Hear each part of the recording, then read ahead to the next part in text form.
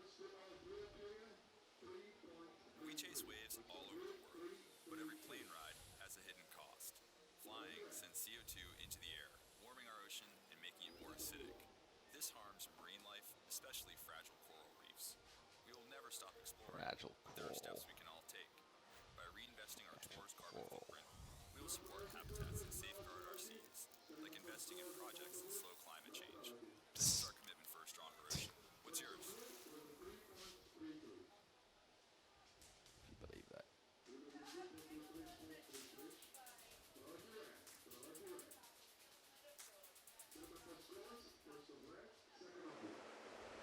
And a very good morning and welcome to finals day, the Ribeira Grande Pro Junior, the beautiful island of São Miguel in the Mid-Atlantic in the Azores. And it's finals day for our Pro Junior competition. Paul Evans in the booth for the call, alongside Shannon Quirk. Morning. Good.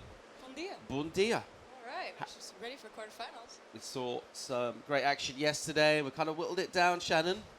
And we're poised here to be crowning European Pro Junior champions. It's a big day in some young careers today. Super, and not just for the European athletes, also for international surfers, but we have over 30 Portuguese, and even 6 from the Azores Islands, and so a lot of people on the sand ready for action. Yeah, definitely the crowd really enjoying surfing down here. It's kind of two of those stories have been some of our French athletes, our Portuguese athletes. Be fun to see how Mafalda Lopes goes, carrying the Portuguese flag. Should be coming up later. Let's check out some highlights from yesterday and remind ourselves what went down here at beautiful Praia Santa Barbara.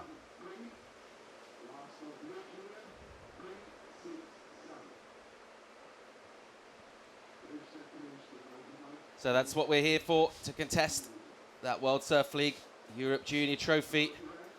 And performances really stepped up yesterday. Saw some really sharp surfing. Of course, Kaoli Vast looking really, really strong. He's won this title before a couple of years back, and he wants another one. He's put himself in strong contention coming into finals day. Yeah, everyone was ripping yesterday with these conditions. Here down at Santa Barbara, just some peaky wedges, and guys were going for airs. Upsets Afonso Antunes losing out. That was didn't really see that one coming, so that was a bit of a shock for Portugal. Yeah, you really had to be on your A game. I mean, the top competitors from Europe are here, all the top seeds. But there's a lot of great action, as you saw this aerial yesterday. Thiago Carrique lose it out, so he was coming in his second spot in contention for that title. He actually lost to a childhood friend that he grew up with surfing in Costa Rica, knocked him out, put him out of contention for that title. So Kaulivas still holding on to that number 1 spot. It's basically going to come down to a tussle between him and Justin Bucret. But this guy here, Nick Marshall, he was absolutely blazing yesterday. Yeah, Nick Marshall from Encinitas was on fire. So some super strong performances throughout the day. We finished up yesterday evening, a shorter day today. Just 10 heats left to run. And which of our surfers will be on that podium? There is Justin Bucret. And he's just quietly eyeing up a little come from behind slingshot, coming here in 3rd place in the rankings. And he could secure it today. He needs to get himself in the final. Meanwhile, Mafalda Lopez, what a story that was from her. What a performance. Yeah, what a local legend, this girl. She was absolutely ripping. She even had some air attempts, and man, she was putting so many points on the board. She comboed a couple of her heats and was strongest out the gates. She actually took the title after she served. So we didn't know it when we had her in the booth. But when Juliette Lacombe actually lost out a couple of heats later, that confirmed it, that is our European Junior Champion for 2019. So congratulations to Mafalda. All right.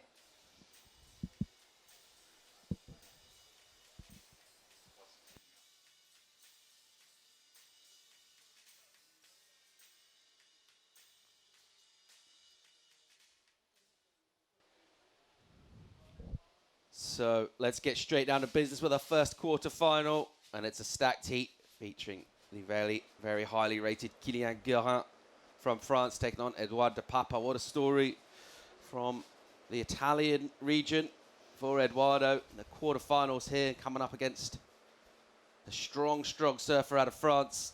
It's going to be an exciting tussle, Shannon. Conditions this morning, you've been having a little look. What's your read from what you've seen so far? Yeah, the tide's really low, so what's happening is really these wedges are almost breaking on the sand. So we saw in free surf this morning, some people, just doing airs onto the sand, just risking the fins. But these junior competitors are going to give it all, especially when there's potentially a junior title on the line. The smaller swell, it's quite peaky, isn't it? Look like in the warm-ups, some surfers on the sets, if you almost take off on the wrong side of the peak, take off on the end of a left and go right, you kind of surf across that peak, get some good scoring potential. These surfers, generally speaking, a bit lighter on their feet, quite quick, being obviously 18 years or under. So lighter weight equipment as well. So smaller conditions, perhaps not presenting as much of a problem as our full adult athletes. And they're definitely bringing some really sharp skills. We looked at the highlights just then. You think about some of the surfing we saw yesterday, it certainly wouldn't look out of place in a high-ranked QS. Well, the wave's proper to get, a lot of variety. So the judges are looking for diversity on your wave. You did see a couple surfers able to get 3, even 4 maneuvers off. But it's definitely, it's a peakier wave where you want to go out the gates running. You got to be quick on your feet and pay attention, sit at the right peak. You can see right now the competitors are very far apart, and they've opted for separate parts of the beach. Large playing field here today. A little bit between swells at the moment. We're thinking of another filling in, coming in towards the early mid part next week, but just basically on the last dregs of a swell. Pretty strong swell from earlier on in the week. That's what we're dealing with at the moment. This is our last day for the juniors. So we will be wrapping up here. And here goes live action from Guerin as he'll fly down the line. There's a nice whip off the top. A little flatter rotation, not super convincing on the completion. But nevertheless, some good speed going into that. Don't know if he'll be marked down for not really stomping that. Yeah, he's already put a few decent scores on the board. Just a 3.33 and a 3.67. So Kylian currently in the lead from France. We'll check out a replay of that air. But doing a good job, considering the conditions. Like, got to get a lot of pop and try to get as high as you can. See if the judges will like the aerial game. They were rewarding the athletes pretty high yesterday, so let's see what they think of this one on his front side. Sick air reverse. The kid's definitely, he's giving it his all. It just looks like he and this is actually the replay of his last ride. I think that was a 3.67. If you're just tuning in and wondering where we are, we're in the middle of the Atlantic. This is the Azores Islands. The beady-eyed among you might have noticed Kylian Guerin surfing this short sail water. It's about 23 degrees Celsius, so pretty nice. And crystal clear water. An absolutely beautiful place for a surf trip. And a great place to crown a European champion. That's what we'll be doing here today. It's just come down to 2 athletes, and neither of these doing the running for that crown this year. They still have more time left at the under 18 level. Obviously, we're event champions as well. It's such an important part, that sort of stepping stone in a career, getting a junior title. We saw how much it meant to some of our athletes. Quite an emotional day yesterday. A few of our surfers were kind of falling out of contention, and you could really see how much it meant to them. Yeah, definitely. It was passionate. There were some grunts and you Few heard tears. yeah, a few smacks of the boards. It was getting a little intense, but I mean, that was just Monday. well, it's not easy being a teenager anyways, so there's like a lot going on, but a lot at stake too. You know, this is in the junior rankings, this is the time when the big brands have their eye on you, and potentially this is the beginning of your career. And if you had some good results and, you know, just show what you're made of, there's potential for a long road ahead. So a quiet start, a composed figures of Guerin and Papa just staring out to the North Atlantic as they look north from here, pretty much straight north, uninterrupted till we get to Iceland, I think, on this sort of long line of longitude. There's a big old fetch up there, and we'll get swells anywhere at the North Atlantic. We're a bit closer to where the swells are generated from than the mainland, obviously. And you do feel that in the waves. Got that powerful kind of open ocean feel. What a performance there. That was incredible yesterday, surfing put on by Nick Marshall. He just blew this place up. And he won't mind maybe these smaller conditions. He's super light on his feet. Seems to be surfing quite a bit faster than everyone else. Certainly yesterday. Be interesting to see how he goes out there. Not a massively dissimilar kind of day to, you know, an average day in Southern California. Yeah, but how fun to be traveling with your brother. You saw Jake Marshall on the screen there, who just got a 2nd place result was in Pantene. That was actually his best result ever, like career history. So his mom was freaking out from Encinitas, California, you know, up at 6 a.m. to watch him on the webcast. Let's watch the replay of the wave we just missed here. Eduardo Papa on his backhand. He gets a nice turn in there, but just comes unstuck on the inside section. Papa coming out of Italy. Yeah, representing that region. Does have representation on the championship tour with Leo Fioravanti. Mentioned it yesterday. Good to see Leo's comeback story just starting to emerge now. So his first surf's back in the water. So just tentatively planning his comeback. And meanwhile, the next generation of Italian talent. His father was a professional windsurfer champion. So 2nd generation competitive waterman athlete. And he gave a really good account of himself yesterday. Looks like, again, we talk about that speed and surfers' ability, have that ability to sort of generate it themselves. But he put in one of the headline performances as well yesterday. But this morning, he's just had to be sort of patient so far. Nearly lost half an hour of this one, Shannon, and nothing really to get excited about on the scoreboard. Yeah, it's just the tide that's they're struggling with, so we'll see the conditions improve over the day. A lot improves with just more water out there, so once it fills in a little bit, you'll see some more opportunity and, yeah, just better waves. But the guys are going to get prepped. Here's Kaoli Vast from Tahiti. He's flying the French flag. He's the #1 ranked currently. His Chopu results at a 9th. He actually had some of the best barrel riding I've seen in a really long time. I would argue he's probably the top junior barrel rider. I would put him in the adult category, honestly. He's like right there on the borderline, I think 17 or 18. So he's looking pretty strong for that title. Becrae will need to win, make the final, and Cowley will need to lose basically next heat if Justin can do it. So he's in with a shot. Justin, again, got a pretty good big wave game of his own. About performances when he was just 16 at Mullaghmore in Ireland and at Piahi on Maui. So Justin Becrae, he can mix it in the small stuff, but he's got some big wave chops as well. So it's so cool to see our emerging athletes just really well-rounded, doing that, you know, sort of proverbial 2 to 20 foot stuff. And this is the beach of Santa Barbara, beautiful beach. Tell us about it. Speaking of Ireland, I mean, look at these cliffs. It's just absolutely remarkable. The rock formations. The island is created, you know, it's all lava rock. So we have really deep lakes, like almost 30 meters deep is the Lago de Fogo. And then likewise, really tall mountains. So you can see all of these formed by volcanic rock. And actually, San Miguel using the volcanic rock to make a lot of the architecture here. It's just absolutely beautiful. But up and riding, let's watch this live action. Yeah, nice couple of turns there for Kilian. And he just looks so smooth and polished. Still It's kind of weird to think how young he still is because he's been around for such a long time, making clips. Really impressive. Let's have another look, Shannon. Yeah, so here's the replay. He gets his fins free and goes for that last strike at the end. Nice couple turns, smaller wave, but given the conditions, that's going to be, it's a smart maneuver. All right, here goes Papa, and he'll fang a first turn. Pretty nice. Little jam down off the rail. Has a little snatch at a third maneuver. So, nice little exchange there. Hopefully firing things up. We're already down to nearly 9.5 to go, so a lot of downtime in this heat so far. Not much scoreboard-wise. Let's see if we'll nudge up here. Judges will process on that last exchange, but there's a lot to admire about the way Papa surfs. He really puts sort of everything into it physically. You see him getting really low and kind of swinging into those maneuvers. He's looking really, really sharp, and I think, we can expect, as usual on finals day, that performance to really jump.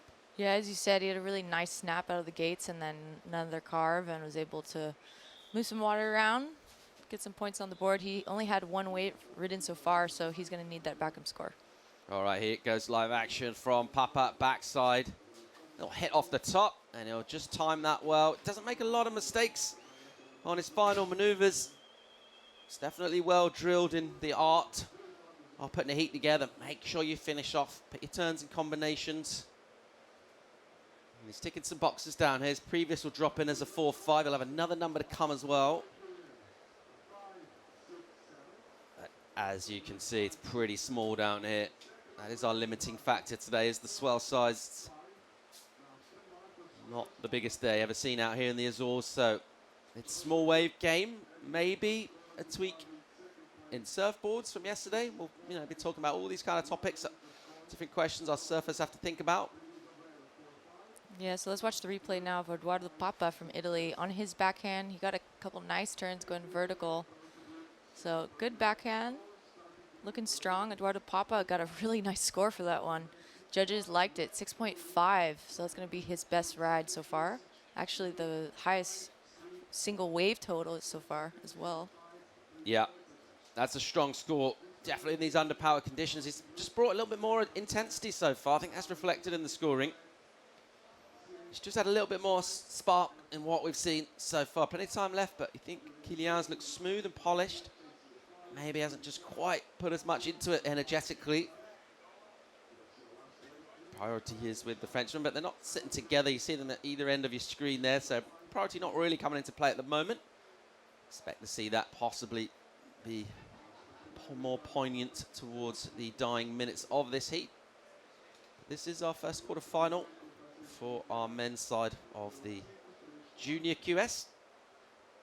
It is the Ribeira Grand Pro Junior. And we will be crowning the champ a couple of times today, men and women.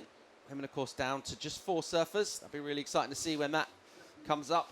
Can't wait to hear how this crowd fires up for our representation out of Portugal, one of the great kind of nations in terms of support. It's a conversation we've had quite often, but you think about kind of globally all around the world.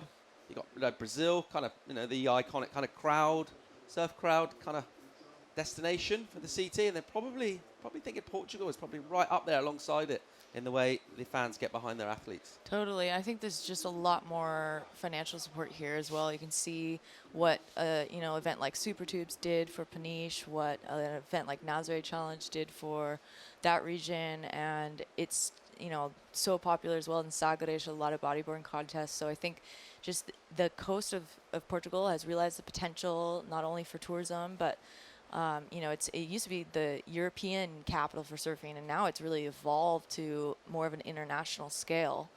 If you think about the geography as well, the whole country is pretty much on the coast, right? It's kind of a thin, long country, so there isn't really anyone that wouldn't be aware of surfing. All the major hubs and the urban centres are based on the coast, so obviously a great seafaring nation, always looking out towards the west into the Atlantic, which is where we are right now. We are witnessing our first heat, quarter-final one of the men's side of the draw. There is the man in the hot seat in strong contention for that trophy out here. However, he's got a bit of job of work on his hands. Going to take on Nick Marshall, who was super impressive yesterday. So he's got a tricky heat to deal with down here, and I just hope they get opportunity to really bring their A game, because if those two go at it, We're going to have a show on our hands down here. Time ticking away now. 5 gone. Not a lot happened in this one. Papa with that 6-5 is really the headline. Here he goes again. He's up and he's flying down the line. And he'll go for a punt, nice and tail high. Doesn't really get the amplitude or the loft to get that rotation done. So a little incompletion in knee-high water from him. You mentioned the low touch, just goes to show how shallow it is in there.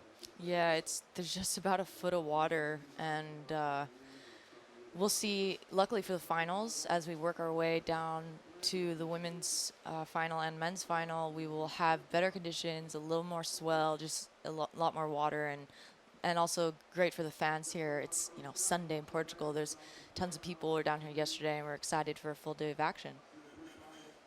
So under 4.5 now. It's still Papa at the moment in the driving seat. The situation you see it on your screen for Kylian Guérin out of Southwest France needs 5.34. It's not a big number. He's already had one score bigger than that, but he's just sitting on a 3.67. The young man on your screen there, he plays it pretty cool. Seems like a pretty cool and kind of collected customer. And we'll get to some stage shortly. He's going to have to just think about trying to snaffle some kind of opportunity. He has been the busiest surfer. He's ridden 6 waves versus Eduardo does 4. And of course, waves ridden don't really count as any one stat of any particular significance. It's your combined score out of 20. And at the moment, he needs a number to drop for him. Needs a wave first of all. Looks kind of sluggish and slow out there, Shannon.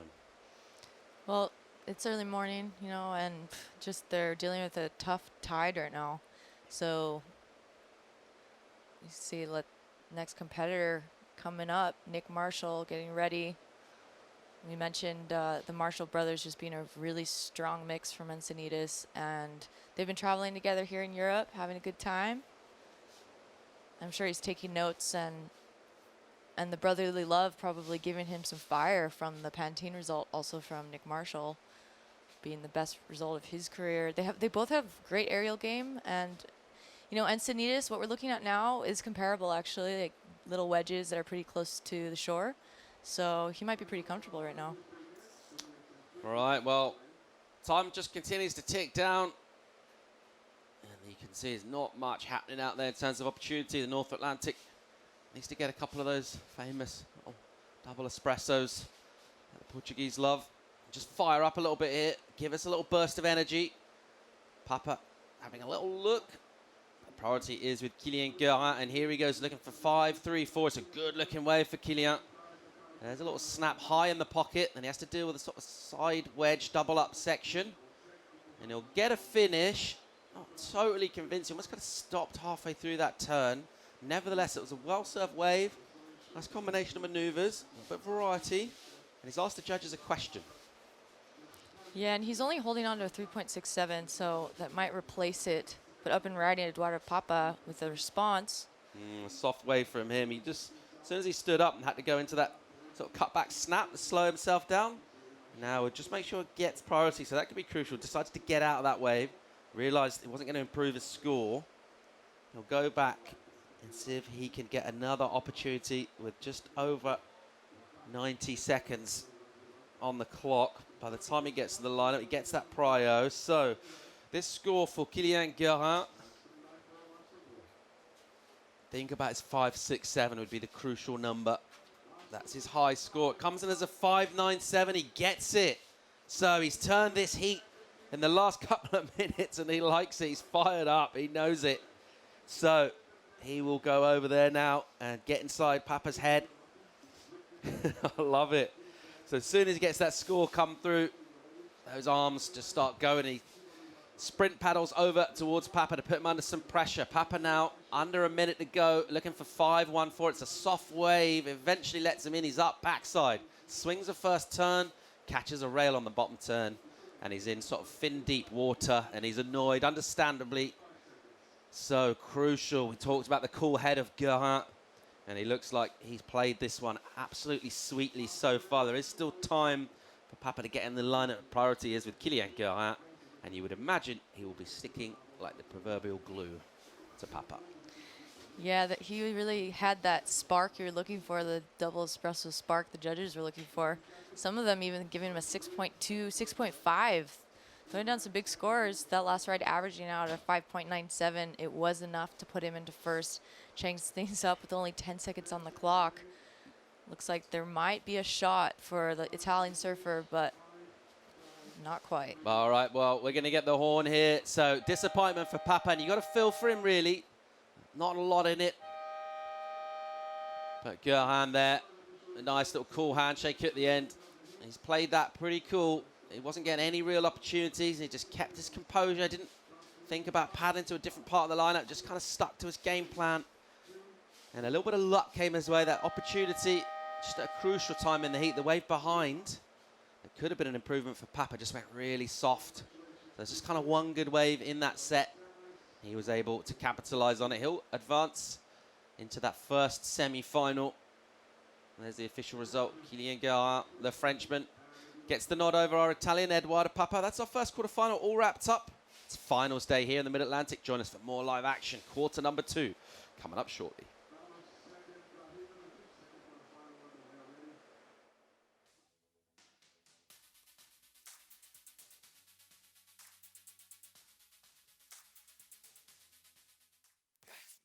I just ran all the way from Bells Beach to tell you that the king is back! Grab my board! Surfers from Australia have banded together. I think surf booties are cool. You are a certified badass. What's up, Chris Cote here with some breaking news. Literally. Literally. Have you seen the clip? Boom! Chris, can we get some more news, please?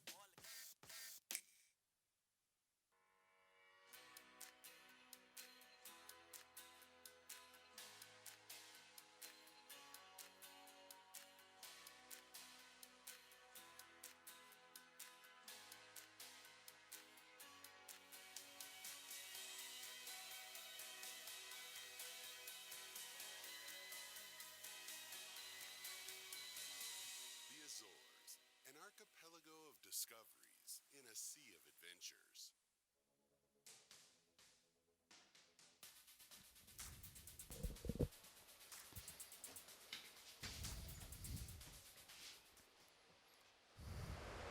Welcome back to the Mid-Atlantic finals day here, and an absolute smoker of a second quarter-final. Out in the water, Caulivast out of French Polynesia, Tahiti, representing France, taking on Nick Marshall, the American who absolutely smoked this yesterday afternoon. Welcome to the booth for the first time today, Mr. Ben Mundy. Thanks, Paul. How'd you like this matchup? Love it. Love it. A lot on the line, Paul. European Junior Championships all on the line here. Caulivast, Tahitian, needs to get to the semi-finals. If he wins this heat, as we see Nick Marshall, the American now, up and riding, Paul. Here he goes. He'll blow some tail. First turn. A little soft one. I like the little It's pretty aggressive, wasn't kind of tussle for that from the start there, so don't mind that. The elbows kind of out. I like padding with the elbows out. You know? Yeah, that kind was... of like the middle distance runners, the And then elbows just- out style. Kind of like Matty's point, classic priority battle. Like, I step in the booth, priority incident straight away. Bang. Love it. Yeah, if Caulivast wins this, he's the European Junior Champion. End of. Just got to get through this heat. He's won it, no matter what. So that's big. And then even if he loses, and Justin Becret still has to win the final to become the champion. So it's all in his hands, but Nick Marshall's been the form surfer of the event. Yeah. And we just saw them just hassle someone to death and then go into a spin. He spins to win. He never falls off. He's been super impressive. What's this? Bang. That's just a warm-up. That's just, all that was showing his competitor. He means business.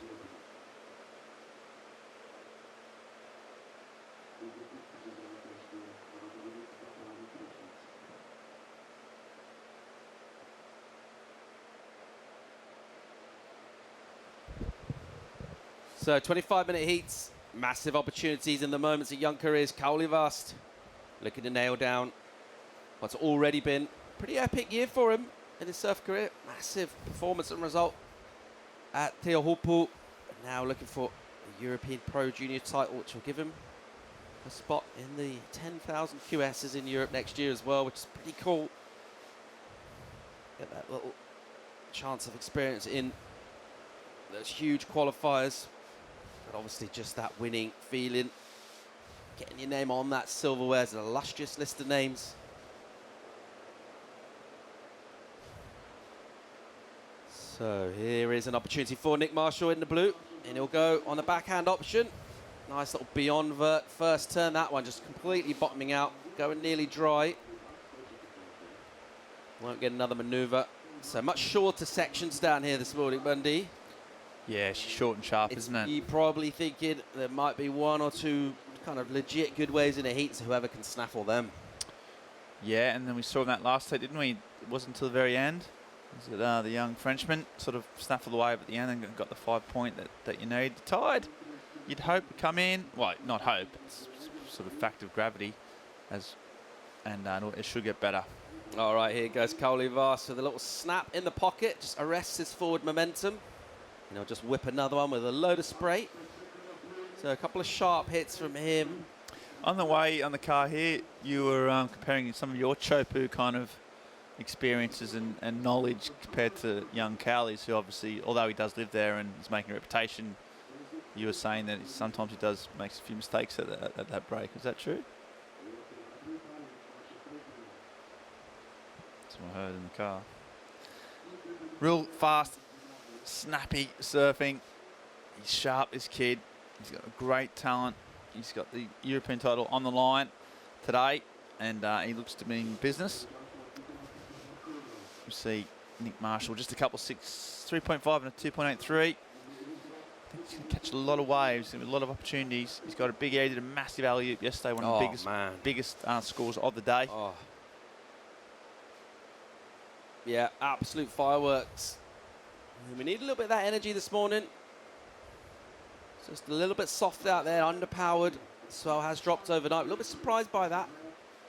We're quite close to where our swells are generated from, or some of them. And can be surprised by the forecast down here. Yeah, it's just a touch smaller than we thought. We're expecting it maybe to be sort of similar to yesterday. It's probably about half the size, Ben. Yeah, it is. It's dropped off. It's clean, but we are. Let's just step out of the booth just as we get the last heat winner in a few minutes. So 18 minutes to go in this one, and a big number comes in for Kauliva, 6.33 for him.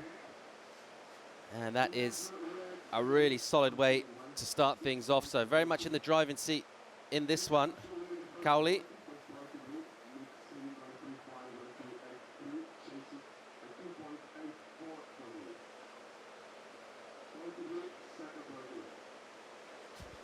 All right, well, it's time to welcome into the booth winner of the last seat, Kylian Guerin. Mate, congratulations. Yeah, thank you. How you feeling? Yeah, pretty cool, pretty stoked. So you were in a bit of trouble in that one, needed that number. It wasn't a big score you needed, a mid-5, but for a long time you had to just kind of play it cool and keep a cool head. How'd you pull that off? Yeah, like, I tried to get like few ways like on the beginning, but like couldn't like surf it pretty good. I was kind of stressed a bit. And after I just like went down, so okay, just be relaxed and try to do like some big turns and just wait like for kind of a good wave. It was pretty slow, it's very small, so hard to get a good one. Yeah, and like smaller conditions this morning, what are some of the keys to performance? What are you thinking? What kind of ways are you looking for? I think just like try to go fast and like to like do 2 big turns with kind of spray and you can score pretty good. All right, well, look, you got another heat coming up soon, a semi. Last question from me. The European Junior title, how important, how crucial is it to you athletes? How much does it mean? It's pretty big, like big title, you know. I'm not on the race, so I'm just like kind of an outsider, like the underdog, and like trying to do like as many as I can. But like it's a pretty big title, so it would be maybe cool to win it like maybe next year or like 2 years. So we'll see how it goes. All right, mate. Well, we'll be watching for certainly the rest of this event and in the years coming forward. Well done, and keep it going. Thanks, yeah. Good luck. Thank you. All right, 16 to go. Cool words there from Kylian. Just mentioning basically the speed, looking for opportunities to build up speed. That's going to be crucial. And that's going to just provide the opportunity to show the judges something a bit different. That's what Kaoli Vast has done already. And certainly one of the contenders. He's not in it this year. It's just a 2-horse race between Vast and Bicret. But keep an eye on Kylian Guerin. Looking really strong for that next generation of talent out of France. Let's get caught up with replays here. And just see Marshall whipping down the line. Just releasing that tail and reverse round on a small section. He's got that ability to just kind of do those sort of flaring turns from a standing start. Doesn't really need any kind of momentum to be able to bust loose. So Mundy getting down towards the 15-minute, 20-second mark, and this one, advantage vast with that 6.33, which is looming pretty large in the context of the conditions. Yeah, big score. I took that time out while you were talking to Killian and went down and spoke to Rob Gunning, our head honcho, kind of the brains of the whole sort of operation here. And strangely enough, I was wrong about Kelly Vast. It's not something that happens very often. Yeah, he needs to make the final to clinch the title. Even if he makes the final and Beclet wins, then he's still got it. I think though, if he makes a semi and Beclet loses, anyway, he needs to get through 2 heats to make it absolutely certain. And right now, he's in a pretty good position. 6.33, it's a big score. 4.57's backed it up. I think Marshall yet to really show what he's capable of, despite his talents. Got his elder brother Jake in his corner here. They've been nice sort of chatting a bit of before the heat. So live action here from Vast. Goes a little right-hander, a little speculation on it. It's a softer wave. It's not going to threaten his low score of 4.57. But already with that decent number, he can look to just build up a big total. Pressed with a cool head in that last one at Guerrin. It's one of those key questions about the mental aspect of surfing. You need that score, not a big score. You needed it for so long. And impressive to just see him staying patient, Ben, rather than starting to panic, hit the panic button, paddle up the beach, start chasing ghosts around. He just kind of sat there and waited, let the opportunity come to him. Yeah, not easy to do under pressure at a young age. And sometimes, you learn those skills, but also some people are just born with that kind of temperament where you, the patience and the ability just to park everything that's going on and stay in the moment. And he did that, which for a young kid just starting out is super impressive. He looks good. So these career stories really on the upward trajectory down here. And these are some of those crucial moments that can really crystallise the path in a young and upcoming athlete. Well, we saw yesterday, didn't we, in the women's division, there was a couple of errors in the quarterfinals where, girls just needing one last turn to finish off, get the score, and fell, so made sort of crucial errors. And that's the thing today. They're not in the finals day. There's little pivots in their career trajectory. Sliding door moments, sliding doors that can come down to one section, one last turn. Exactly, and they would have been replaying those turns over and over last night. Thinking, have I done this? Have I done that? So yeah, you've just, even at this young stage in their career, you got to get it right. If you make a mistake, you get punished, and they can set you back. But they're learning their trade, and these conditions don't make it easy either, do they? Like, do you wait? Like, Nick Marshall's being patient here. Do you wait? Do you wait? Do you wait? But 12 minutes to go. At what stage do you flip the switch and start pulling the trigger, Paul? Well, and other sorted cliches. There aren't really any other options, particularly to paddle down to at this stage either. It's not like there's maybe another bank that might be doing it, so that takes sort of something out of the equation. You can just kind of quieten down the head noise, the mental noise in terms of repositioning. It's basically straight out the front of our setup here. Of course. I do like that situation where someone paddles to the other bank. It's always a bit of exciting little phase, isn't it? Often you see it in Hossiger and the CTs where some guy just goes and surfs a different bank. Two surfers on two different banks. It's always I find that really exciting. Well, you saw it pant in quite a bit last week. We had surfers starting at one bank, paddling over to, and then going back again, and then back again. Oh, what do you do? Spending half the heat paddling and still getting through some of them. But yeah, we pretty much just straight out the front here. Of course, if you're just tuning in, wondering what you're looking at, we are out in the middle of the Atlantic in the Azores Island. This one's called São Miguel. It's the main island. Of course, there are loads of other beautiful islands as well in the group. And this is the Ribeira Grande Pro Junior. And wow, what a day for crowning champs. For our 18 and under surfers, one of them, are you looking at him in the water? He's a strong story for a finish. It's an all-French tussle. So the French nation on the men's side will have a world champion, a European champion. We've already got a Portuguese one in the form of Mafalda Lopes. So she was confirmed yesterday when Juliette Lacombe bowed out. And that's kind of that story in European surfing for, well, the best part of the last 10 years, maybe slightly more. It's really like a French kind of Portuguese clash. The two kind of power centres of European surfing.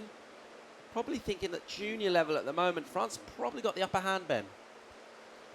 Well, I might add the Basque sort of region as an up-and-coming sort of junior force. But yeah, I think you're right. I think the French probably just shading it. So Vast on a little one that will just run away and slip underneath him, just drain out. But yeah, interesting. Haven't really sort of turned that European junior dominance into any type of like, you know, CT kind of, you know, making that next step. We've seen a lot of those really good French surfers come through the ranks, but no one has jumped up to make the grade. You know, Joanne Giroux's, what, 27, 28? He'd be like... Qualified late, didn't he? But it felt like we had a little bit of a gap between like his generation and then, you think surfers like Charlie Martin, surfers like him have been on the QS for quite a number of years. Mark Lacomar. Between those guys that have been well known for a long time, it's been a little bit of a wait. But I feel like now we're at that stage where it's almost like another little generational change. Surfers like Kaoli Vast, like Kylian Guerin, still in the juniors, but already really well travelled. Justin Becret, really well travelled, really experienced, and I'd be very surprised if we don't see some new CT faces, certainly within the next 3 to 5 years out of France. Here goes Nick Marshall. And there's that trademark whip and spark that we've come to love. And he'll just blow that tail off the end, getting in completion on the end section. The wave really kind of dying out. It's almost one section, legit section. Did well to get a second manoeuvre in there, but it won't be deemed as complete. Yeah, I mean, even that was interesting. If he maybe gone a little bit, such as the tough conditions, contestable, that even if he just finished that turn, he might have had a score. He would have been back in the heat. So kind of a mistake. He's pushing it now. I like that. Got the fins out. I mean, if he just completed that, that would have been right up there. But you can see the intent. If he just gets a couple of sections, he's looking so dangerous. Here he goes again, though. Well, he's having a look here. He's found himself a little bit of a relatively meaty section to tee off on. And he'll drive down the line. Nice little hit through the lip. And then again, just getting a little release on the tail. It's almost as if the way these peaks stand up, you want to kind of come from behind the peak, don't you? You want to kind of go left on a right, right on a left, and just sort of try and get a couple of turns on that sort of takeoff section. If you take off on one side of the peak, you're always kind of running out of wave. Yeah, I even wonder whether it's better as one big turn in these type of sections. Getting two in is hard. You got sort of hung up there. Kind of feel if he'd maybe just raced and done one big turn, you might be better off. Difficult though. I mean, it's really sort of snappy little hitting these Azorian black sand banks really fast, waiting for the tide to come in. So number in for that last effort from the young American Nick Marshall, 3:07. Won't go in his top two. His requirement unchanged. Looking for a 6:9. You see at the top of your screen. You can also see that clock ticking away. 7:15 remaining. Vast at the moment. Looking pretty good in this one. Will want to work on that backup as well, though. Who knows how dangerous Nick Marshall can be. He just gets an opportunity. Just the patient game. That kind of quietening that mind. That's going to be the key factor for Vast. Doesn't need to do too much here. Just improve that backup. Meanwhile, Marshall with it all to do. We know he's got the skill set. We've seen that. Will he get the wave opportunity? Yeah, he's just been a little bit starved of sections. Vast just got out, got the points on the board early, which is so critical. Now he's just sitting on him, obviously. He's got that P next to his name. And just shadowing his opponent. He's in the box seat. Can afford to be patient. And, yeah, we'll see. Marshall trying to make some move. I think he'll stick with him. Decisions to make. Does he? Yeah, he's just gonna. He ain't falling for that trick, is he, Paul? You gonna sit by him? Oh. I think like you try and like paddle away really quietly as if no one's watching. He's like, no, mate, you're right next to me. So the priority is with our surfer in red, the Tahitian Kaoli Vast. Meanwhile, Marshall's just trying to get himself a little bit of room here and get an opportunity. And a little think about that one. There's not much coming through out there, really, is there? It's pretty small. And it's going to be tough to really find a score towards the back end of heats, particularly tough at any time, but when the opportunities are few and far between, those numbers just seem to weigh bigger and bigger, loom larger on that scoreboard. Then also is the pressure to deal with. And we had a little bit of insight from Killian about how important it is, so significant, this junior title. Just, you know, you think about these careers, you'd expect these athletes probably going to be surfing against each other for a long time. And it's always kind of nice to know early on, you got the nod over whoever it might be. You just kind of feel like you got them. And getting the plaudits, the kudos, the silverware in the juniors, vital, Ben. Yeah, it's true. As you say, they've probably got a decade knowing each other and fighting against each other. And the earlier you get off to a good start, as we see a bit of a flurry. That's a tiny wave. He's not going to do it. We did mention Juliette Lecombe. She did miss out on winning the European title, but she is confirmed for the World Junior titles. The top two go through. So, yeah, there's also a series of other big prizes available for these guys. I mean, there's the 10,000 wild card that will be confirmed if you win, but also the World Junior title place is pretty big as well. In Taiwan this year, in November, there's our man from Costa Rica. Martinez, he was ripping yesterday. Love the fire that he brings. Just getting into it there, to psych himself up, did a bit of MC. Taylor Swift, I reckon. Swift? Yeah, he's a massive Tay-Tay fan. Or, mate, yeah, no, he said that. Interesting little side story. Yeah, yesterday he came over, he's from Costa Rica, and his best friend is Thiago Carrique, who was in line for the European title. Is he his best friend, though? Well, they grew up together. Does he actually really like him? Well, not anymore. Live action. Here goes Marshall flying out of the gate with a big first hit. Won't get a second section, though.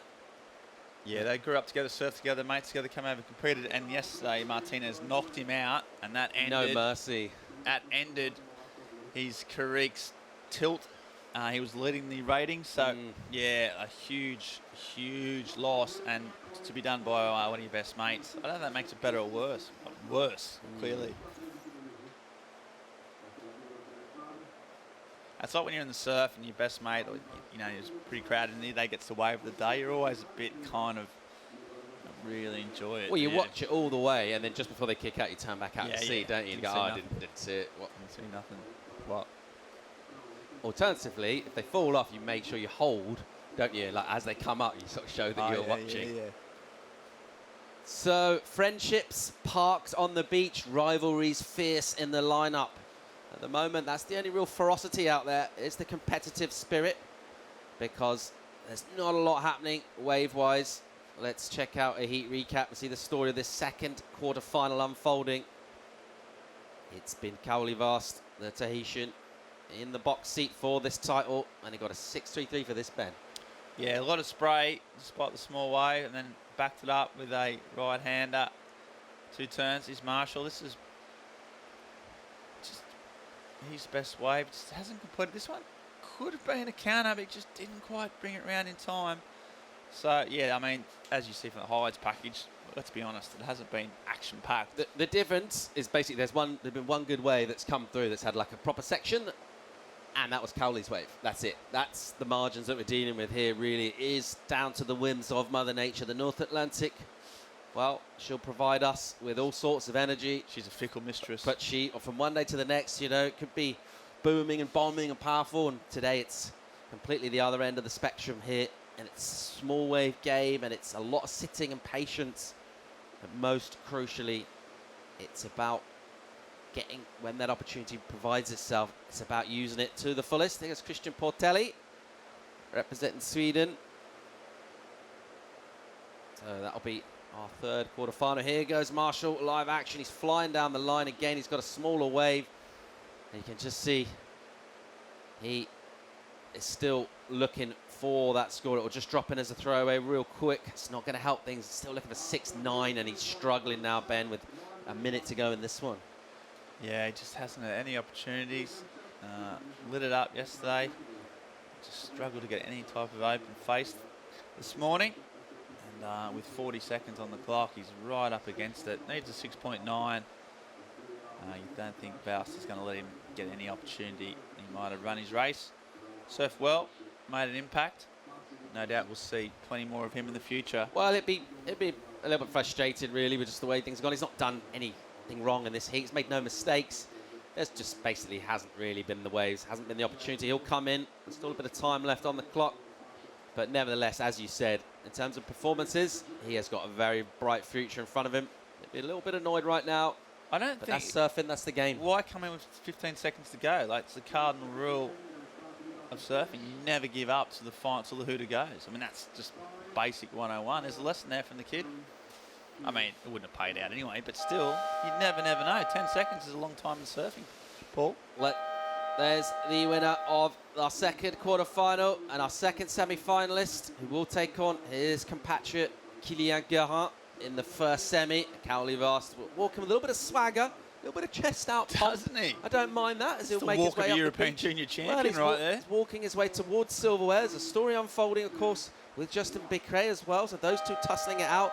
There's the official result, 10.9. His combined total beats Marshall's 7.9. A frustrating morning for Nick Marshall here in the Mid-Atlantic, but the Cowley Vast story just keeps on rolling through. We'll see him in the semi-finals. We're going to get a break. Join us for more live action. Quarterfinal 3 coming up right after this.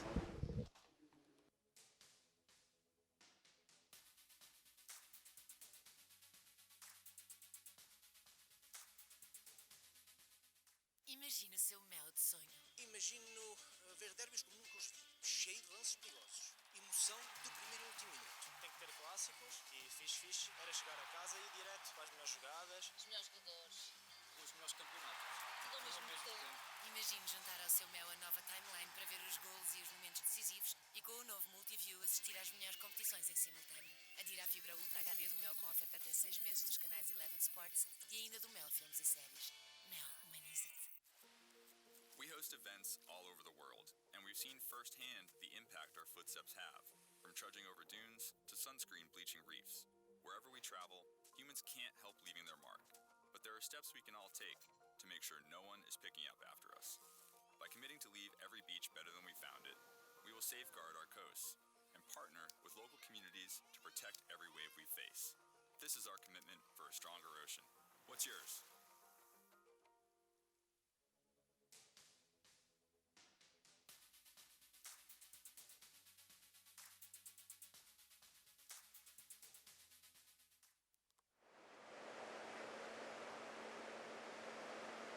And we are back here live in the Azores quarterfinal, number 3. Malachi Martinez from Costa Rica, Christian Portelli from Sweden. And I'm joined in the booth by Giggs Cilliers. Well, Giggs, we're not going to lie. I wouldn't say it's pumping. Yeah, but there are waves out there. it's not overhead and barreling, is it? No, but there's waves, albeit small ones, a bit tricky. But another little stacked heat. Sweden versus Costa Rica. That's not one of the matchups you see very often. But he's out there ready to do battle, and we're going to be joined soon in the booth with Cali Vast.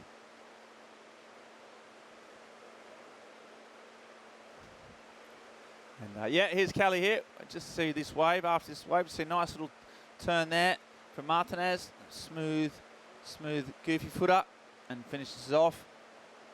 And another wave here, as we see down the Portelli, down the line, smashes it off.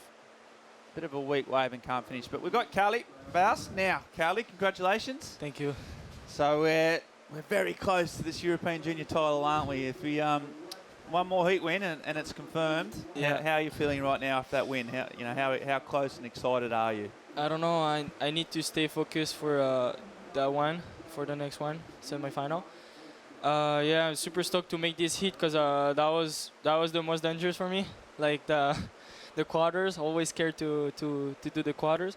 But yeah, I made it, and yeah, one more heat, super excited, and let's go. And Nick Marshall too, he's such a good talent. He was on fire yesterday, wasn't he? So he was a very dangerous competitor. Yeah, exactly. I always watching him surfing here, everywhere, and I was competing with him in Chile, and he won against me. Right. That was a rematch. Okay, well you've done it, and obviously you're from Tahiti. So I mean, this is the beauty of surfing these days. You've come from surfing some massive waves in Chopu to 1-2 footers in the Azores. You're an all-round surfer. That's what you have to be, don't you? In the modern era. Yeah, exactly. I surfed Chopo, Teahupo, the last swell, and I had the chance to win the trials and to be with the best surfers in the CT, my first CT. And yeah, to go back surf this type of wave, yeah, I like it. I really like those waves. Yep. The shitty waves. And what did you learn? That was your first CT, so you're surfing against the best surfers in the world. You're up against the #1 surfers, weren't you? So, yeah, what did you learn from that amazing experience? What was the big things you took away from that? I don't know. Like, it was great to surf with those guys because like you can in the water you can see the talent of them. Like they're really good surfers and everything.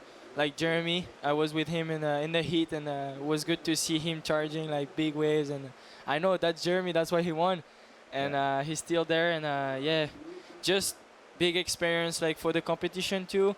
It was really good. Really good. Well, it was amazing. You did so well. You won some heats and you got some experience. Yeah. So, all right, we're going to let you go and reheat. You got a big heat, one of your biggest heats of your lives coming up. What are you going to do right now, mate? What's the plan for? I'm gonna drink water, stay focused, see the lineup, and see my friends, because my friend is gonna go on the water, St. Peter. Okay. So I'm gonna see him and stay all right. focused. Well, good luck, mate. Thank you. Well done. You're on fire, and Thank hopefully you. we'll see you back at the end of the day. Thank you. Thanks, Callie. Yeah, so Callie Vast. He's going to go and regroup and watch the lineup.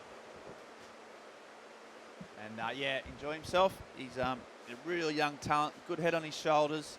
Had that amazing experience in Tahiti.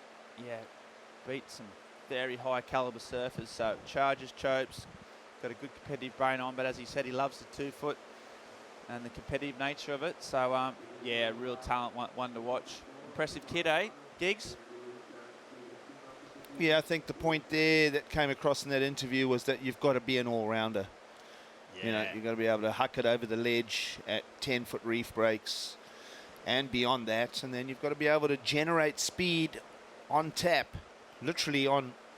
I mean, if today, such a beautiful region, the Azores, but the swell is really gutless. We'll call it what it is. And you have to be able to generate your own speed. You've got to find those little sweet sections. Yeah, that's right. So, real different sort of. They're both skill sets. Yeah, exactly. You got to adapt and play it right, get the right waves, and as you say, generate speed. And he just got the best waves of that heat, surfed them really well, and he's not getting away. He knows one more heat, and he's the European junior champion. So what a prize to have. This is Martinez, so Costa Rican, just up and quick sort of snap. Not probably going to score. Yeah, see Malachi Martinez made the front page of the WSL recaps overnight. There's a lot going on, of course. Lovely punt to the air from Malachi. Best beard for a junior? Was that the... well, yeah, I don't know if it was that. It was just a great shot of him flaring the tail out on that lightly pink scrubbed equipment. Not sure exactly whose shape he's on. I'll try and get a look at it in the athlete area if he continues to progress here. Yeah, it looks good there, doesn't it? That little pink board shorts, but he's been on fire. He's got a 5.17 off the bat this morning. A couple of smooth hacks on the left, so it looks like he's going to go again. As he drives down the line, he's got speed, flicks it out, and that was lands nice. it and claims it. Portelli, he's a Swede, but he's based down in the Canary Islands. Does a lot of his, sort of lives down there and surfs down there, but of Swedish parents. So Portelli going the right, Martinez going the left. But you fear that Martinez got the better of that exchange yet again, Giggs. Yeah, well, split peak opportunity. We're going to see that time and time again. You see them both migrating back to that central zone. So pretty much really just that one peak on offer. just inside of the jet ski. Have a look at the replay. This is what happened on the right-hander for Christian. Nice little squared up hit there. Threw some spray with that. So constructive 2 turns. This was on the other side. This will be a clean rotation. Beautiful landing. Judges are going to buy into that smoothness of putting that board back down for Malachi Martinez. Great to see the Costa Ricans just on fire. They're really seeming to getting their talent pool together down in the Central Americas there. Yeah, some great surfers from down that region. You've got obviously Carlos Moniz, probably one of the most well-known exports from Costa Rica. But there's some more and more surfers coming through. Just hold the line there as we see. Portelli driving up high. That's 2 nice turns again. You've got your Breeza Hennessy, currently on the CT. So she's Costa Rican and doing an amazing on her rookie year. Nomar McGonigal. Yep, and his sister, his sister Layla. And now, of course, Tiago Carrique, who's done well here, and now Martinez. So yeah, I mean, they get such amazing waves. Such an incredible part of the... You been down there, Ben? I haven't. No, me neither. Yeah, it's... I'm waiting for Jim Hogan to send me a personal invite. Again, it's like one of those places I've always wanted to go. You know, I've never met someone come back and say, "Oh, I didn't have a very good time in Costa Rica." No, that was terrible. But yeah, one day gigs. One day. Jimmy Hogan, he's down there, isn't he? He runs a surf school and yeah, he's having a big impact on the next generation of surfers coming out of there. Of course, they all made that trek over to Japan. That'll have been in the process of wrapping up. Yeah, Italo won that. Yeah. Got the gold medal in the ISA Games in Japan. Got there late. Just lost it's a great his story. passport. Yeah, it's a cool story. Yeah, and then it's gone all the way to win it. So, bit of a ledge. Brazil took the team's title. Well, our surfers going to be the most tattooed athletes at the Olympic Games in 2020. That's a good question, Giggs. I know, you like it, eh? Thinking of some heavily tattooed sports. I know the fencers go mad for tats. Yeah, but that's all hidden. It's all hidden underneath the white. The equestrians. Yeah, what, the horses or the you might be right. Skateboarding's in though, isn't it? Skateboarding's in the Olympics next year as well. That's a great story. So they're known for some tats, but I think the Brazilian contingent, vis-a-vis the surfers, might just take the tattoo gold medal. I think so. And I would bet. Have you noticed a lot of the swimmers don't have tats? What better sport to show off your tats? Yeah, than they always. If I was a swimmer, I'd get a tattoo of a pair of like goggles. I'd get tattooed actual goggles on my face. That'd be good. They often, the only tattoos they get like the 5 ring. If they win, they get like the Olympic logo or something tattooed on the. That's something lame like that. If you win bells, you put the bell on, right? Yeah, like Silvana Lima did that. Yeah, exactly. I want to bring your attention, this could be the Ben. Emporium. This is surfing's best tattoos. What about the 817 that's coming for Malachi Martinez? Huge, yeah. Judges ate that up. Bringing me back. Yeah, that was that big spin. Huge aerial reverse. They like the speed, they like the rotation, they like the clean landing, and that's what you can do. And here we go, let's watch it again. So he drives down, Giggs. What's he got for us? Well, watch the transition there. Just beautiful. Pokes the nose, and then the landing is absolutely smooth as butter. Literally a fluffy landing. Very technical, very hard to do. And he created that himself. That was the point we were talking about as we spoke of Koali Vast's vast talent, is the ability to be able to just punt it on almost nothing. So great work from Martinez there. Yeah. As Portelli tries to come back in the game. Sticking to the right. Little check turn. He's going to have to go big here, and he's not going to go big. That's too safe. He's just seen his opponent get a 8.67.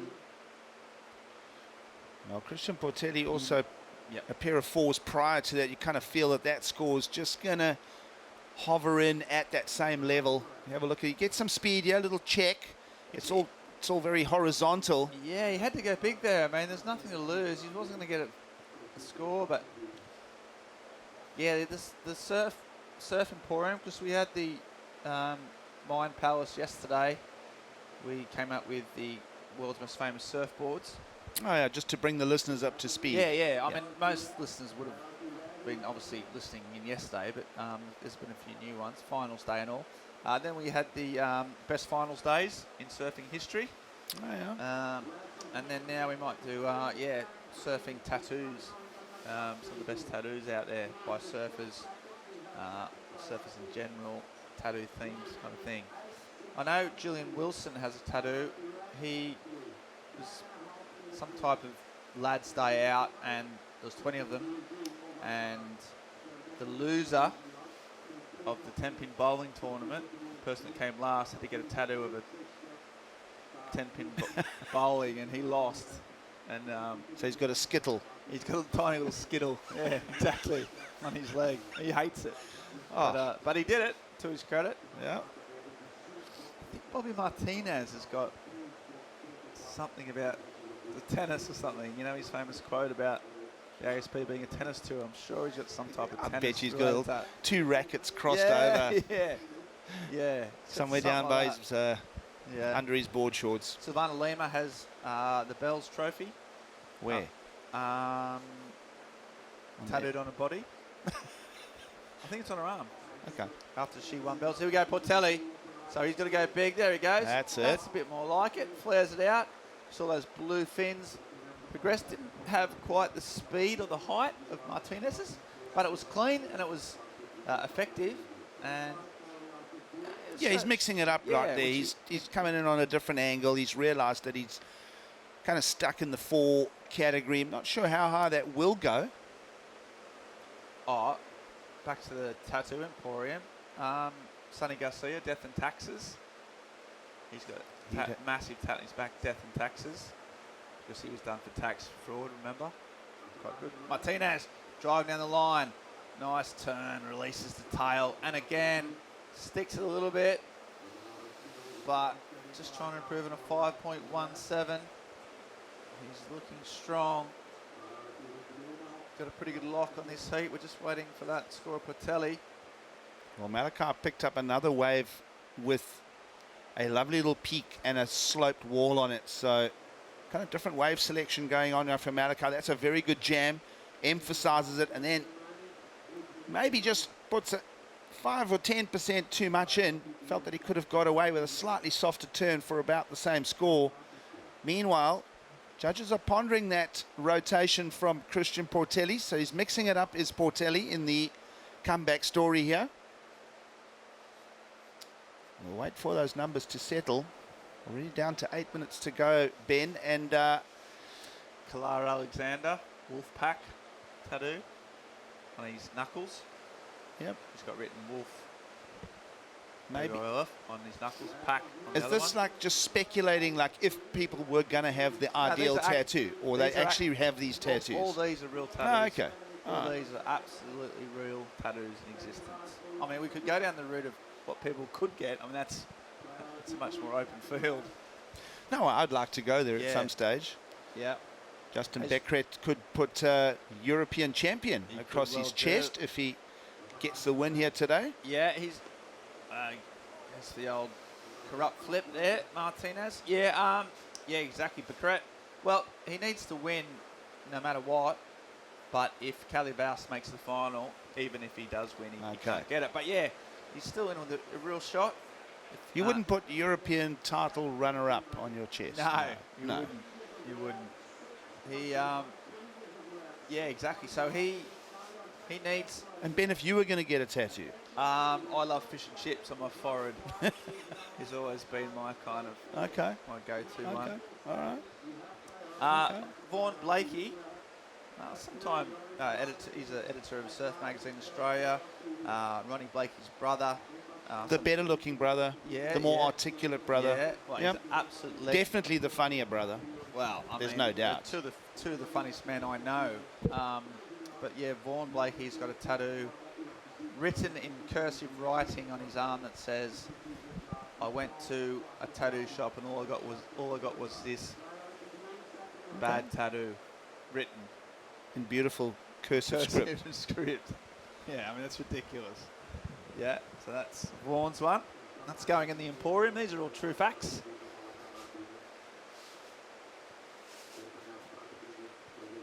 Yeah, Martinez here though. He's got a few tats. He's also got a pretty healthy lead. Yeah, Martinez has replaced a score in between all of our tattoo yarning. His very first wave was the 517, which had been his backup score. And now that two-turn huck for a 6.1, so he's stretched the requirements for Christian Portelli. Meanwhile, Portelli didn't up his selection of fours by a huge amount. 483 for the air rotation, so he did up a number, but his requirement is massive. Yeah, he's in all sorts. Needs a 9.44. Just giving that to Martinez. Martinez looks strong all week. He's been on point. He's been sticking to these lefts. And yeah, he's looking down the barrel of a semi-final appearance. No doubt he'll also feature at the QS event that's coming up. 6,000 qualifying series event coming up later in the week. And often these juniors, they get on a bit of a roll, don't they? Often the juniors do well, and they know the break, they know the banks. They've been here a long time. They're in their groove, and they can be really dangerous. It'd be good to get a look in the crystal ball for the forecast for the upcoming QS 6000 here at this location, starting on Tuesday the 17th.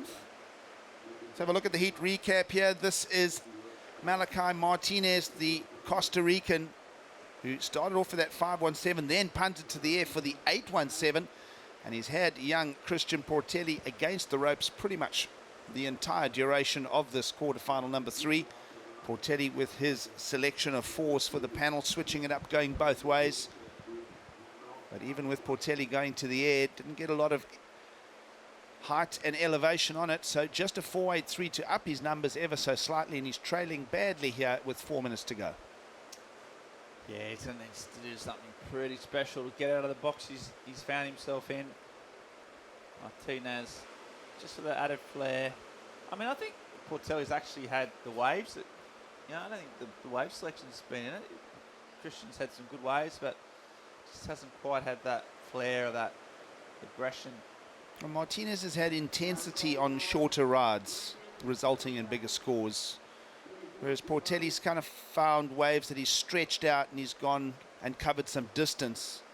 And again, using that word, he's gone very lateral in most of his approach to the lip. Whereas Martinez has been a little bit more up and down, a little bit more punchy. To me, that's the separation in this heat. Yeah, it's been an important difference, and there's a solid heat total. Good sort of 5 or 6 points there in difference, and Portelli needing a 9.44, effectively 2 waves, almost in combination. But he's not giving up. He's hunting. He's seeing a bit of a wave here.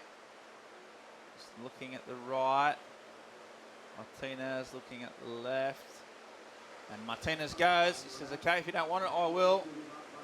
And he's just got those on lock. That was not going to go into his 2-wave score, but staying busy, keeping the wax between his feet. Portelli still looking for anything, bit of a right-hander. These tides, we're hoping as comes in. Probably won't do a whole lot to the swell gigs, but it might just open up a few opportunities. Won't be quite so quick. Yeah, just allow the waves to sort of cup and bowl a little more with a bit of fuller water on the sandbars as opposed to these little shutdowns. I'm just thinking Malachi Martinez in the whole context of the day could actually take the win here. I'm just looking at how sparky he is. It's just pace himself if he is to win here today. Of course, it's quarterfinals now. You'll have to surf 3 times. So he's just spending a lot of energy right now. Just looking at him splashing water and kind of channeling in a direction that maybe should just be conserving that energy. Because if he wants to go the whole route, it is, of course, 3 waves to surf today. 3 heats to surf today for the eventual winner. Yeah, 3 heats. These Groms, though, they surf like 9 hours a day, don't they? So, well, the profile picture doesn't have a beard. A bit disappointed with that. Yeah, he said he'd grown it this week. He just started it yesterday. He grew it yesterday, yeah. And Just checking the time there, Martinez. 1 minute to go. And he must be pretty confident of this. Portelli can't do much about it. That ocean looks pretty flat out there right now. 1 minute to go. We are into the third quarterfinal. Got one left. That's coming up with the all-French affair. Saint-Péter, Justin Becret. Becret with the European Championship on the line. So that's a big matchup. And they will, the winner of which will take on Martinez. Yeah, and I think Martinez, after yesterday's performance, we thought Nick Marshall was one of the form serves from yesterday. Yeah. He's gone. Martinez was as well, but he's actually managed to get through this all-important quarterfinal. So it's a dangerous competitor. Looking strong. Bit of a dull ending to this heat, but he'll take that. Martinez dominated the heat from the start, really, and looks great. 5 seconds to go. He's shaking hands. They know it's all over, and a bit of nice sportsmanship. Yeah, good heat management from Martinez. I just felt that he got a little bit sort of sidetracked, and it's either excitement or just bubbling over. But either way, he's on his way to the semi-finals, and we still have to answer who he will take on. It will be a Frenchman, we know that. He definitely needs to update his profile picture on the WSL website, I would say. Actually, could be a different person. Yeah, great surfing. Look at him, he's happy. Well, Geeks, you'll get the chance to speak to the man pretty shortly when he comes in from his seat and have a chat. Interesting to hear that. Martinez through, Portelli out. 3 quarterfinals done, 1 to go. We're getting to the crux, the real interesting bit of this final state of the Ribeira Grande Junior Pro. We're going to go to an ad and come back just after this.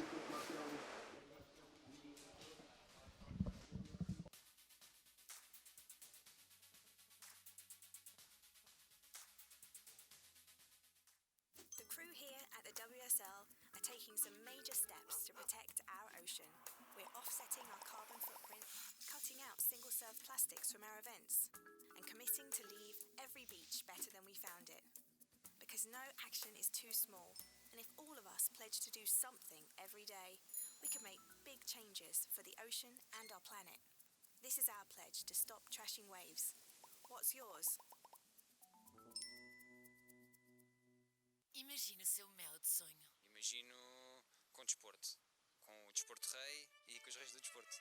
Filmes épicos. Atores épicos. Batalhas épicas. Tudo épico. Tem que ter séries para eu ver. Séries futuristas. E criaturas de outro mundo, senão não quero. Imagine juntar ao seu mel o melhor do desporto, filmes e séries. Adira a fibra Ultra HD do Mel com oferta até 6 meses dos canais Eleven Sports e do Mel Filmes e Séries. Ligue 16200. Mel, humaniza-te.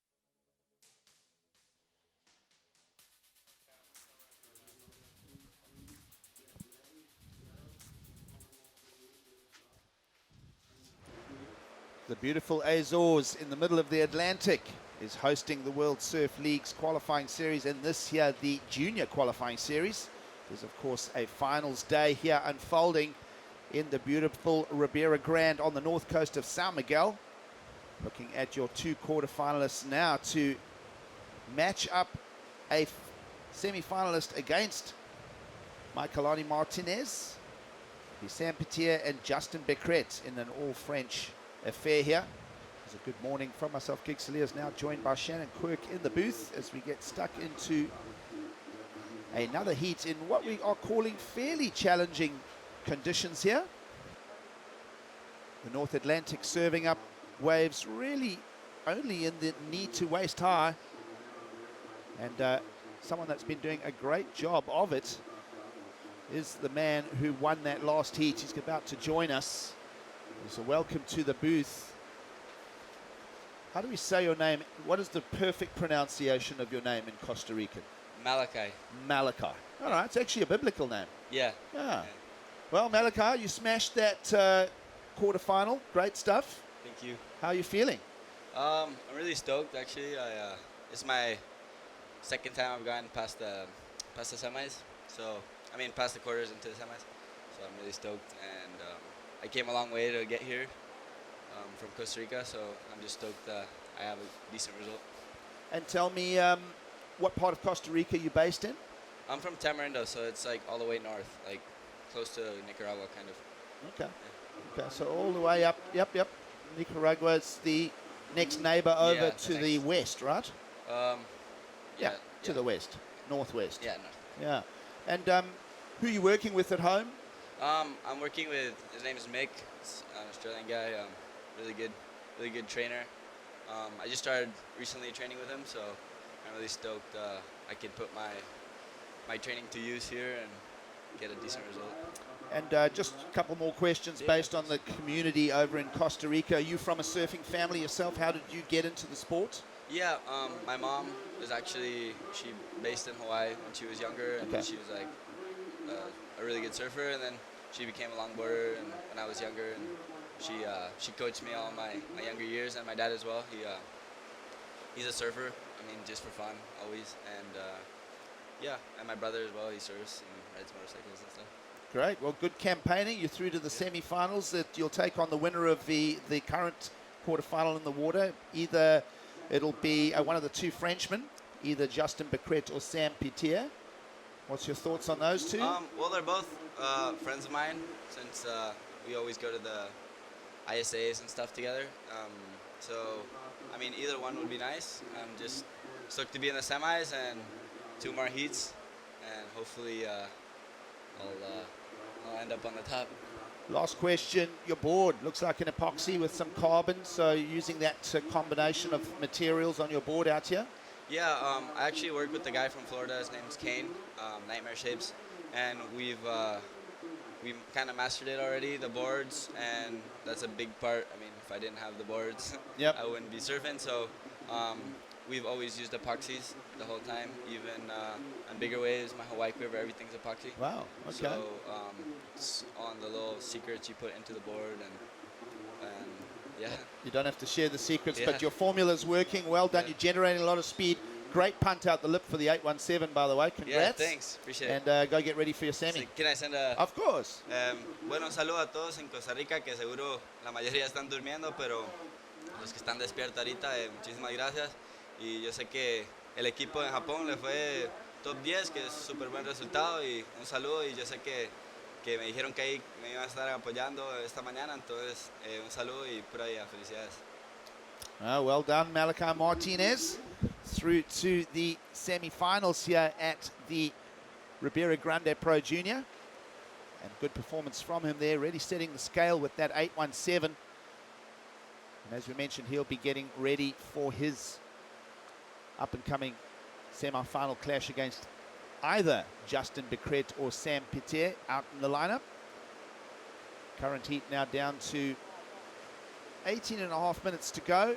And really just a 317 fetched by Justin in the blue singlet during all of that chat. And here he goes again. Wave number 3 now for Becret. Nice snaps there. Saw him do this all event long yesterday. Great combo. Nice and smooth, good transitions. He may very well be coming in for a relocation in the lineup or even an equipment change. We'll just keep an eye on this. All right, so equipment change here. We heard Malachi Martinez making reference to working with equipment that is epoxy, so he may, looking like a PU board though. See that stringer in it. Meanwhile, here goes Sam Pitier. Lots of speed down the line. Just that little end section glitch there for Pitier, who's off to a fairly slow start here in quarterfinal number 4. Welcome back, Shannon Quirk, to finals day. What an exciting day. I mean, this is a huge heat for Justin. A lot of pressure on him given the titles on the line. He's so high in the rankings. Coming into this event, he was 3rd for the junior Europeans, and now it's really up to him and Cowley Vast's results. So if Cowley makes the final, then it's his, but even if Justin wins, but Justin needs to win to take the title away from Cowley. So we'll see what happens.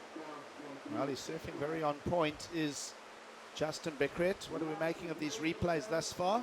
Super strong surfing. His backhand attack is remarkable. I think you'll see if he makes his heat, as the conditions improve too, it'll just get even stronger. But no doubt, coming into this event, it's pretty obvious why he's so high in the rankings with smart surfing like that, strong and powerful.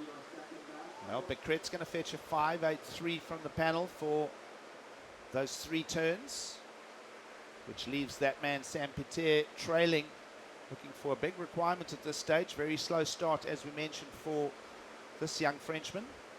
Really just a 1.5 at this stage with 16 minutes to go, but does have the priority. Haven't really seen priority play too much of a part except that last few minutes.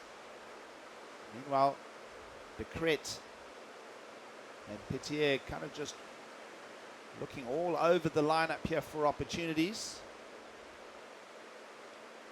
See constant referencing back to the shoreline, to coaches and mates who are looking to position some flat open sandbar here in Praia Grande on the north side of São Miguel Island in the Azores.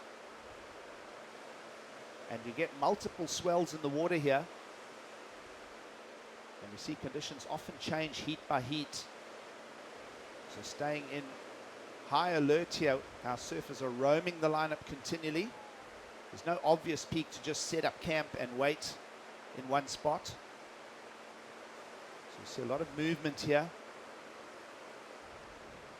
Yeah, Justin's just been on fire this year, in addition to some junior wins in Espinho, which is up by Porto. He had 2 third-place results in Caparica and La Torre. So that was actually, those are the junior results. But then there's a qualifying series that goes towards more points. The Quicksilver Open, he had a 3rd place. And yeah, just doing what he can, get some experience with the bigger leagues. He's 17 years old, so he's already been surfing with the likes of the QS surfers. Yeah, Becret got that taste of victory at pro junior level, as you mentioned in Espinho. The waves are absolutely pumping for that, Shannon, by the way. Becret got that win over Alfonso Achunes. If you are just tuning in, these are the black lava boulders that litter the shoreline of all 9 islands here in the Azores. So follow the live action here. This is heat leader Justin Becret, just trying to nudge his backup score up a little. Currently still sitting on a 3.17 in his 2-wave total. You saw him swing 3 nice backhand turns for a 5.83 to really get his push towards the finish line here in quarterfinal number 4 in motion, but he's still sitting on that softer 3.17, now replaced by a 3.57. So that effort for 0.4 more, but it means 0.4 more requirement for his opponent. Yeah, he's just staying busy, but that's not going to go into his top scores, as you mentioned, the 5.83 being his highest score. And Sam Petier, his contender here, needs to get something on the board. 13 minutes, coming down faster than he thinks. Got to stay super busy here, not be too picky waiting for a set wave, because the tide is just so low right now that everything's a bit close to shore.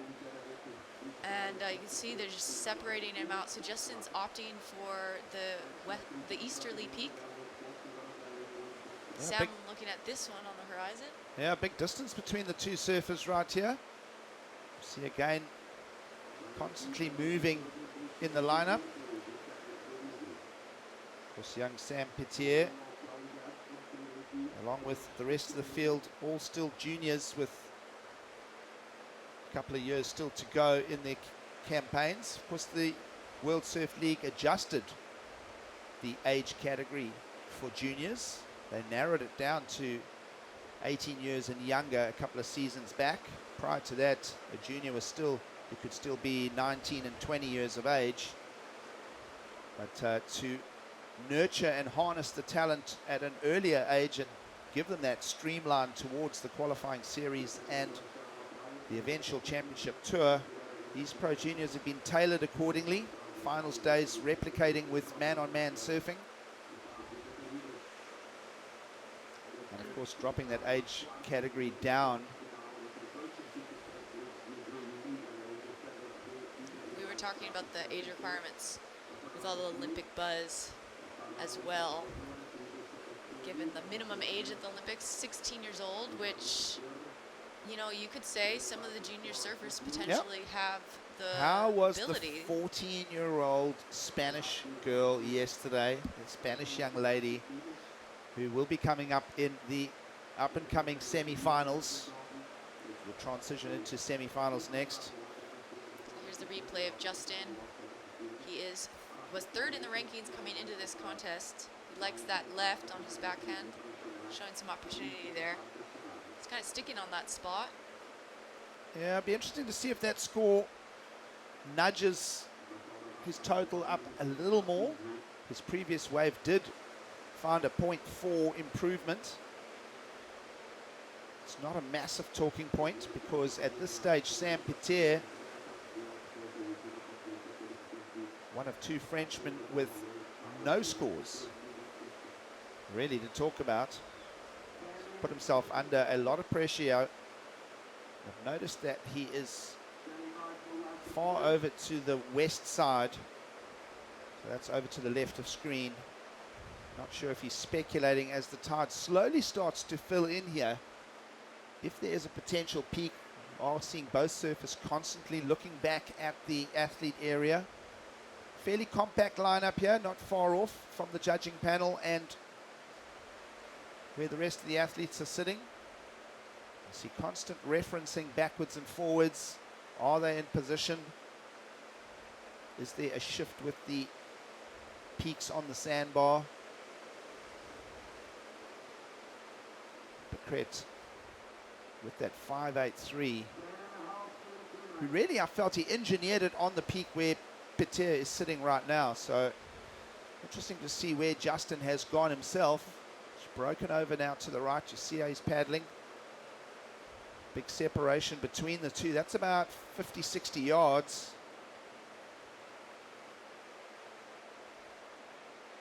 Yeah, Becret's actually familiar with the big wave scene as well. He's, you know, doesn't live too far from Nazaré, but a drive over there, he's caught some massive waves at Praia de Norte, being one of, if not the biggest wave in the world.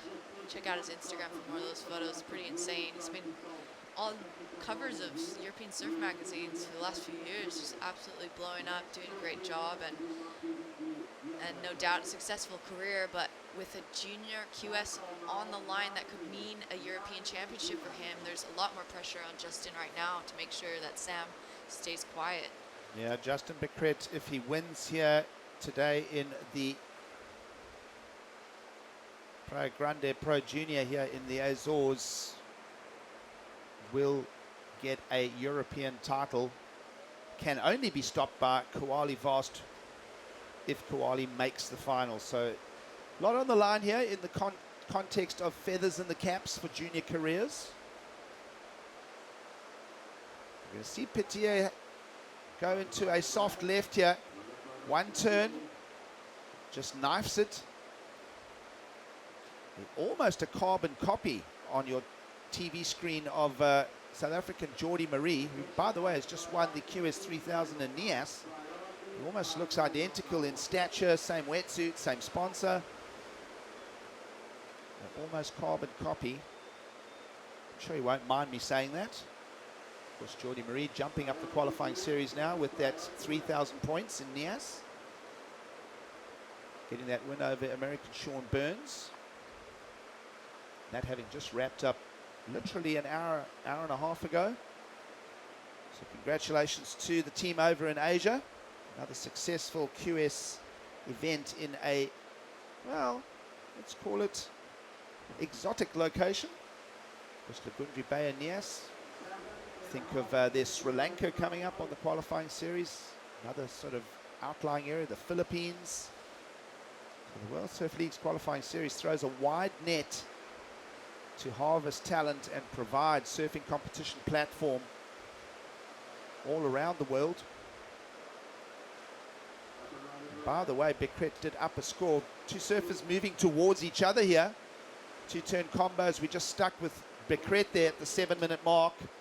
Becret did actually up a number on his last wave, his previous wave now, a 3.57. So decimals in consideration here from the panel. It's going to be one of those days where some heats will be decided by 0.1 and 0.2. This is a paddle for priority right now. No priorities allocated just yet from the priority judge on duty. See them both looking back now. Quick sprint paddle for both of them back to the outside. We don't have a priority call just yet as we start breaking that last encounter down.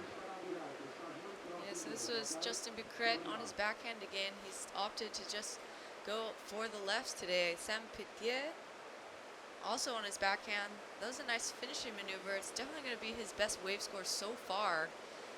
But with only a 1 on the board, he's going to need an 8.4 in order to advance. But now with 6 minutes on the clock, I'm going to try to find something else so the judges check out that last ride. Well, they do owe Sam Pitié for that little backhand crack.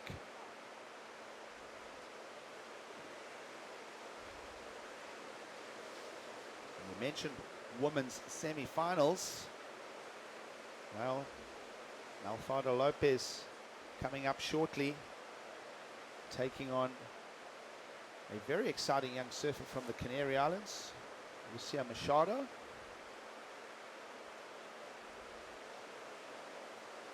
Been impressed with Malfado's surfing here in the Azores? Definitely. It's been so exciting to watch.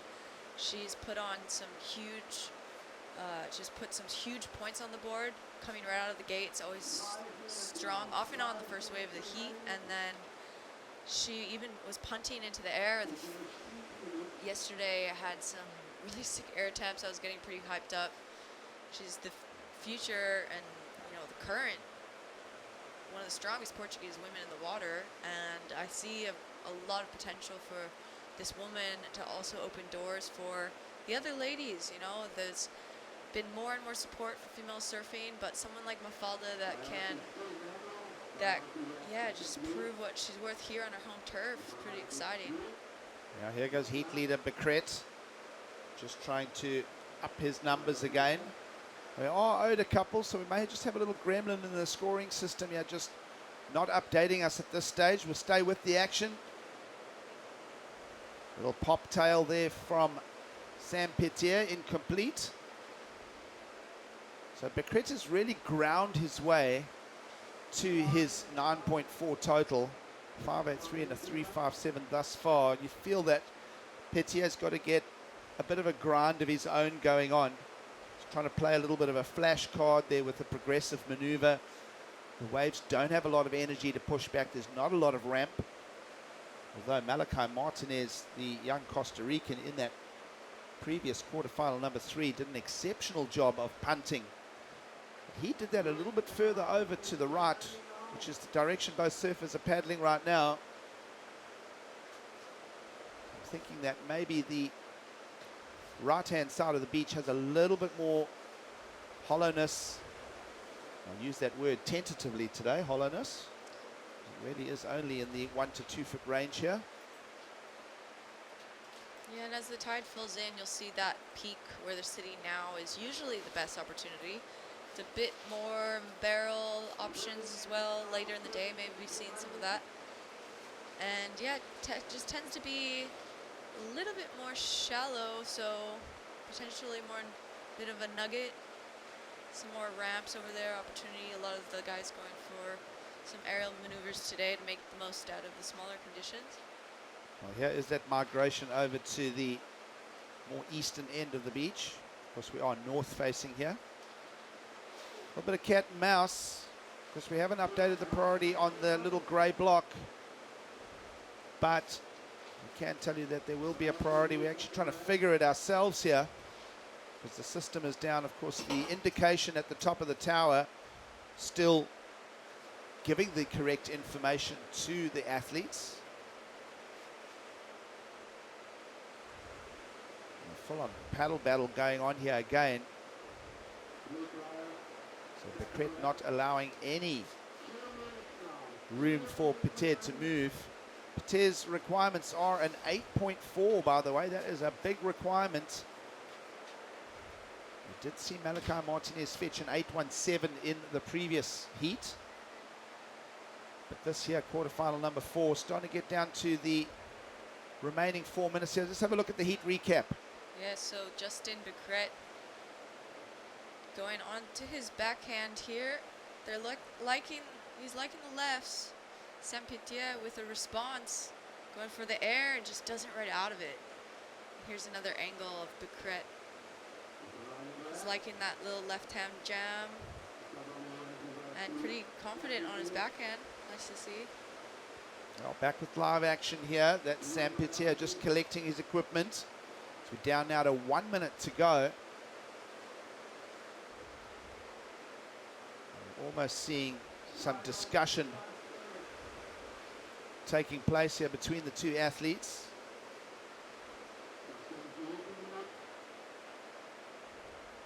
Last gasp effort here. And this will be a little shutdown. It's going to be the story of Saint-Pétier's quarterfinals here in the Azores. The clock down to 30 seconds now, and a big requirement. Start speculating that Pétier is going to finish with an equal 5th here in the Grand Pro Junior. And Becret is keeping that dream of being the European champion alive here this Sunday in the Azores. Just 10 seconds to go now to confirm the heat results. He's not taking a chance with anything. See that priority with Becret, who's just kept a blanket over Saint-Pétier. So 5th place finish for the man in red, not a bad result over the course of the Junior Series campaign here in Europe. Justin Becret now on his way to the semi-finals to match up against Malachi Martinez from Costa Rica.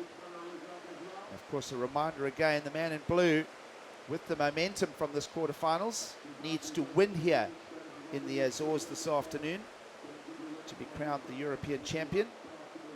The only story that can interfere with that is if Koali Vast makes the final. Of course, Koali coming up in a up-and-coming semi-finals. Talking of semi-finals, about to start teeing up the ladies in the lineup. It's going to be a very, very interesting top 4 picture for these young junior surfers. Mafalda Lopez out of Portugal.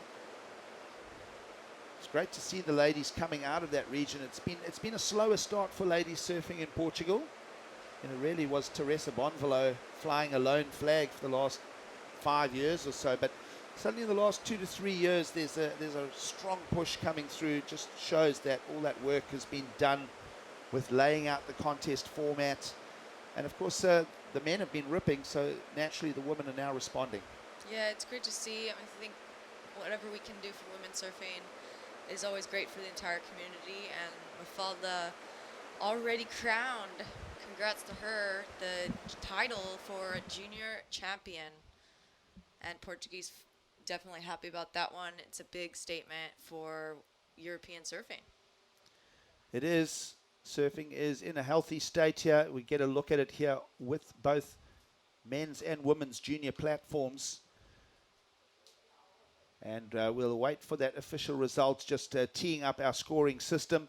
We'll take a quick break and we'll return with women's semi-finals here from the Grande Pro Junior.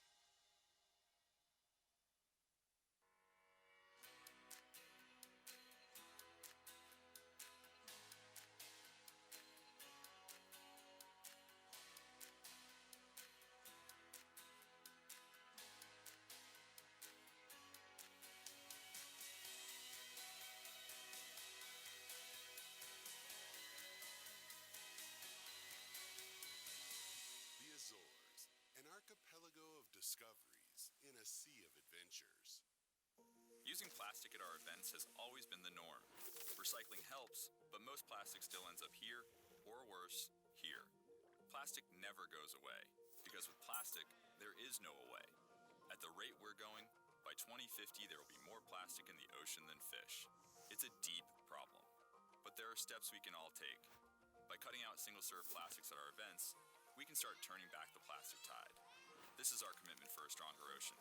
What's yours? Imagine o seu mel de sonho. Imagino com desporto. Com o desporto rei e com os reis do desporto. Filmes épicos, atores épicos, batalhas épicas. Tudo épico. Tem que ter séries para eu ver, séries futuristas e criaturas de outro mundo, senão não quero. Imagine juntar ao seu mel o melhor do desporto, filmes e séries. Adira a fibra Ultra HD do Mel com oferta até 6 meses dos canais 11 Sports e do Mel Filmes e Séries. Ligue 16200. Mel, humaniza-te.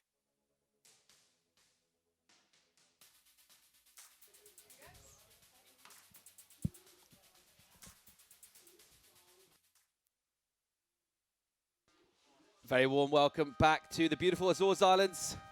We're on San Miguel, and we are up to semi-finals. Semi-final number 1 of our women in this Pro Junior. Mafalda Lopez will take on Lucia Machado. And meanwhile, we're going to welcome into the booth the smiling Justin Boucret, winner of the last seat. Well done, mate. Thank you. Keeping it rolling here. Yeah. So this is kind of a pretty significant day in terms of the title. It's just 2 of you left in it. You and Cowley going head-to-head. You need to take out the win here, is that right? Yeah, I think so. But I don't really think about that. I just surf and enjoy myself. So pretty small out there at the moment, kind of difficult. What are you thinking going into the heat? What kind of opportunities are you looking for? It got really, really small just on my heat, I think. I thought there was gonna be more waves. And I kind of broke my board after the second wave, so it was kind of weird, but I got a good one at the start, 5.8 something. Normally it would have been a backup, a wave I would have got just to back up the heat, but ended up being the best score of the heat. So pretty tricky out there. Just stepping away from this event for a moment, looking at the rest of the year, how's 2019 shaping up? What are you looking at doing to finish off this season?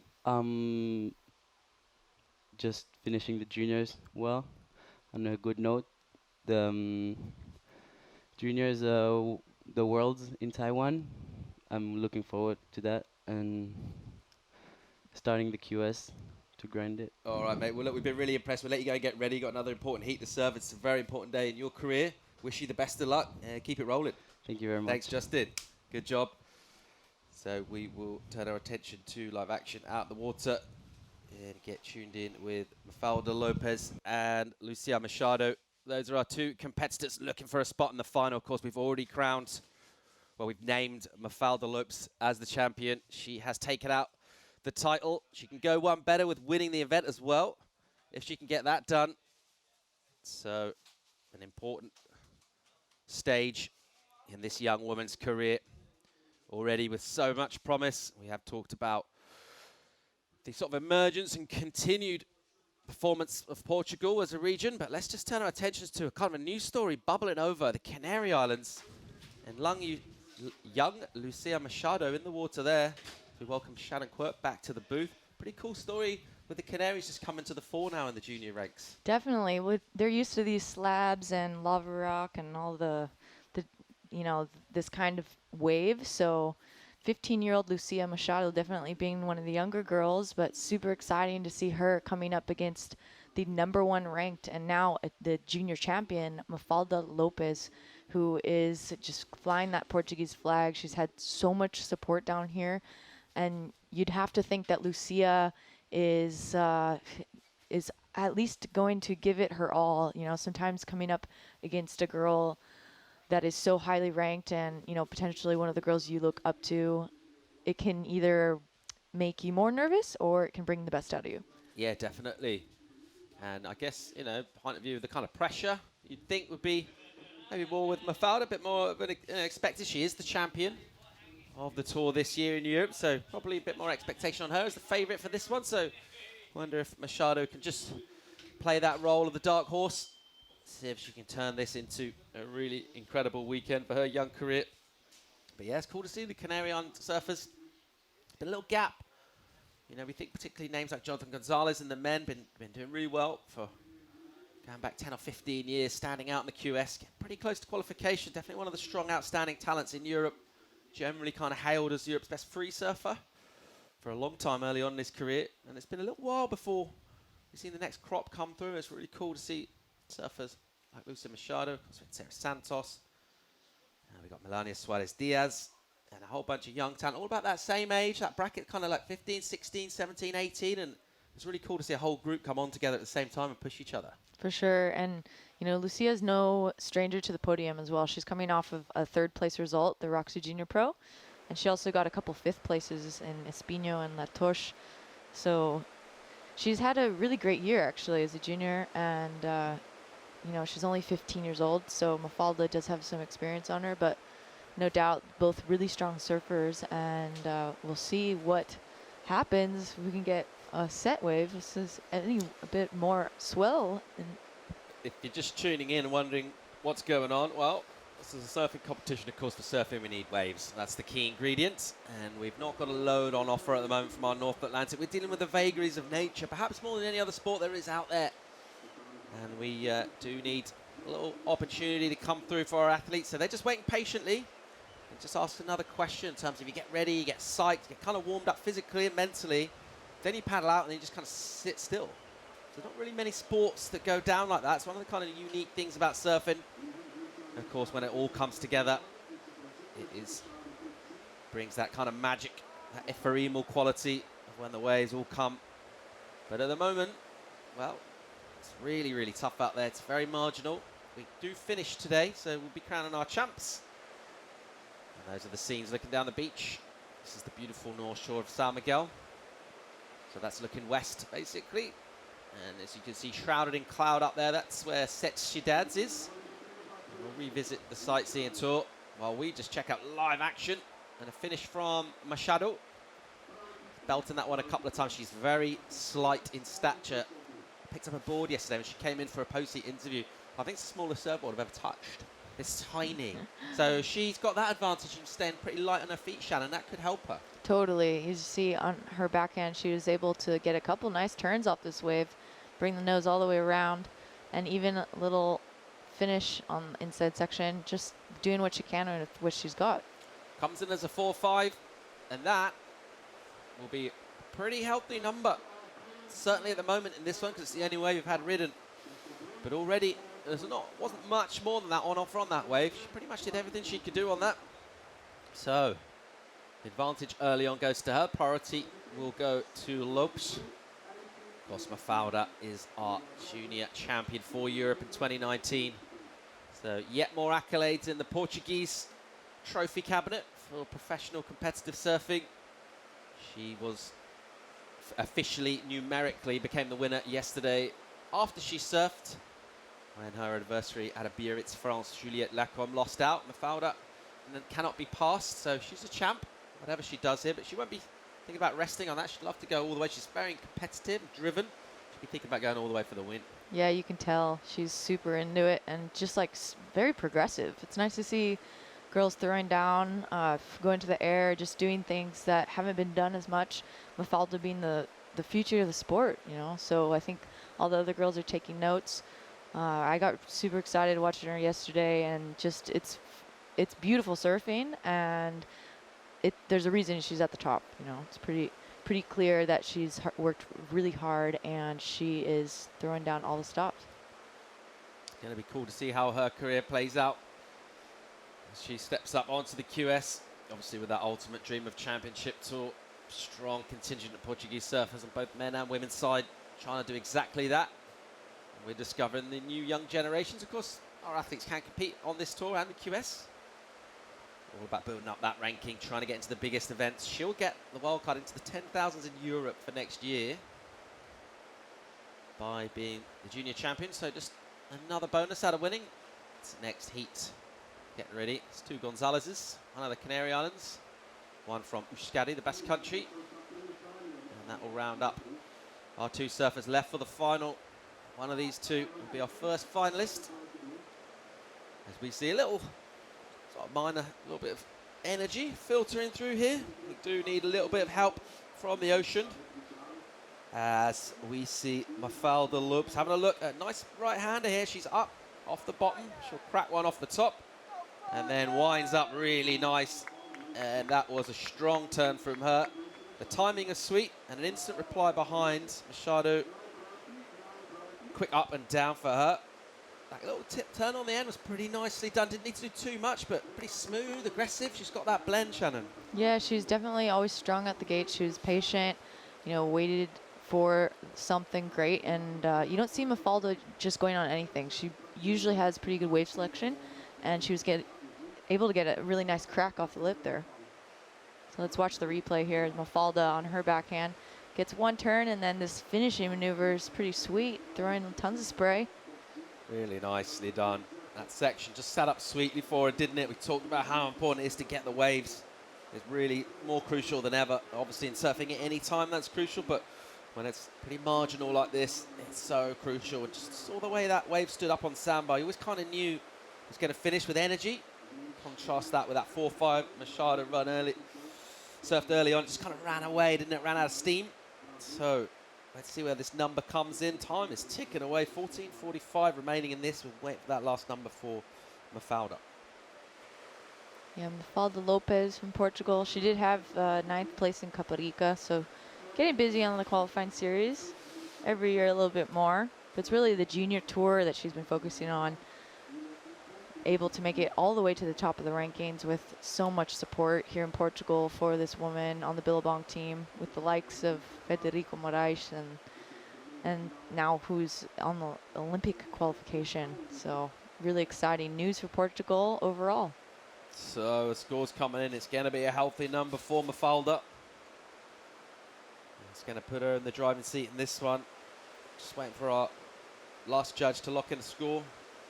This comes in a 6-6-7. It's a really strong start, so being patient, waiting for that good opportunity. She nailed that. There's the spread from our judging panel. Crowd likes it. So a lot of support for Mafalda. And a great way to start things off. That's what she's been doing down here. She has been starting off with big numbers in all of her heats. Just keeping that mojo rolling. Only a minute away from the halfway point in this one, just the 3 ways ridden.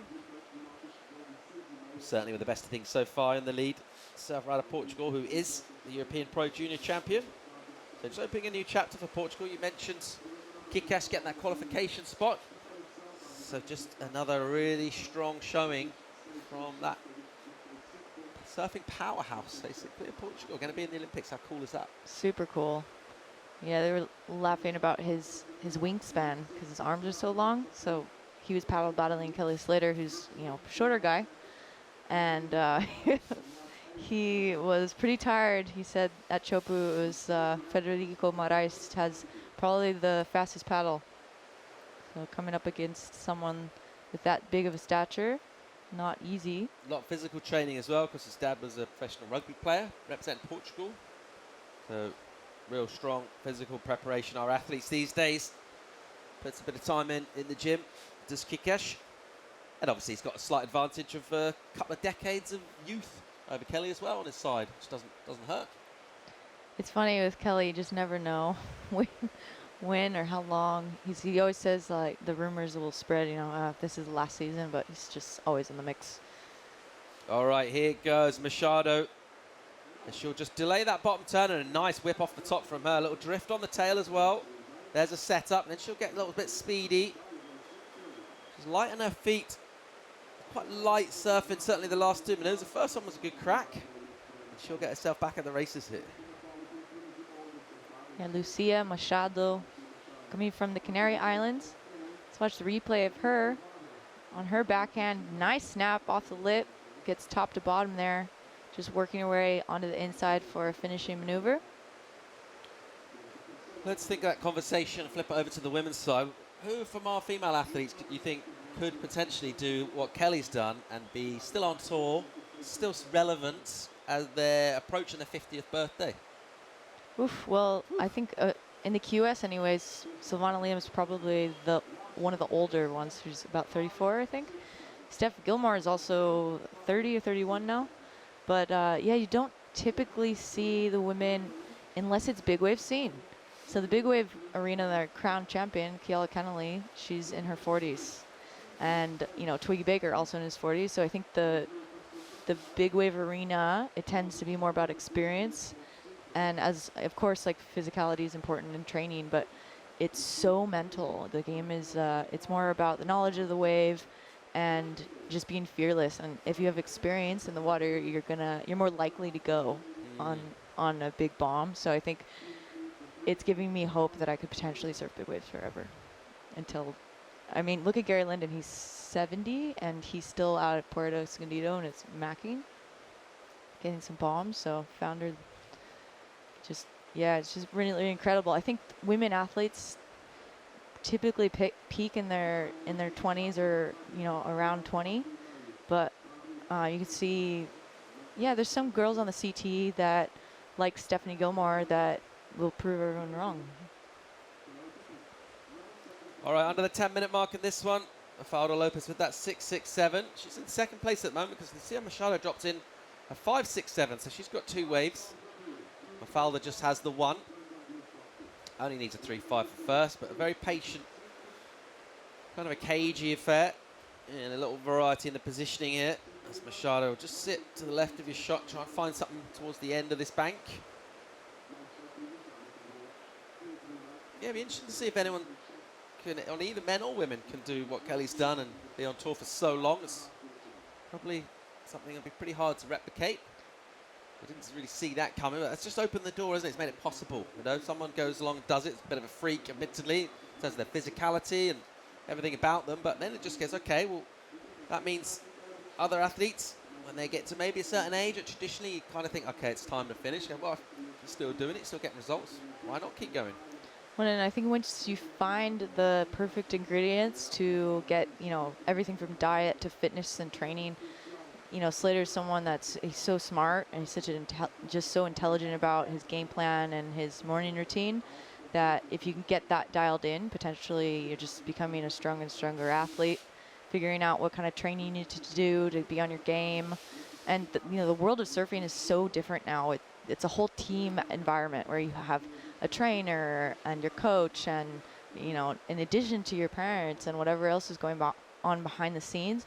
So, you know, these women nowadays in surfing are super professional athletes, and you know, they're taking notes from, you know, everything from their coach to their parents here on the beach, helping them where to sit in the lineup, but also behind the scenes, you know, before they get here, they've already stretched, maybe already gone for a surf, and just hyper focused.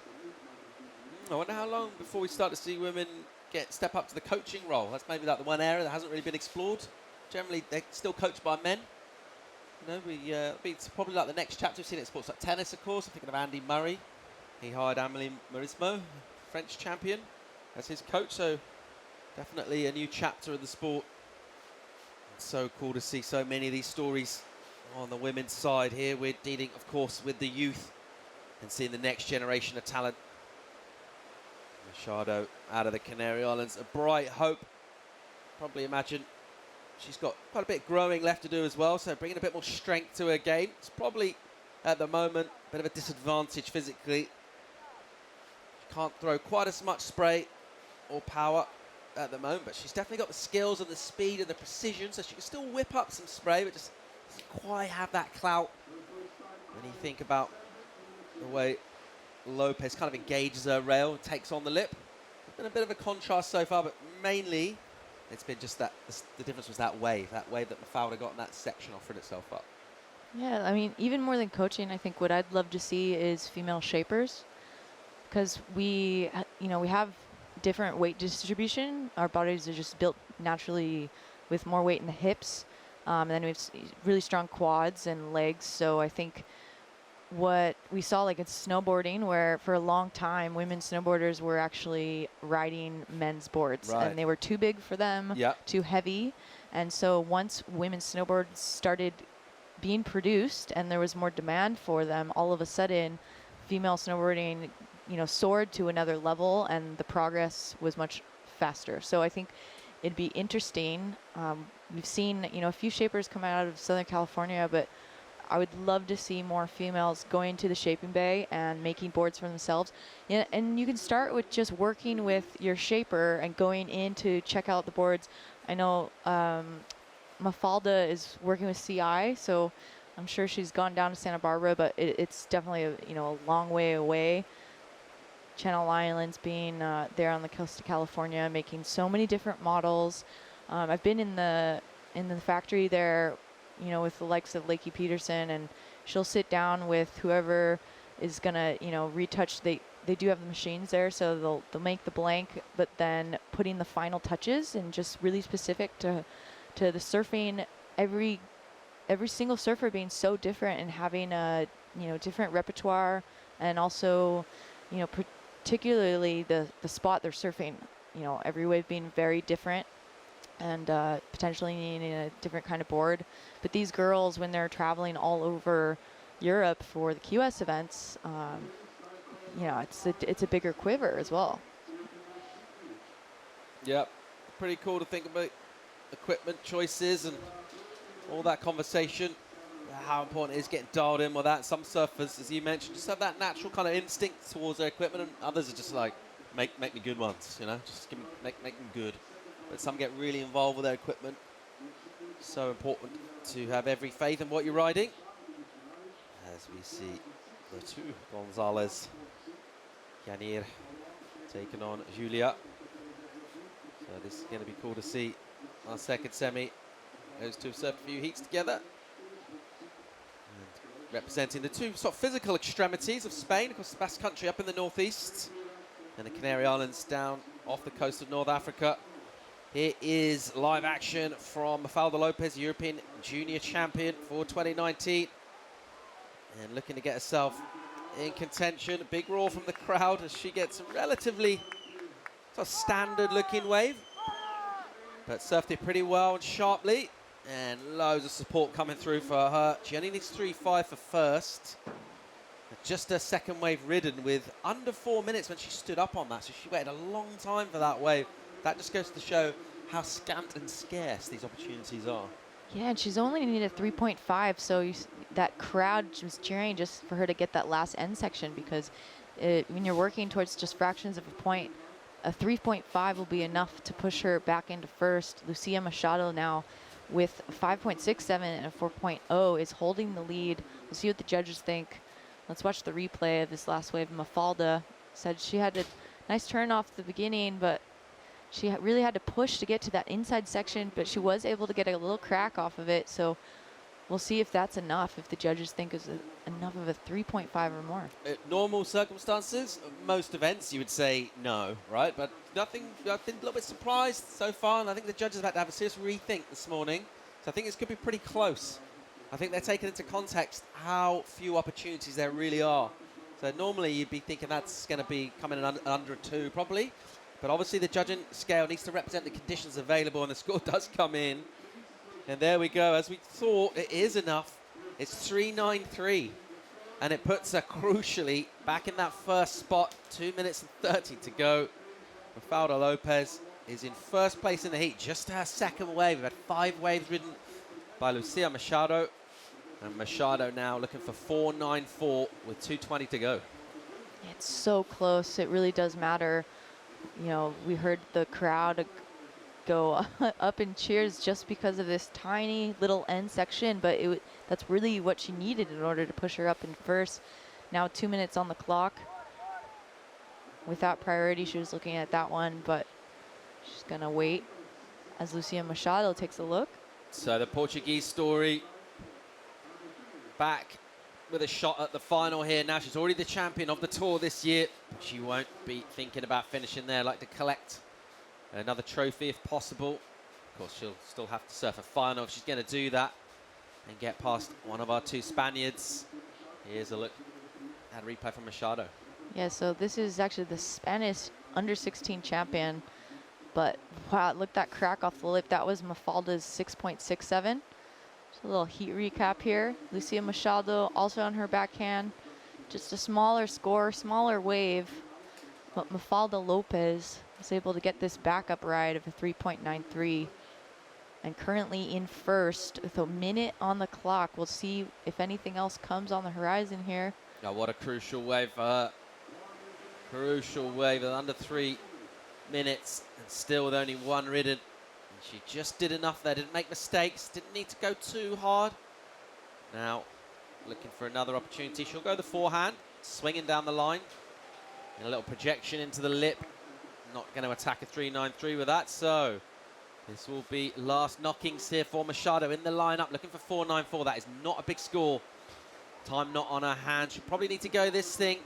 She's got to do something here. 4.94, that requirement. She's got a right-hander. She's in perfect position. And she'll snaffle it up, and a nice big first hit. Wow, there's another quick turn from her. And she'll finish again.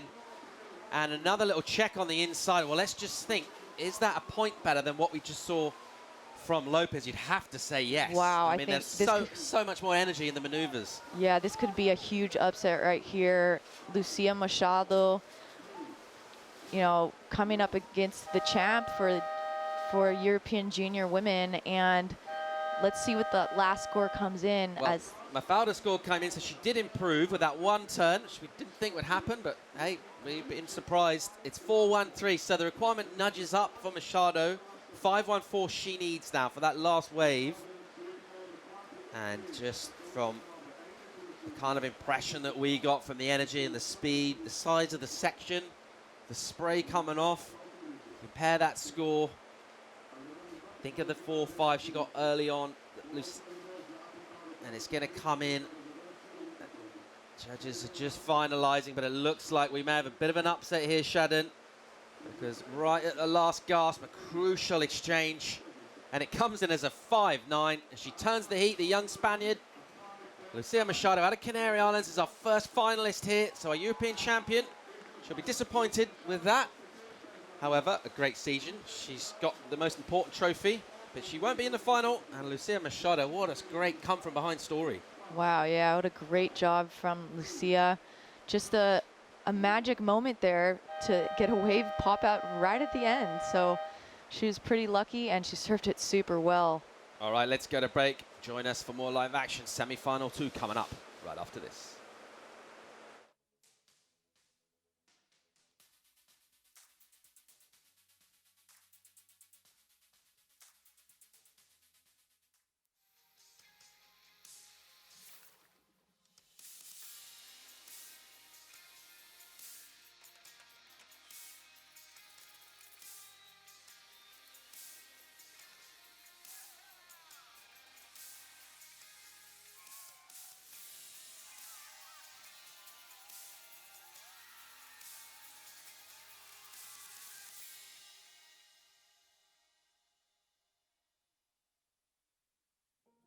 We chase waves all over the world, but every plane ride has a hidden cost.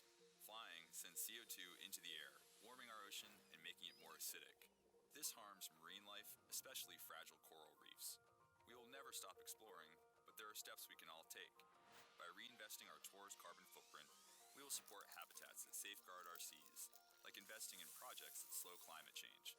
This is our commitment for a stronger ocean. What's yours?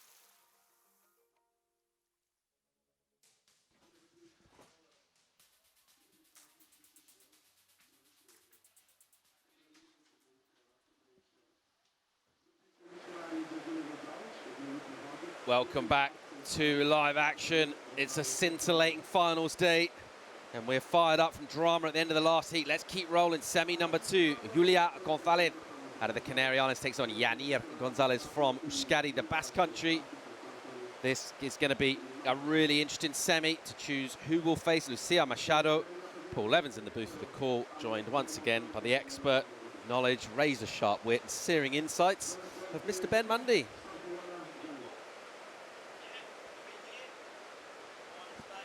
Finals. Good to be here, Paul. Yeah, thanks for having me in the booth again. Gonzalez battle out here. That was a pretty exciting finish to the last heat, though, eh? How excited are you, by the way, this women's division is shaping up, Ben? Well, if Nort was not very excited and 10 was absolutely over the moon, I'm at like 11.5. It's really cool to see the new stories emerging and the new talent. It's been what we've been talking about all event down here, just a peep into that next generation. Seeing our athletes and what they can do. Lucia, just 15 years of old. Speaking of Lucia, I think we might get her and you can have a chat with her, Paul. I mean, that's going to be exciting. We will get Lucia Machado in the booth for a little powwow. We'll lose Monday. And we'll just concentrate on the action on the screen as we see Julia Gonzalez out of the Canary Islands on a little quick wave.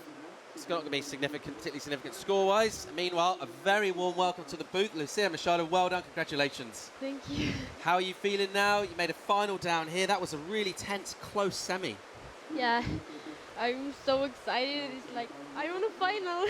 And my fallas are really good. And I was so scared, like, oh, it's only the last wave. So you needed that score. It was a 4 something you needed, actually. Her wave prior to that pushed it up towards a 5.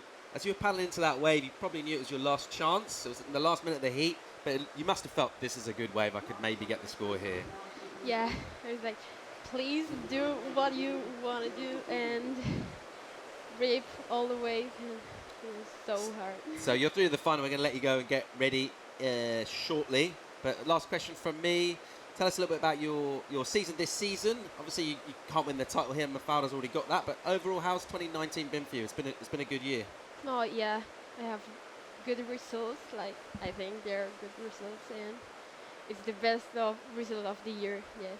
Look, well done. Can't wait to see Surf the final. Keep it going.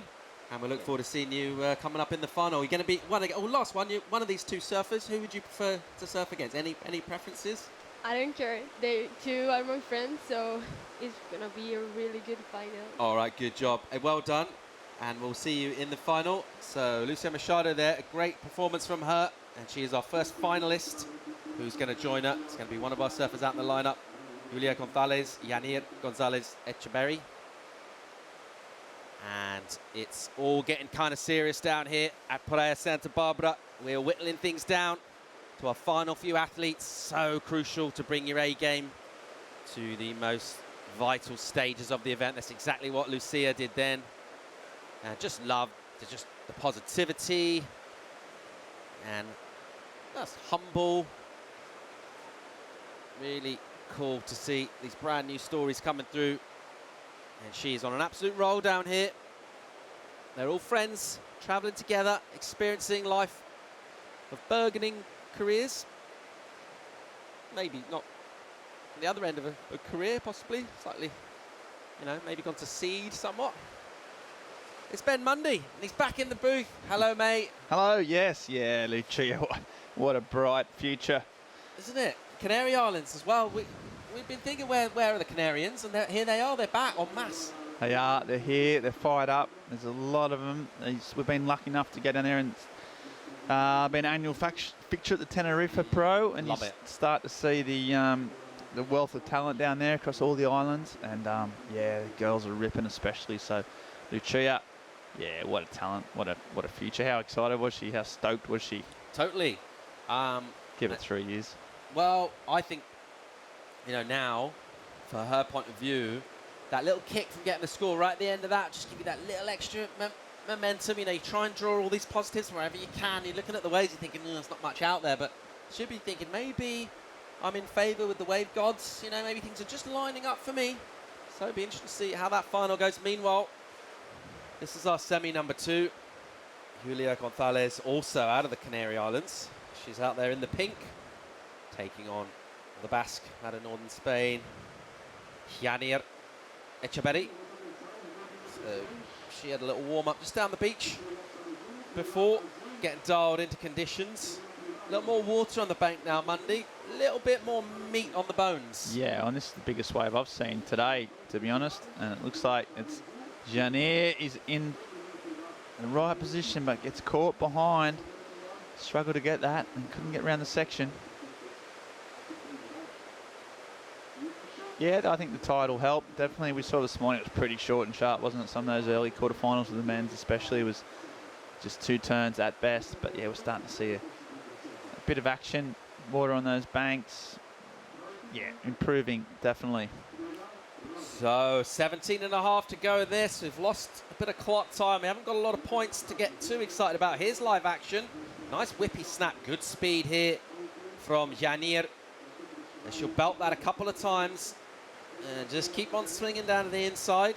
Meanwhile, an instant reply from Julia Gonzalez, Canary Islander, and ends up in a real similar spot. And we could be on for a paddle battle here. Now, Julia doesn't look that up for this. Now she seems a bit more interested.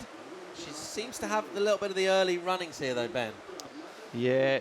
Oh, they're into it, though, aren't they? Look, head Lower down. stroke rate there from Julia. Yeah, but I think actually sometimes those a la Michael Phelps, those lower stroke rates can actually be very, very efficient. And I think she might get this. We'll see. She's kicking away. That's a classic kick to the priority judge. I'm kicking. I deserve this. She started off in front, didn't she? And it's always hard to kind of fully overtake someone in that paddle battle situation. So she's looking very good for nailing that P, although, of course, Janira might just decide to go a slightly different part of the bank anyway. 16:20 remaining in this one. The good old days in the pro surfing 80s, they used to have the paddle races around the boys, just like a bit of light entertainment. You should bring that back. That was amazing. You're like Tommy Carroll versus Barton Lynch in a paddle battle. Yeah, Barton was quite sort of skinny kind of guy, wasn't he? Didn't seem like he spent that much time in the gym. Nevertheless, quite good at paddling, quite a strong paddler, Barton. Yeah, good paddler.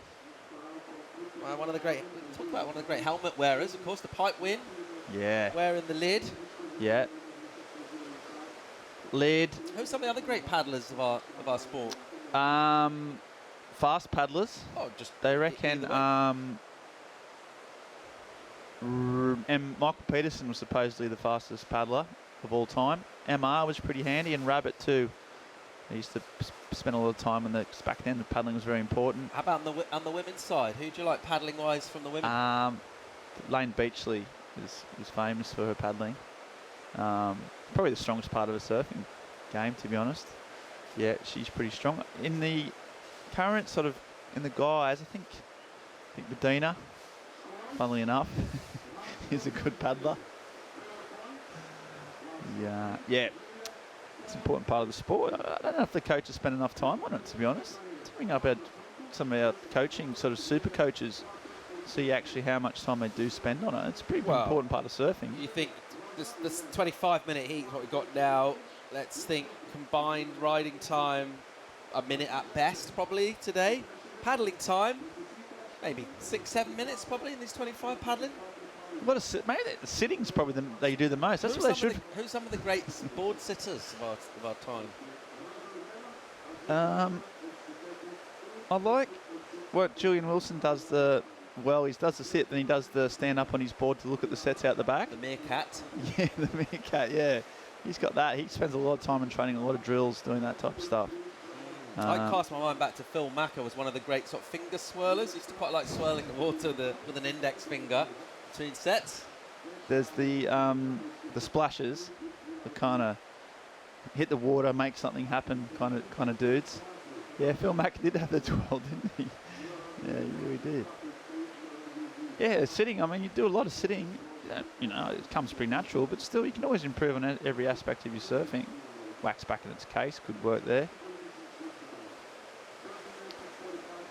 Grommet. Kilian Gerlau getting some words of advice from Yann Martin, one of the long-serving coaches out of France. So getting a few words of advice. Probably mainly about conditions. You'd be thinking would be the kind of deciding factor in how to sort of tailor your surfing towards those conditions. So we haven't got to that stage in surfing yet where our athletes cover their mouths so that the lip readers can't do it. That's probably to come, right? It's coming, yeah. It's only a matter of time. Yeah, for sure. I mean, you don't, mate, it's small margins in this sport, and you don't want anyone knowing what you're up to. You could have a friend on the webcast just doing the lip reading, getting the advice, and then offering it through to the other surfer and saying, okay, he's going to do this. He's going on the left. Yeah. It would all be within. It's not against the rules. No, it's not illegal. Any margin that our athletes can possibly get for high stakes, of course. There's a lot up for grabs here in the Azores. I mean, in terms of that there wasn't. It is legal to communicate with the surfers in the water, as remember Lane Beachley famously paddled out at J Bay with Ken Bradshaw on the beach. They had a walkie-talkie system they'd mic'd up, and he was actually, and it wasn't illegal at the time. They have since that they have criminalised the offence.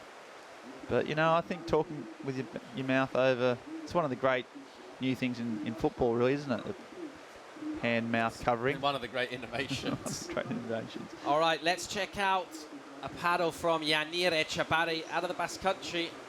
I think maybe some of the footballers took their cue from Joe Pesci in Casino, the Scorsese film. Remember, had the FBI lit readers on it, so everywhere they went, they had to cover over. Yeah, it's true. Ronaldo is sitting back watching. So a little clip there from Yanir Echabari, our Basque surfer. She's in second place at the moment. She's got a 4 to her name. It's on your screen. You can just read it, or I'll read it out for you if you like. The high score is 4.83 from Gonzalez out of the Basque Country. That 1.93 will now put Echabari into the lead. And we're hoping for a little more energy as we see a few little lines marching in here, Ben. Things seem to be coming towards a little peak in energy towards our final stages, the most crucial heats. Yeah, they've absolutely nailed the timing of this. The final's coming up, surf getting better. We've had a 5, 4 and a 4.83, loads of opportunities. So yeah, we're going to see some classic World Surf League. They've only gone and done it again. Here we go, live action. It is Julia Gonzalez, Canary Islands, Islas Canarias, and just not really taking on that section particularly there. I thought she maybe could have pushed a bit harder. I would like to have seen her take a little bit more risk there. Maybe she's just aware that she's sitting on a 1, Ben. Maybe just a little bit over-aware of that. Yeah, she just had that last section, and she sort of, I think, just caught in 2 minds, whether to do 1 big turn at the end or two, and kind of did 2 half turns. As you say, didn't really commit to either of them. Still, as you say, she only needed a small score just to get in the lead. She may just be happy with grab the lead and put some pressure on her opponent. Nice backhand style though. It's pretty smooth. So getting down towards 10 to go in this. Who will be our second finalist? It's going to be an all-Spain final, that's for sure, because we've already got Lucia Machado as we see her fellow islander Gonzalez just swinging here, and it comes in as a 4. No, sorry, we're due a number for that last. So 4.83 was her high score. We're going to get a number to come in. She will go back in the lead. She only needs a 1.1 for the lead. So she's certainly going to get that. She may well improve on a 4.83. What comes in just under 4.73. She goes into the lead and just nudges up that scoreline. The requirement now for Echabari, 5.56. Yeah, as we said, that was a pretty solid score there. 4.73 for those backhand turns. So gets solid sort of lead now. 9 minutes to go. It's kind of gone fast this heat, and all of a sudden the Basque surfer now with priority, needing a pretty solid score, 5.56. She's got time on her side. She's got that all-important P next to her name, but she's inexperienced. There's a bit of pressure here, Paul. A lot of pressure for on the young shoulders. Such crucial stages in a young career, getting significant results while still a junior, bringing that confidence, as well as the accolades, potential sponsorship implications as well, as they progress into the over 80, the open division. And some of these rivalries we're hoping will just become classics down the years. You know, could it be talked about? Talking about MR and Sean, thinking about Andy and Kelly. Are we, talking about Lucia Machado and Julia Gonzalez as one of those classic matchups? Could well be, And Crystal Ball into the future, and yeah, these two. I mean, they're both young, they're both talented. He doesn't look consumed by nerves, does he, Cowley Busk? Hey, he's the coolest kid on the block, that kid. Sort of a disinterested kind of look around. It's Patrick Bevan. PB. Just a few words of advice as well, maybe from him. Not in a coaching role, but they're friends, so I'm sure he'll be offering whatever kind of tips he can to take on Kylian Guerin, who's getting his counsel from Yann Martin. So a French story. It is incredible to think, just what, 2-3 weeks ago he was surfing 10-foot chopes against Jeremy Flores and beating Jeremy Flores in a CT event, and then now... Who's Tahiti based, isn't he now, Jeremy? Yes. Over there? His partner, wife is Tahitian, I think. Is that correct? Yep. Not a bad place to retire to. He's not retired, obviously, but, you know, live. And, yeah, Carly Vast. Yeah, what a talent. Seems so, when we chatted to him, he just seems calm. He looked collected there. He's not getting away. You know, he has to win one more heat to secure the European title. And you think about nerves and kind of the significance or otherwise of these events, you think you've just been surfing big Chopu with the greatest names in the world.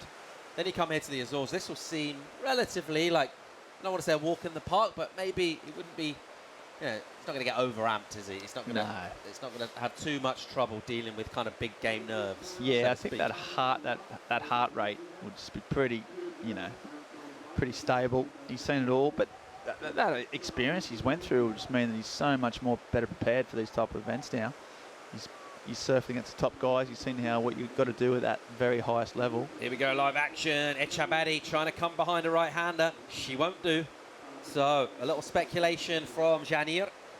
And she'll just kick out. That's not going to help much. Scoreboard-wise, 193 is her backup.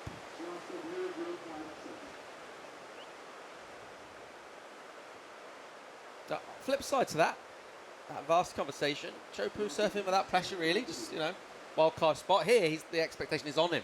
It's his to lose. That's true. Could he possibly crumble under that pressure? Yep, exactly right. You'll be feeling it. And there's a lot on the line. As you said, the European title for the juniors, you get the potential to get a wild card into those big 10,000 QS events next year, which is massive, you know, for your rankings. Huge. And for prize money. He's obviously already secured his World Junior title berth. So, yeah, I mean, as you say, Chopes was a free hit. He won the trials, got through. Whatever he did was going to be massive for him. This, though, yeah, there's actually probably more on the line in terms of career in this next heat. Kylian Guerin, who's been on the radar in European surfing for a number of years, doing pretty impressive free surf clips. Had quite a prolific output of free surf clips quite early on. When he was about 10, wasn't he? Yeah, he's a real young lad. Now it's much more down to business, as is Julia Gonzalez, Canary Islands. Just ripping a couple of turns off the top on a short left-hander. Looking to try and improve on that lead that she currently holds on to. So she used the priority there, Ben. And then that will shift back now to Echabari, who looking for 5.56, a requirement for her, which is not a massive number. But you can probably add on at least a point to that in terms of like the context relatively to, you know, I think that most kind of heats that you generally surf. How hard or easy it is to get a wave that might provide a mid-5 today. Probably a little bit harder than usual. Yeah, true. Good point, thanks. But counterbalanced by the fact that Janir got a 4 point ride for just sort of 2 sort of fairly safe backhand turns. So you don't need a whole lot to impress these, you know. Like, but yeah, you're right. Trying to get a wave out there is not easy, especially with 4 minutes to go on the clock, especially with the pressure. And she'll just be hoping, as we see the recap, as you see, this is Gonzalez, Julia from the Canary Islands starting off on a backhand. This is the only real scoring wave for Janir. So a couple of 2 turns there. That got her a 4. So she does know she's just got to recreate one of those type of waves. And this is one of the better scoring waves. So nice smooth style. Goes in. Just missed that section. 4.73 for that wave. And yeah, it's smooth style. Reminiscent of some of the you know, the well-known backhand surfers of the modern era. She was good. She got 3 minutes. Here comes some sets. Will Janir get an opportunity? Paul, that is the question. Well, we saw a real drama in the closing stage of our first semi-final. Can we see a repeat here? We know we're on for an all-Spanish final here at the Ribeira Grande Pro Junior, because we've already got Lucia Machado, the young 15-year-old Canary Islander, the under-16 champion from Spain, Who will she face in that final here? Out in the mid-Atlantic, one of these two. It's a fellow islander, Gonzalez, at the moment with that first spot, occupying it with a relatively meager total of 9.56. With the work yet to do, however, Yanir Echevarri, the Basque, now looking for 5.56, 2.5 to go. Priority with Yanir.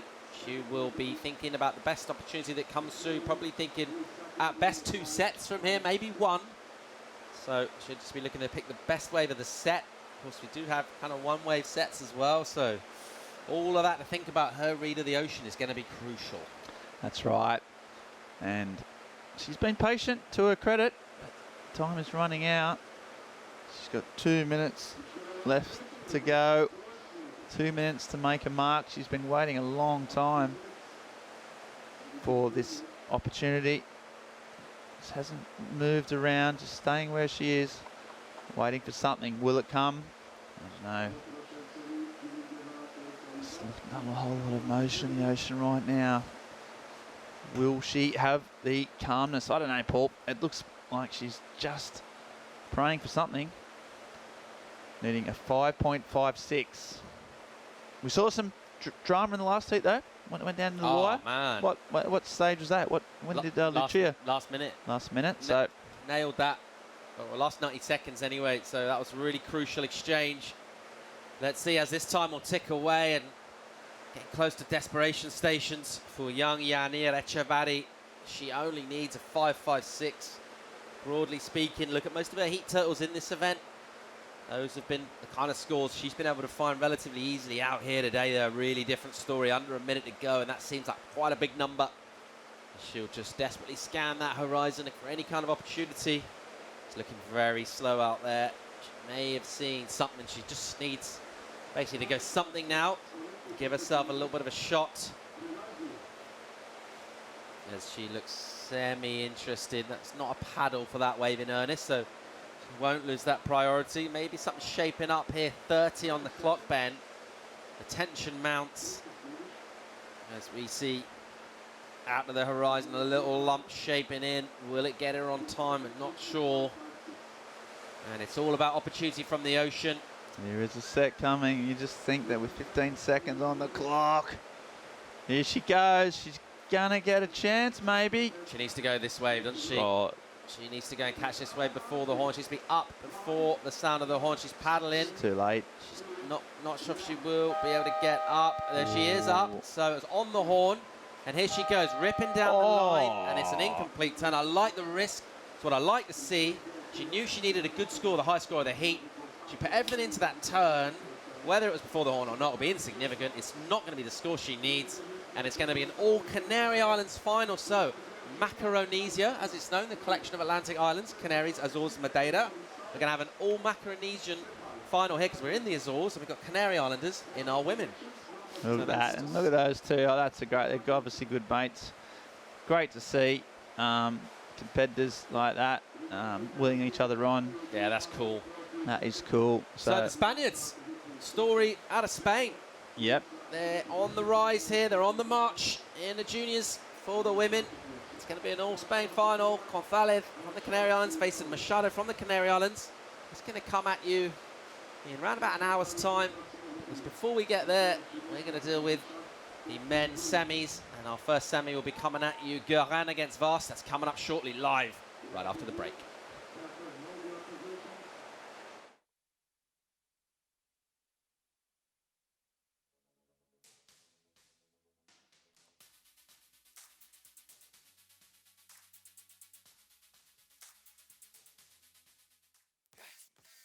Ran all the way from Bells Beach to tell you that the king is back.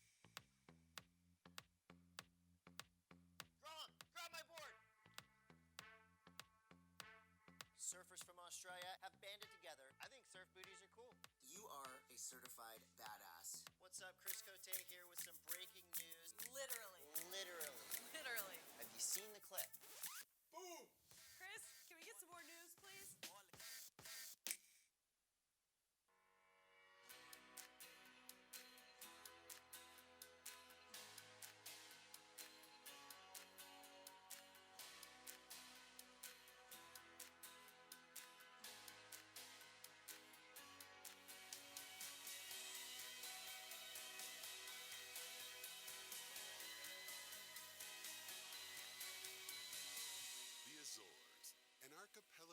discoveries in a sea of adventures.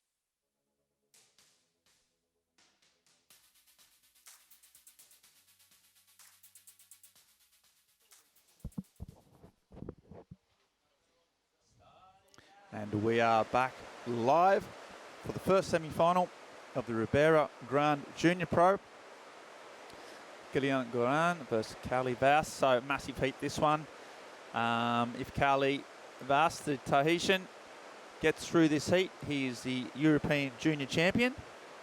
It's also a big heat for Justin Becret, who is the surfer in the next heat. He's the only man that can possibly take down Cowley, so he'll be praying that Cowley loses this semi, and then we'll have to win the event to claim the title. So that's what's up for stakes. I'm Ben Mundy. That is the beautiful Azores, and I'm joined in the booth by Giggs Cilliers. We went down there and had a little swim, didn't we? Hit that little bank, had a body womp off. Me and Giggs. The water is absolutely delightful, crystal clear.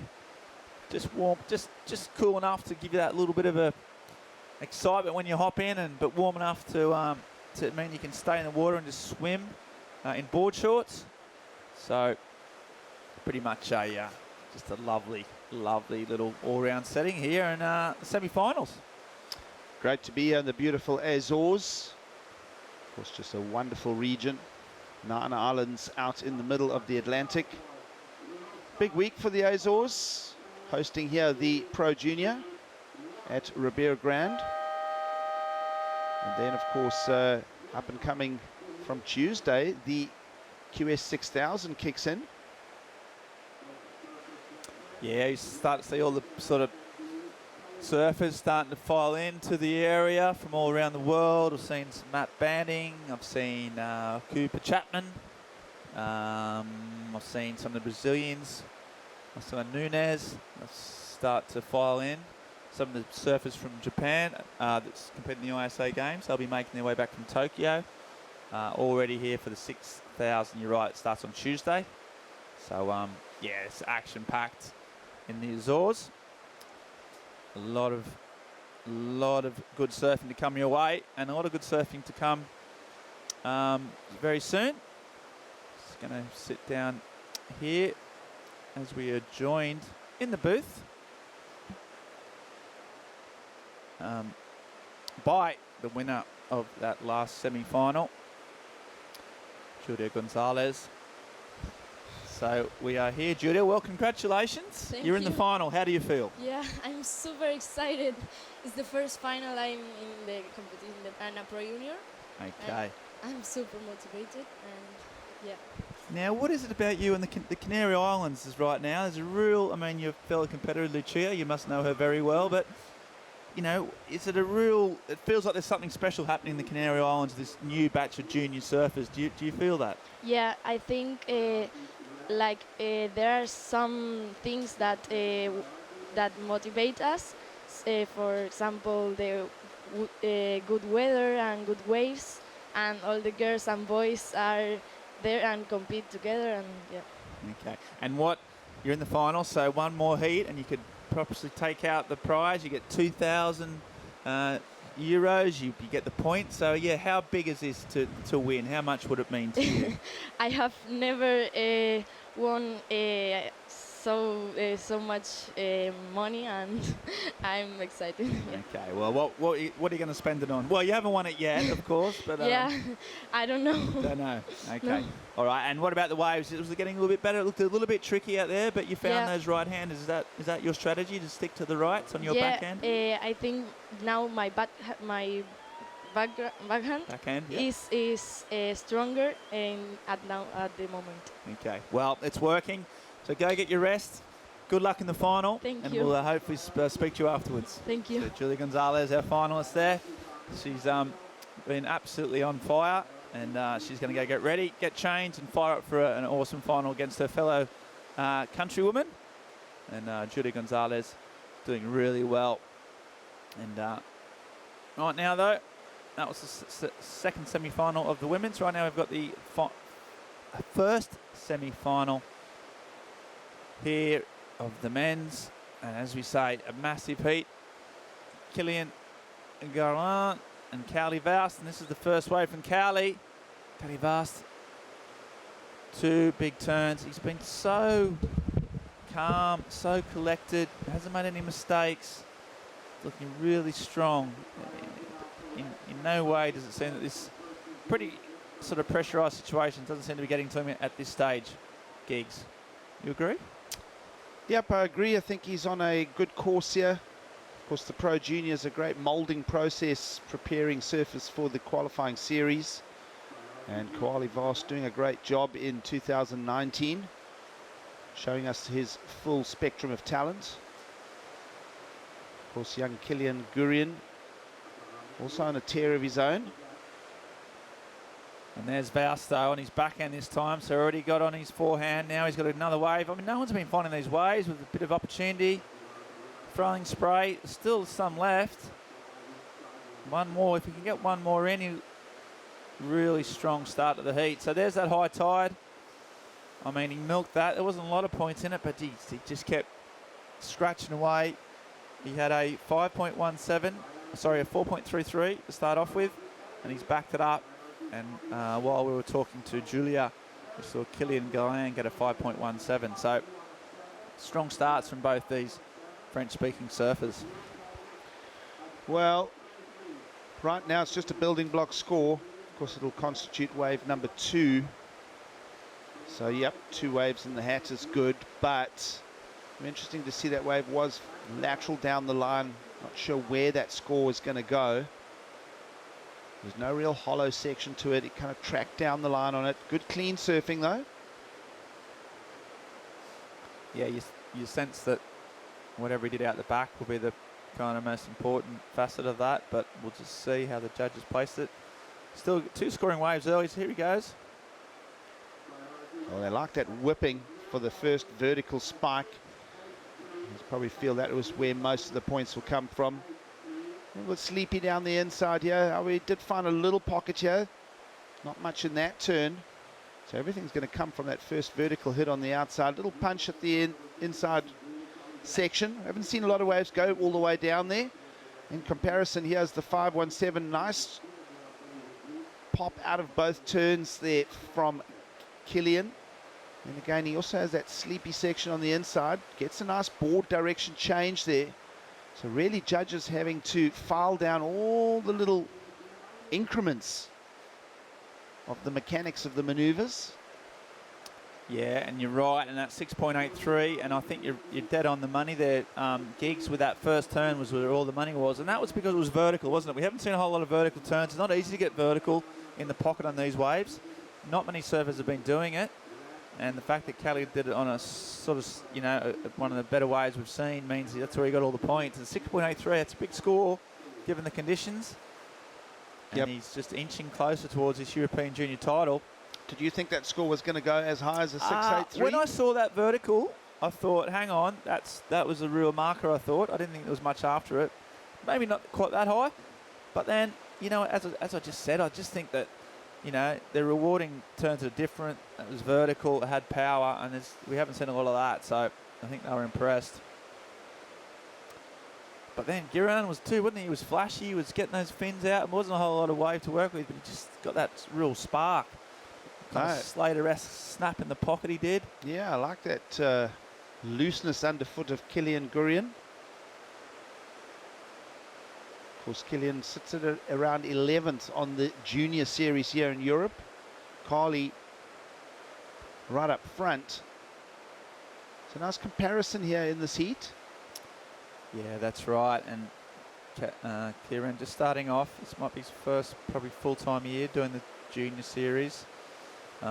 With these points, he'll go up the rankings. He'll get an even better seed, so he's going to be really dangerous next year. He's got a couple of years left to go.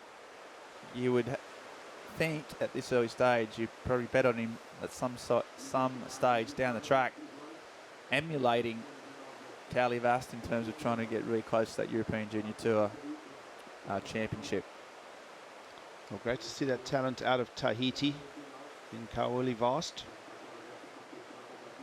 course, you think of, I love thinking back all the way to Vitia David. He was the first real soldier that came out of the Tahiti ranks. He was. I was talking to Paul Evans, actually, just the other day, and we're talking about Poto, and it recently, let's just hold that thought as we see another Tahitian stroking his left.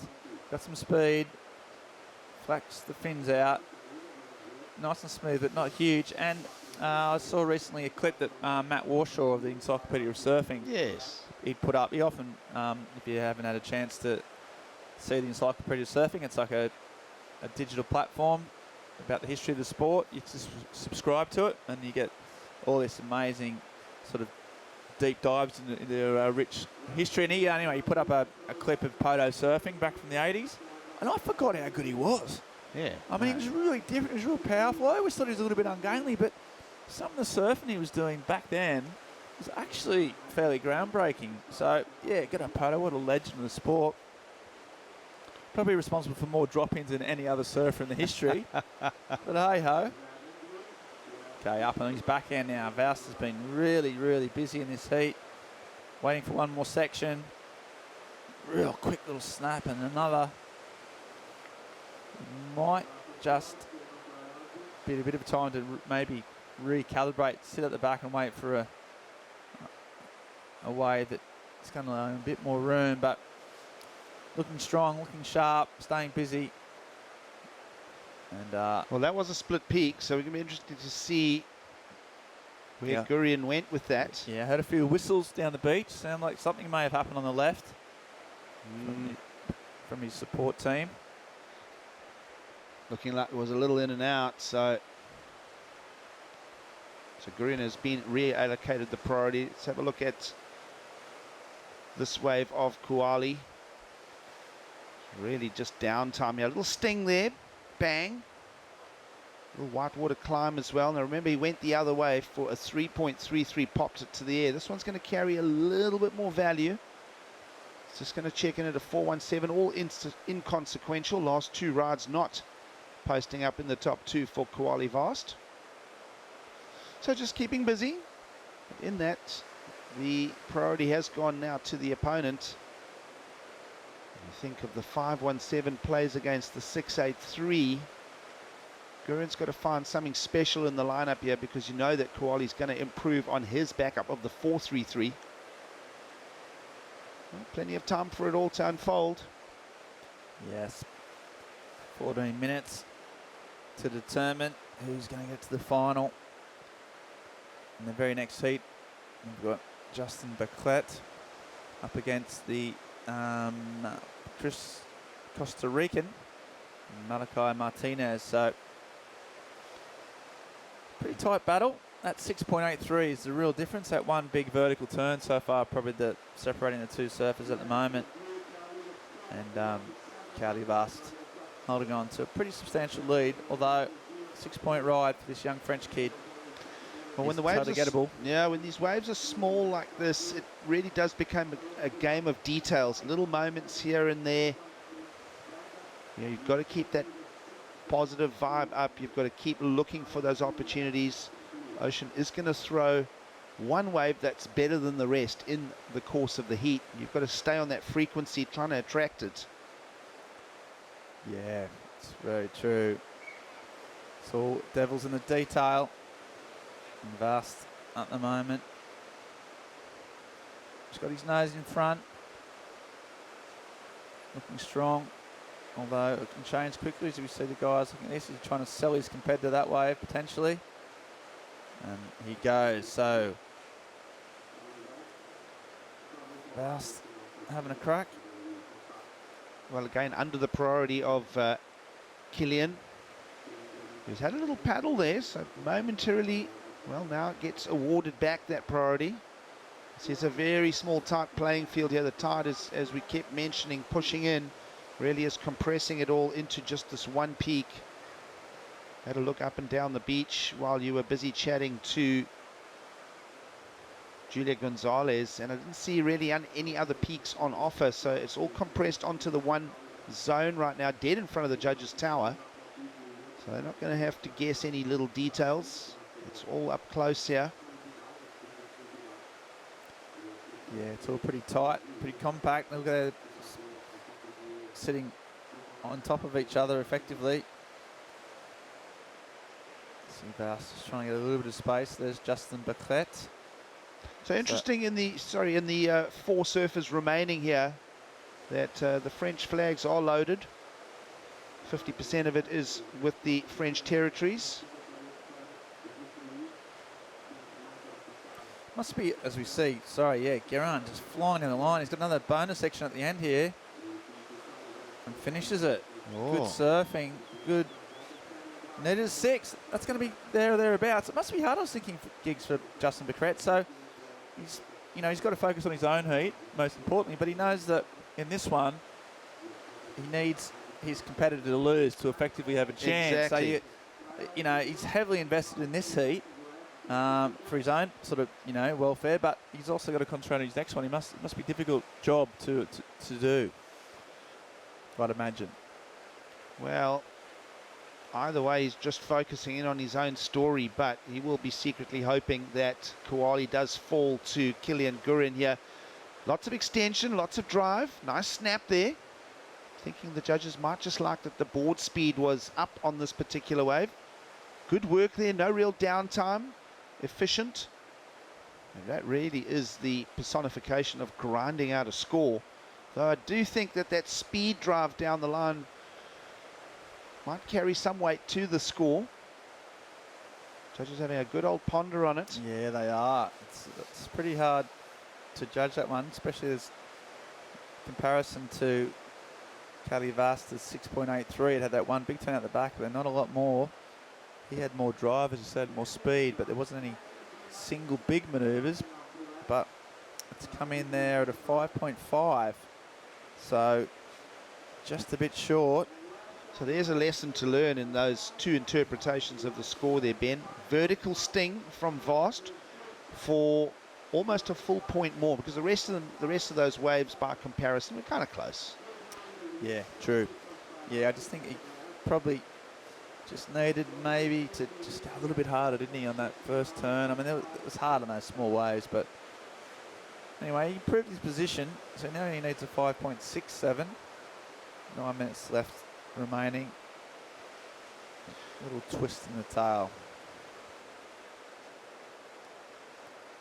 Well, Kouali won't want to spend his priority too willingly now.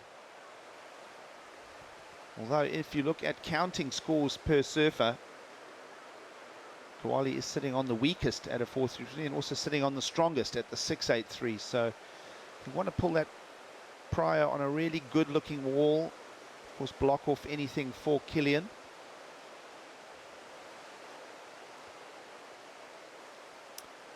Yeah, it's probably just, I know 8 minutes to go. He's probably not just thinking about blocking his opponent yet. That may come into it a bit further down the track. He's just trying to, no doubt, trying to improve his own score at this stage. Probably also just secretly hoping that no waves come for 8 minutes. Yeah, yesterday's pattern was definitely waves arriving in 2s. There were pairs of sets, so to speak. The whole rhythm in the North Atlantic's gone a little slower here this afternoon in the Azores. Local time now at midday. A little bit of an overcast day in comparison to yesterday, but it was a similar start. Yesterday's weather clouds did break up eventually and clear to high beach attendance. You'd expect the beach this afternoon would get quite packed in again. Of course, a lot of revelers in Punta Delgado last night. Yeah, there was all sorts of stuff going on. There was like outside a hotel room, there was like a kids football presentation night, like grommets, like 5 to sort of 12 out there, music playing. They were playing footy in the streets. All the parents having a good time. Such a real family atmosphere here. It was an open family, real local scene. It was actually it was epic. And yeah, there's festivals on, and there's all sorts of stuff going on. This great town, this great little island. Tell you what though, right now, 7 minutes, Cali Vast will be hoping to be celebrating in the city square as his competitor just gets stuck. So that's not going to help his cause. Leading a 5.67. Here he goes. Here goes Vast. Driving along. Spins to win. Again, you won't think that's going to be something that improves his score. Probably lost priority as well. Well, we'll see. Yep, it looks like he will lose the priority in this rollover. So first priority now to Kilian Gurian. But just think of the score here. He's trying to improve a 4.33. Soft punt. Didn't get a whole lot of height, did he, on that turn? No. Sort of didn't have enough speed to get up and get those fins tail high, which is what the judges like. So he goes back out, waiting again now. Now he's got a bit of a different situation. He's got to wait for their server. I kind of see a 4.33 in it. So I see his current score really just matching that number. That's just an opinion. Not sure exactly where the judges will go with it. Either way, if he wants to put a bigger requirement on Kilian Gurian, then he must improve on the 4.33. But that one just did lack intensity, it lacked the speed. Right now Gurian still chasing the 5.67, and I think that is going to remain in place. Yeah, that's right, Giggs. Well summarised, it's a 5.67 all-important score. 5 minutes left of the hour on the clock. We've said it once, we've said it 1,000 times. The European Juniors title is on the line here. Our current European ratings leader is this man up and riding. Well, here's a look at the heat recap. This was that 4.33, which is still a counting score for the heat leader. And this is Kilian chasing. This is the 6.83. This is what has separated our two surfers here. That vertical spike. This was the comeback with a lot of lateral drive from Kilian. And this was worth a 5.5, short of requirement by 0.17. So that's how close this day is unfolding here at the Grande Pro Junior. Right now, it is still Koali Vast leading. Just saw Wiggly Dantas, former CT surfer, just going out for a free surf. He's coming down now, as we see Geran pulling the trigger on a left-hander on his backhand. One big turn. He went for that vertical because was a big score that got for Vast, but he didn't pull it off. So now back in the hands of our current European Junior Ratings leader. But I like where he was going with that. He knew that he can't surf lateral. He's got to get some vertical hits in. Just overstabbed that one and hands the priority back to Koali. And now just under 4 to go. Ask yourself, is Kilian going to get another shot at it? Still chasing the 5.67 here, Ben. Yeah, that's right. Now, I'll tell you what, Vast isn't going to let him out of his sights now. He's got the priority.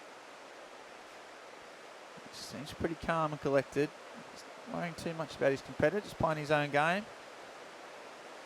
This time must just be glacial for him at the moment. Every second's worth 10. He's so close to his goal. Kind of think that the ocean owes us something as well. It's been real sleepy over the last several minutes again. You see little moments of stirring in the North Atlantic here. Remember in that previous women's semi-final number 2, again, just a nice left-hander came through and presented itself at the right time. There's not a lot of waves out here in the playing field.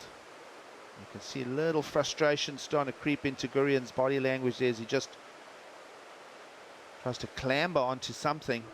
Yeah, he's trying to get away from his opponent, trying to get some space. Didn't work out. There's no chance that Koali Vast is going to give him any space or any opportunities if he can help it. Might get a chance if it's a two-wave set potentially, but they're pretty close. Vast is literally all over him. He has the priority. He can pick whatever wave he wants.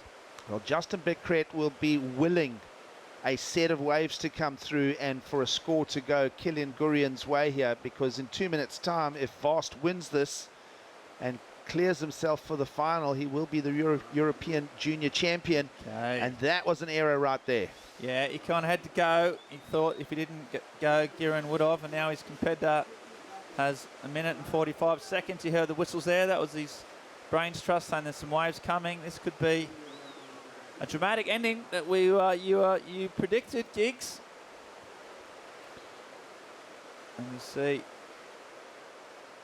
Giron, the young French kid from Hossegor, waiting now, 90 seconds on the clock to get something, 5.67, which would have keep Justin Becret in the European title race for at least another 25 minutes at least.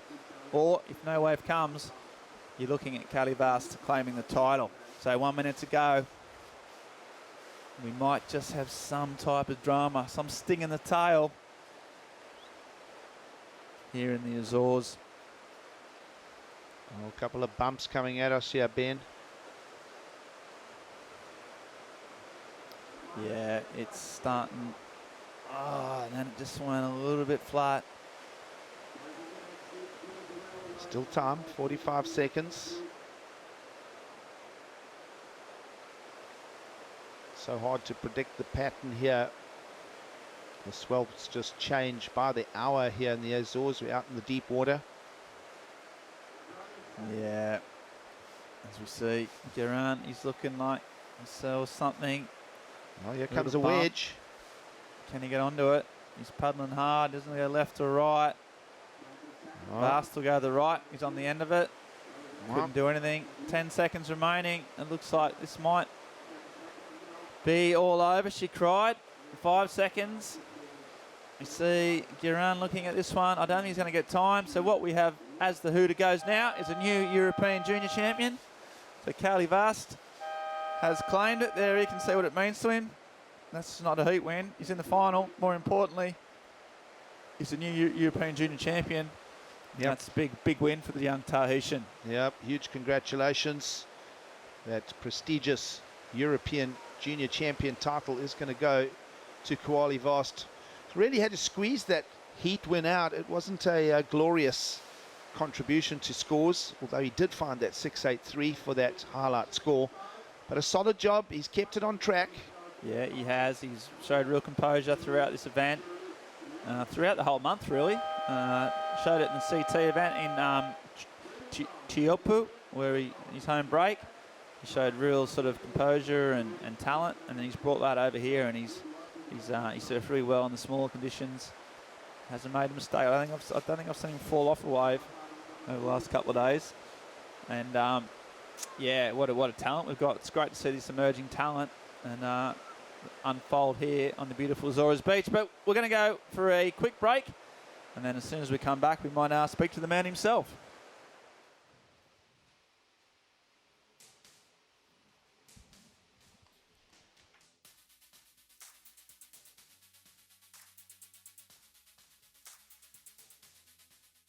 Imagine o seu mel de sonho. Imagino ver derbys como nunca os vi, cheio de lances perigosos. Emoção do primeiro e último minuto. Tem que ter clássicos e fixe era chegar a casa e ir direto para as melhores jogadas. Os melhores jogadores.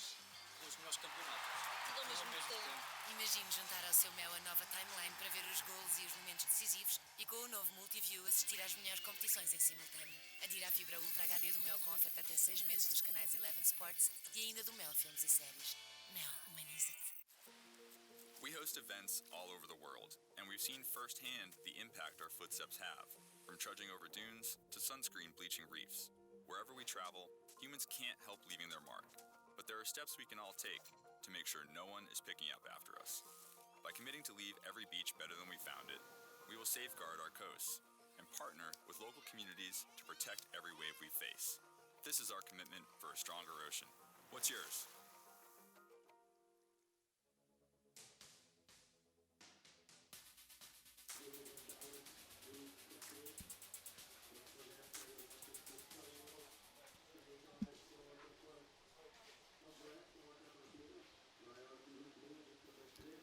Welcome to finals day here of the Grande Pro Junior, the lead up to the Azores Airlines QS 6000. We have staged and wrapped up the first semi-final welcome now to semi number 2. Malachi Martinez under the Costa Rican flag takes on Justin Becret. It is now officially a good afternoon to you, just after midday here in the beautiful islands of the Azores. Gixeliers jumping in alongside Shannon Quirk for the call as we get stuck into semi number 2. Of course, the ladies, we have established our finalists. Of course, coming up will be Lucia Machado taking on Julia Gonzalez in an all-exciting encounter. And now the question is, who is going to take on Koali Vast in the finals here? There's Praia Grande here on the north coast of San Miguel Island. Is the scene of the 2019 Pro Junior here. And we asked that question, who is going to take on Koali Vast? Of course, out in the lineup, Malachi Martinez and Justin Becret. And we're asking the question, who is going to make the finals? Well, we know with one finalist already, Koali Vast, welcome back. Thank you. How are you feeling? I'm feeling great. Everything is going right, and yeah, it's awesome. So you're now officially the European Junior Champion. Yeah. Huge congratulations. Thank you so much. Yeah, I know that it's a whole path for you to be the top level at the championship tour. It's building blocks all the way. Yeah, it was a hard year, but yeah, every contest I did good result. I did final. On 5 contests, I did 4 finals. And yeah, I came here and I was need to do semi-final. That was my goal, to make the heat, to make the champion. And yeah, I did final, so yeah, I'm so stoked. So just to verify, Koali Vast here has been confirmed the European Junior Champion by making that final, which is coming up, of course. You now confirm that. No. Now to focus in and try and win a final, you're going to take on one of these 2 surfers out in the lineup, either Malachi Martinez or Justin Becret. Yeah, that's two really good friends, and I already lost against Justin a lot of time, and it was a good battle with him all the year and last year too. And yeah, I hope he's gonna win. And yeah, Malachi too is a really good friend, and yeah. So it doesn't matter who. It doesn't matter who, and I'm gonna enjoy the final. No, I hope great. I'm gonna win because I did two Pro Junior. The last 2 Pro Juniors, I finished second at all the time. And yeah, so I want a victory. Let's talk about that just for a second. So there's a lot of work to get to a final. It kind of does feel like a soft moment when you don't win a final after all the hard work to get there. Exactly. Yeah. Like you arrive on the final, you're so exciting. You did a lot of work all the way, and when you get second, that's the worst place because you want to be at the podium, like you want to be at the top, but yeah, you finish second, and it's hard because for sure you want to win, and second, that's the worst. Well, great. Congratulations again. European so Junior much. Champion. That's great. And good. Go and get ready for that final. Looking forward to seeing what you've got for us. Thank you. So on his way to the final is Koali Vast. He'll be in heat preparation. And he says there a very important thing is that it does sting to make the finals and not get the win. They'll be wanting to get a win here in Praia Grande this afternoon in the Azores. So a great feather in the cap there for the young Tahitian. Of course, you ask, how can a Tahitian be a European Junior Champion? Well, it is all part of the French territories. So great to have Koali in the final now. We'll answer the question, who is going to take him on? So we see live action here. That's Martinez, the young Costa Rican, going to the air. While we were having a chat there, Martinez did fetch a 4.67 in the lineup and a soft 2.83. No rides yet for Justin. Of course, a race to the European junior title between Koali Vast and Becret, but Becret would have had to have won and Koali would have had to have fallen short in the semis for that to have changed the destiny. So Becret will be runner-up in the European Junior Championships as we have a little breakdown here for you. Yeah, let's look at Malachi Martinez from Costa Rica with a nice snap to kick that wave off. He's been super active already. He already has a 4.67 and a 2.83. Malachi from Tamarindo, Costa Rica. You been down to Costa Rica? Yeah, I've been to Playa Hermosa, Black Sand Beach, beach break as well. So he's used to that kind of condition. A bit warmer water, but also filled with crocodiles. So. Yeah, do you remember there was a QS event there a season or two ago, and they actually had to, the heat was interrupted with a crocodile. Do you remember that? That might be the only thing that's scarier than a shark. No, it's a true story. Because the crocodiles like to grab you and pull you underwater, versus the shark where they come from behind. I don't want to experience either, to be honest. I do have a story about that from Sri Lanka. We'll save it for another time. But certainly great to see the Costa Ricans contributing surfing talent at all levels. Of course, the McGonagals on a tear on the qualifying series again in 2019, working hard. Talking of working hard, that was Martinez under the priority of Becret, who still has not got to his feet. So opposite side of the discussion in this semi-final. No rides for Becret. You can see the swell really is soft. There are little moments here and there where we get a little bit of energy, but essentially we are really splitting hairs for scores. And in saying that, Koali Vos did fetch a 6.83 in the previous semi, and he got it on a right-hander on his backhand, and he stung a vertical turn once he had the board speed up. So we'll see if anyone can replicate that kind of approach to these softer waves on the north shore of San Miguel here this afternoon. Of course, a festive weekend here with all kinds of celebrations, a very tourist active area, a popular whale watching destination as well. Of course, all kinds of bus tours, families, lots of people from all backgrounds and destinations coming into the Azores just to experience this wonderful location. And really, there's a nice carnival atmosphere to this little island in the middle of the Atlantic. Totally. And a lot of French speakers down here on the beach today with a hefty lineup of junior surfers coming out of the French territory. You can see this incredible view. The Grand Masters actually were held right there by the rock. And San Miguel, you're looking at the west side of San Miguel. There's waves to be had all over the place. Santa Barbara, not the only surf spot, definitely one of the most popular ones. But if you have a car, drive around there, you will find some beautiful little beaches and absolutely amazing scenery. The locals are super friendly. It will help you get around as well. A little bit of low-lying cloud on our lineup this afternoon, as you see the first input now from Justin Becret. So the young Frenchman has been surfing on a tear here through the draw. And finally away from him here in semi-final number 2. And into screen goes Martinez. High pop on that one. And that is going to carry a strong clout in the campaign to make the finals here. Very good pop there from Malachi Martinez. We saw him go into an excellent category score in the quarterfinals earlier this morning. In fact, he fetched an 8.17. Going to be very interesting to see where this number now goes for the Costa Rican. And of course, Becret was further down the line. Let's have a look at this. Yeah, watch him catch so much speed. Perfect timing at the ramp there. Gets a lot of height. I think the judges are going to dig it. We have yet to see... We had yet to see Justin's first wave, but there's the replay now, putting that first score on the board. It was he's opting off the lefts pretty much all day. He's been going on those lefts on his backhand.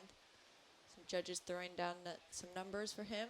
Well, Martinez looks like he found his left-hander way down over to the left, to where we showed that camera angle of the beach view. Judges working on that exchange. Meanwhile, a couple more bumps approaching us here. So it has been sleepy in the lineup here. Not often you get these moments. So while the judges think of that, they'll just have their pens down for a moment. The spotters will be calling attention to wave number 2 now for Justin. Snap to release from Becret. Just pops that tail nicely. So medium pace to that one. Answering back to Malachi Martinez. So now both surfers on 2 waves or more. we start having a look at the heat more intensely. Yeah, Justin just showing a repertoire of different maneuvers, a little revert, smaller wave, but was able to get some height out of it. Justin's looking just for a backup score of a 3.0 in order to put him back into first. Malachi really has been super active and more busy. It's also the Independence Day for Costa Rica. So the 15th of September, I guess the party really starts 14th and goes through the evening, but lots of parades and celebrating the independence from Central America back in the 1800s, 1821 to be exact. Well, of course, the Costa Ricans can celebrate a score right now for Malachi Martinez, a 6.33 now in for that forehand air rotation. Has pushed the requirement up for Justin Becret to a 6.5. Meanwhile, the two numbers for Becret, a 4.5 and a 4.17, made up in two different ways, but similar category scores for Becret.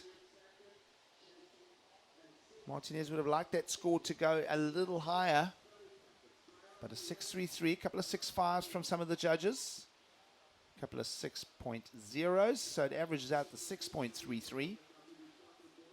And that has a firm lead in place now for this man. Back at it again, hucks the tail, and will just sink on the final part of the rotation there for no points improvement. So hit the 11-minute mark here in quarterfinal, sorry, my apologies, semi-final number 2. And of course, Pro Junior Women's Final coming up next. Exciting to see Lucia Machado make the final, taking on Julia Gonzalez. Of course, Mafalda Lopez already crowned the European Junior Women's Champion. Yeah, what an upset. Mafalda just barely getting knocked out. Lucia had an incredible final wave in that heat in the semi, in order to push Mafalda, who is the current champion for the juniors. So great on her. She was able to lock in her spot as the junior champion of Europe, but it was Lucia Machado moving on. So we're going to see the final heat for the women coming up next. Well, there's heat preparation. Young Julia Gonzalez.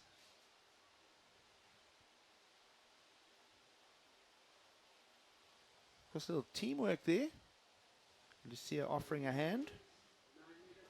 Yeah, a lot of camaraderie, especially on the women's side. These girls surf all over the world together and travel, and you might be staying in the same hotel or house as someone in your heat, but when they get into the water, it's all business. So definitely serious competitors out here.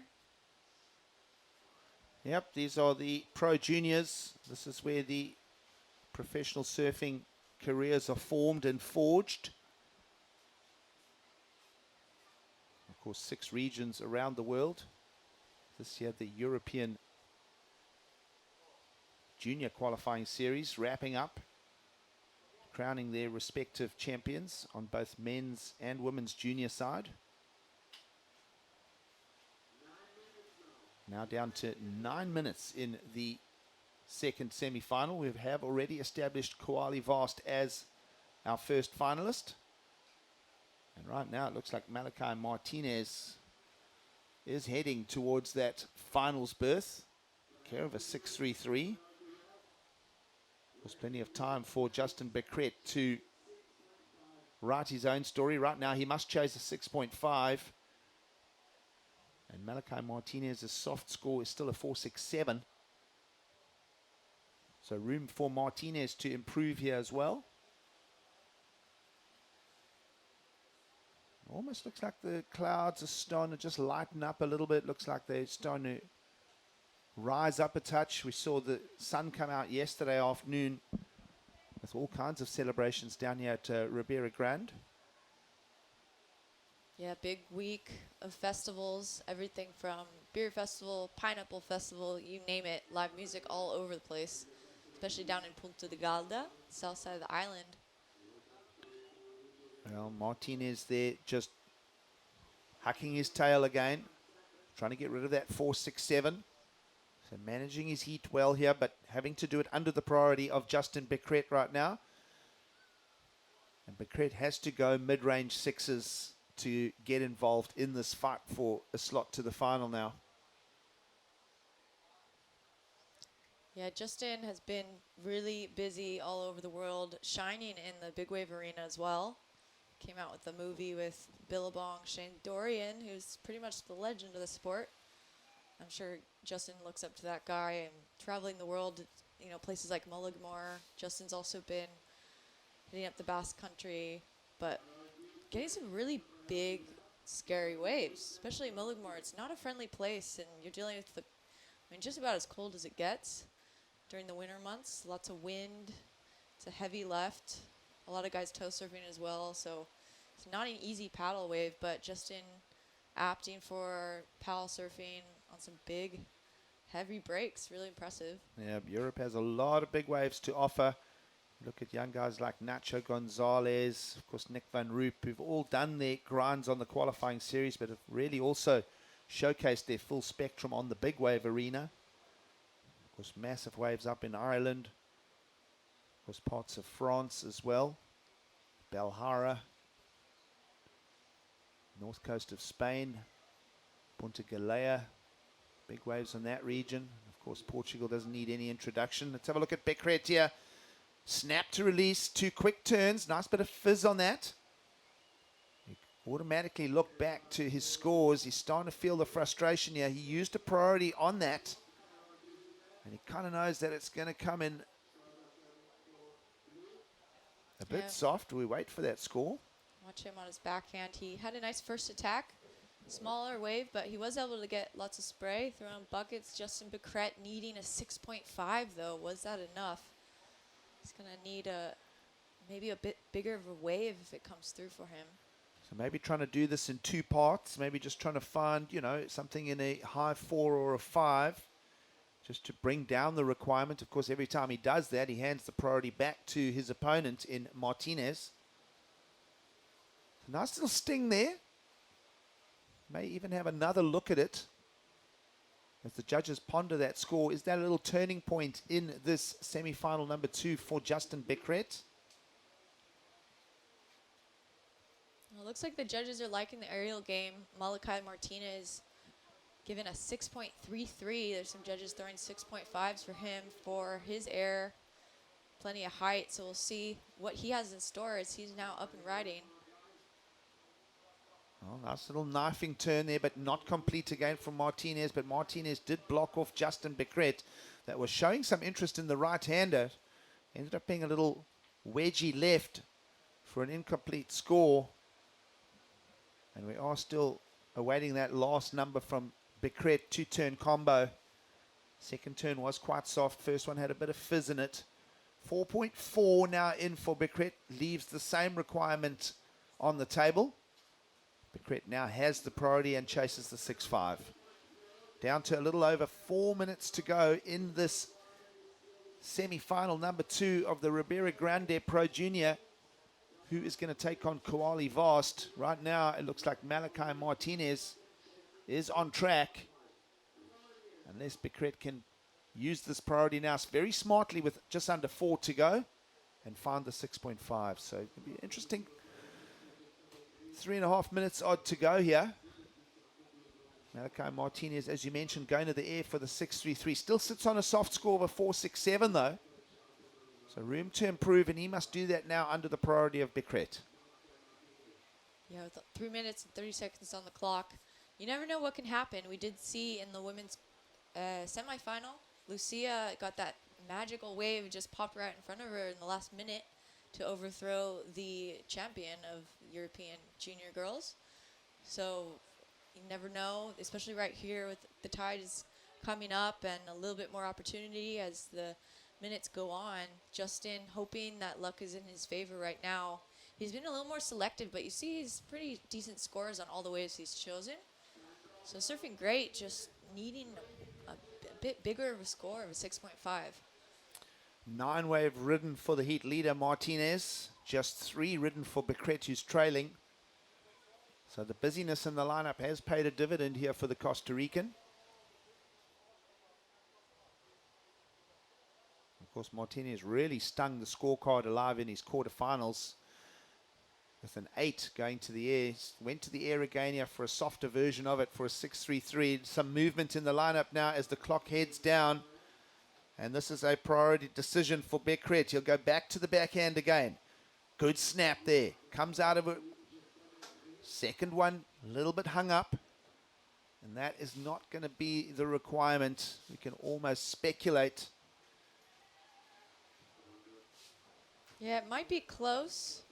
That first turn being pretty nice, but Justin's needing a bigger score. He had 2 turns off of that one on his backhand. He's been pretty consistent with this left over here. Like that first turn though. Had some good vertical approach to it. It was done with speed as well. It really is the finer details of each maneuver being contemplated here by the judging panel. Looks like he is going to replace the score. 5-0-7 in for that last backhand attempt of Becret, but remains in the trailing position, but lowering the requirement. Now 5-9 says, brought it underneath the 6-point mark. And Malachi Martinez has that priority as he's gone sat right next to him. Wants to know the time. 1:15. As you can see, it was a good wave. That first turn being really strong. Second as well.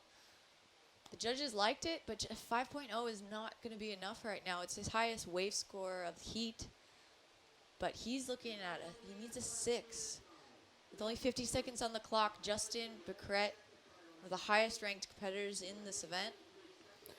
Well, no matter what, the outcome of this heat with 45 seconds to go, Becret will be runner-up to the European junior title. So it's a good effort in 2019 for the young Frenchman. You can see Martinez will not pull the trigger and drop his priority unless a really quality wave comes and he has to blanket Becret here. And just like that, semi-final number 2 is starting to steer towards the finish line. We're about to answer that question, who will take on Koali Vast in the finals here of the Ribeira Grande Pro Junior. Well, the beach announcers are about to count it out, and we will firmly answer the question with the answer. It will be Malachi Martinez from Costa Rica. So this is going to be a good campaign for the young Costa Rican. And this wave here is just the victory lap. He's enjoying the feel, very expressive. We saw him in the quarterfinals as well, just splashing the water. He is pumped, he is amped. And now he must channel it again to take on Koali Vast, who has just been crowned the European Junior Champ. That is now an official result here in Ribeira Grande. That man on screen, Malachi Martinez, is loving the feel of it. Yeah, Malachi can celebrate with the rest of his country, the independence from Spain. Everyone back home psyching for this guy. Kick flips, barrel rolls, and the whole lot in the celebration there. Of course, those are not the correct results on screen. We don't know who those names are just yet. But it will be Malachi Martinez getting the win over Justin Becret. Stay with us. We're about to kick off the women's final here at Ribeira Grande. We'll bring in Paul Evans for the call.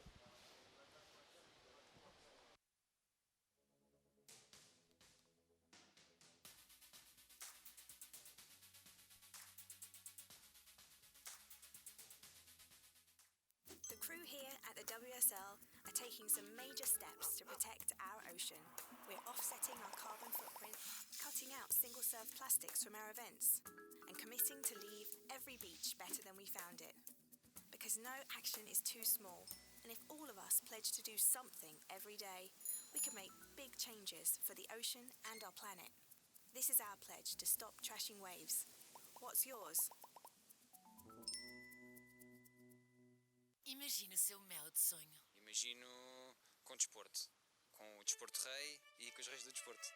Filmes épicos, atores épicos, batalhas épicas, tudo épico. Tem que ter séries para eu ver, séries futuristas e criaturas de outro mundo, senão não quero. Imagine juntar ao seu mel o melhor do desporto, filmes e séries. Adira a fibra Ultra HD do Mel com oferta até 6 meses dos canais Eleven Sports e do Mel Filmes e Séries. Ligue 16200. Mel, humaniza-te.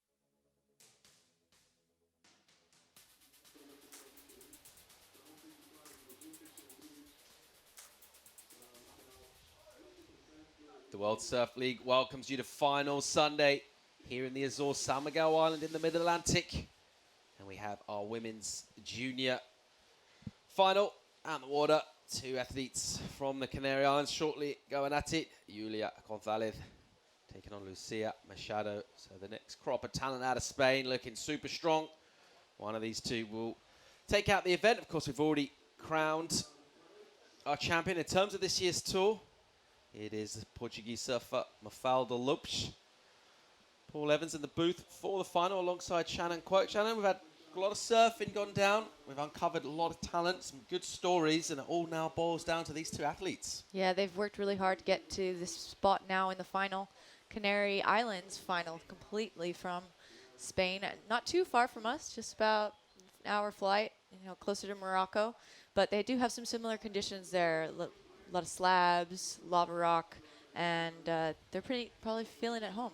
And they're traveling together, they're friends, they surf together all the time. So asking a different kind of question to just park those friendships, leave them on the sand and, roll up the sleeves and get kind of serious, get nasty. Yeah, it's funny. They're probably super sweet girls, but in the water, it's all business. So they're going to go out here and give it their all. And, they've been on fire, especially if coming up against a girl like Mafalda Lopez. That was quite an upset. Lucia seen, just a magic semifinal for her, and she's going to use that momentum in the final. We didn't see that coming, did we? We were talking about Mafalda. She's got the confidence of taking out the tour, and we thought she'd probably have the nod in these kind of underpowered conditions. But, yeah, bit of an upset and a great way to turn it. Yeah, you can see this absolutely beautiful island of San Miguel here in the Azores. There are 9 islands, archipelago, but San Miguel being the largest and most populated. We're on the north coast. Absolutely gorgeous scenery here. And it's all black sand beach, so not too many rocks to hit, but as the tide does fill in here, it's going to be giving our competitors even more to work with for the final heat. If you haven't visited the Azores Islands, highly recommended. Definitely a paradise for all of Europe to come out here and explore. Just a couple hour flight from Portugal, from mainland. And of course from New York on the other side of that Atlantic, about 4 hours. So if you want some warmer water and some beautiful conditions, come out here to the Azores. It has a buzzing surf community that's just getting started.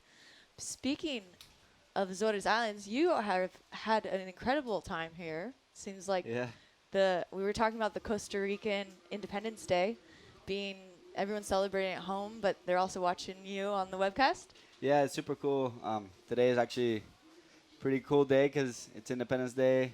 It's my best friend's birthday, Thiago, who was also in the race to get the title yesterday, but unfortunately I beat him, which kind of sucks, but I'm glad I got that heat win out of the way, and actually that heat put him in second overall in the ranking, so I'm really happy I won that one. I felt really bad yesterday, but today at least I could help him a little bit, and he ended up second, so I'm stoked. And yeah, Independence Day is as well, like, motivating me to get a result here.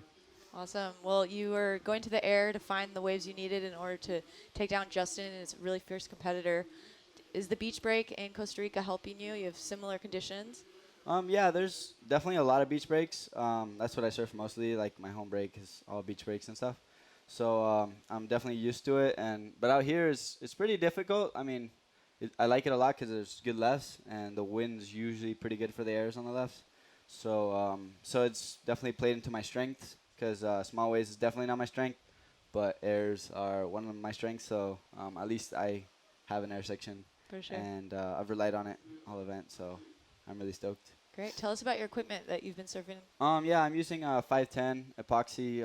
I only use epoxies.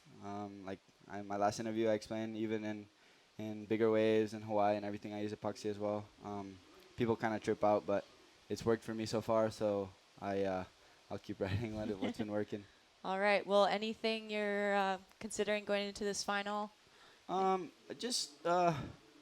gotta calm down a minute, because my heart's kind of going. It's my second ever final. So I really want to take it out, and Cali's champion, European champion. So I wanna beat him for sure, and that's what I came here for. It wasn't easy getting here, and now I'm here and I'm in the final. So I definitely want to put a good heat together and hopefully come out on top. All right. Well, let's let you get focused and ready for this big final. Felicidades. Gracias. Can I send something? For sure. Go for it. Bueno, muchísimas gracias a todos que seguro se están levantando ahorita en Costa Rica. Y también, como mencioné antes, al equipo en Japón que me siguen motivando, me están llamando.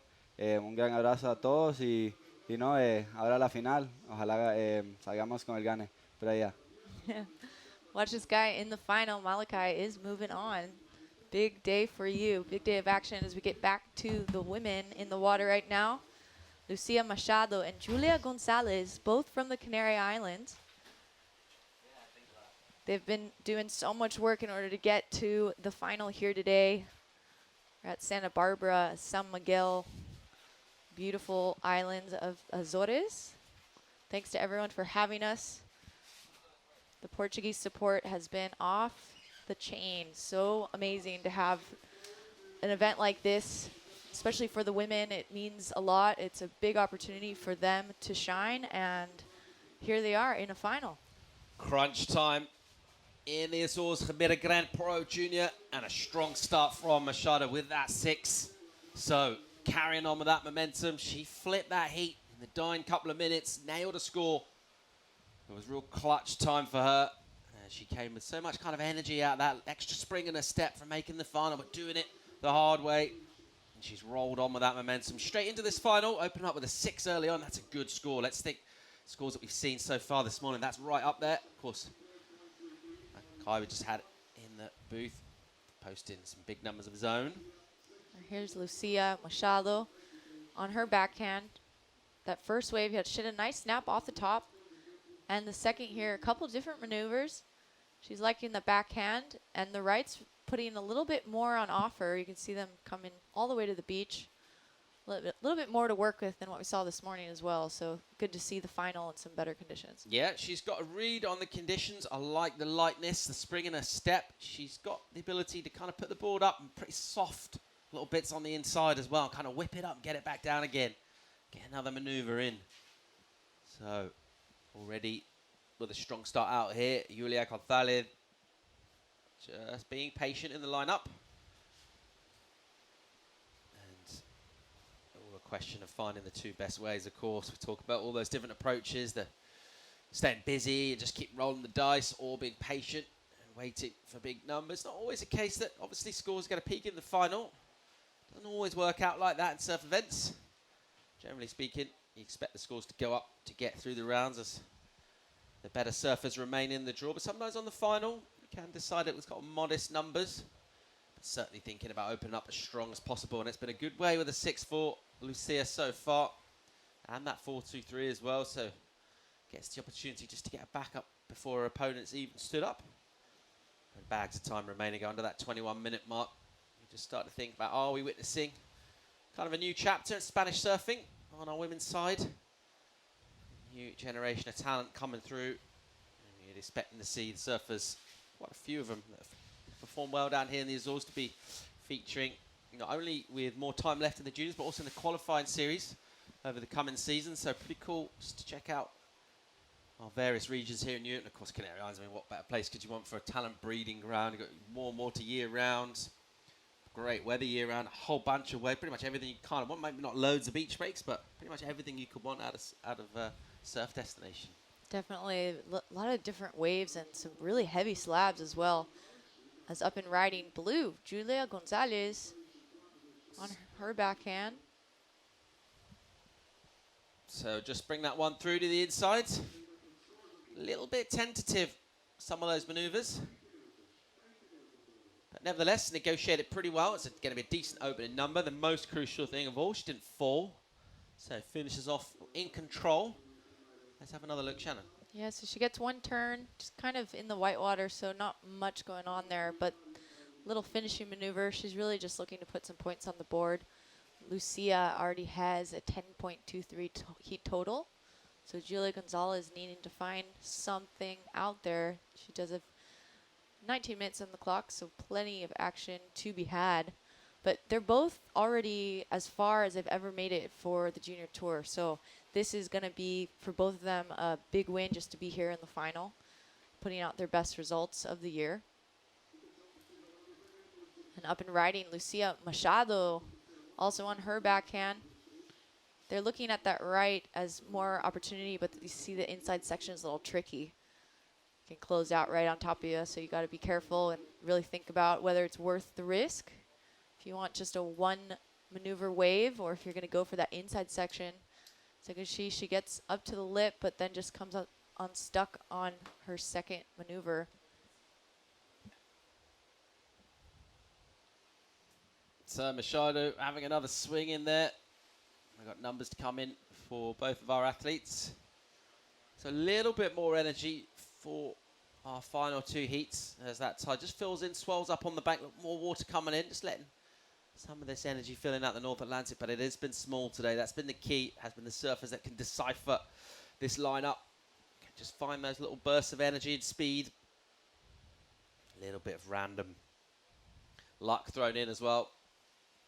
As with any sport, but particularly on days like this in surfing. This is the beach off Santa Barbara in the region of Ribeira, Grande. So we're on the north side of the island. If you have a look at a map, it's kind of a wide, not very tall island. So it's real quick to go from coast to coast, maybe 15, 20 minutes. And there are a bunch of south swell opportunities as well on the other side of the island. This time of year, you can get both. You can get late season south swells out of the southern hemisphere. And of course, our main swell window just firing up for the North Atlantic. Loads of surfing opportunity to be done out here. Great place to come for a trip. Just a beautiful part of the world. Soak it all up. Loads of cool hiking and natural stuff to check out. But the main attraction, of course, for the ocean-minded are the waves on offer. And we look like we've got some just stacking up here. This is a little bit encouraging. Got some lines filling in. We'll count down past that 17-minute mark. Still waiting on judges for the last numbers. They're having a good old think about that, scratching their chins and making sure they lock in crucial numbers. Meanwhile, here goes Gonzalez, and she holds it off the bottom and didn't really get the kind of maneuver she was looking for there. She was a little bit hesitant off the bottom turn. Doesn't really get a crack at that. You've got to feel that's probably a bit of a mistake. Potentially a little bit of a missed opportunity. She could have come back there to a certain extent and put something on the board, but it's just going to be a throwaway for her. Meanwhile, her previous comes in as 4.33. Yeah, Julia Gonzalez is from the Gran Canaria. Here's live action of Lucia Machado. Great first turn from her. There's the energy and the speed, and she'll just whip that thing round on the inside as it goes a little bit soft. So she's had the spark so far in this one, very much. Just that little bit of extra speed. Just seems to have a little bit more energy going through top body into surfboard. And let's see how this comes in relative to her scores. Yeah, she gets really low to the board and is able to bend the knees, really push up into the lip, throw a little bit more water. So Lucia Machado is going to like that one. The judges hopefully will like it as well. So we've got 15.5 minutes to go in this one. One of these two will be our champion out here in the Ribeira Grande Pro Junior. That's the Azores Islands with over a decade now of qualifying series competition. We had Masters out here last year. We're finishing off the Pro Junior season. So, yeah, more accolades being awarded out in the Mid-Atlantic. Meanwhile, having a little sniff on the inside. Machado looked kind of interested in that wave. It's a softer one, but we've got a good size wave out the back. Maybe the biggest wave so far of this final. Here goes Julia Gonzalez, forehand off the bottom. There's a little hit from her, and that's another mistake. She looks nervous, and she's not really at this so far. Yeah, I mean, no doubt nerves would be in play when you're at this level of making it all the way to the finals. All eyes are on you. Both girls from the Gran Canaria, they're friends and have probably been surfing together for so many years. Lucia Machado has been surfing since she was 8 years old and was coming out with edits since she was 11. So these girls have been pretty active. Lucia from the Las Palmas, the Gran Canaria. Beautiful part of the world. Good spots along that stretch of coast as well. All of that north coast of Gran Canaria. Bunch of different options, all kinds of ways, from the slabs as heavy as they come. Because we used to have an event up there at El Confital qualifying series, one of the better waves on the qualifying series. That was a real standout in Europe.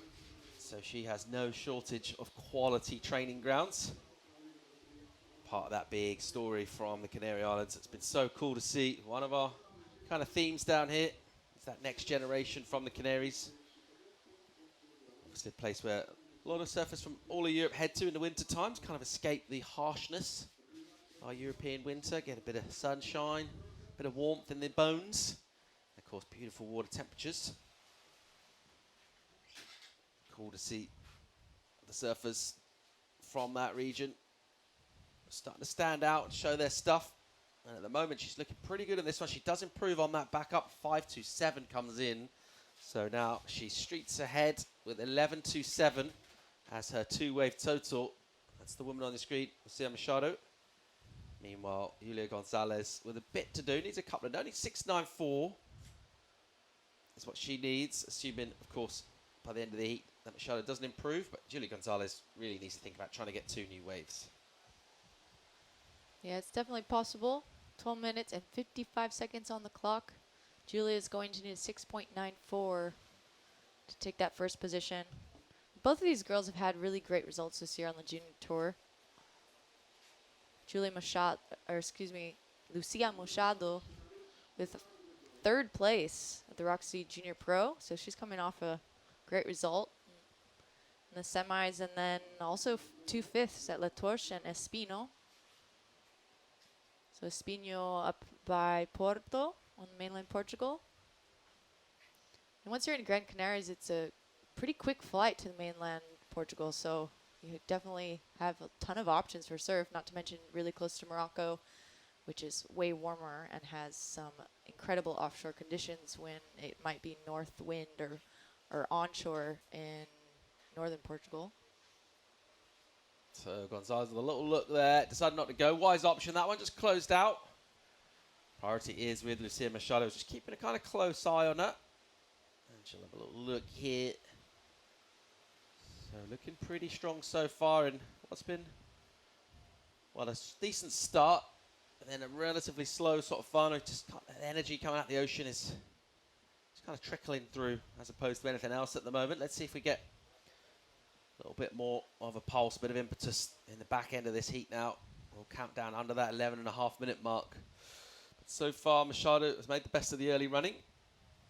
Gonzalez has had a couple of opportunities, Shannon. We talked about maybe nerves, maybe just starting to overthink it a little bit. Sometimes you're surfing naturally throughout the heats.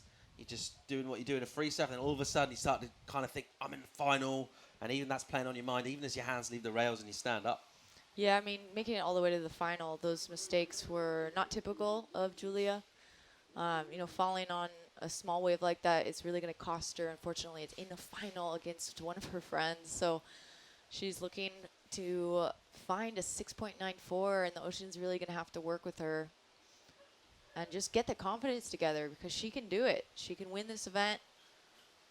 Let's see if she'll take a look. Being a little bit more selective. She's going to need a really big score. So Julia, not with priority, though. It is Lucia Machado in pink, your heat leader, who has priority.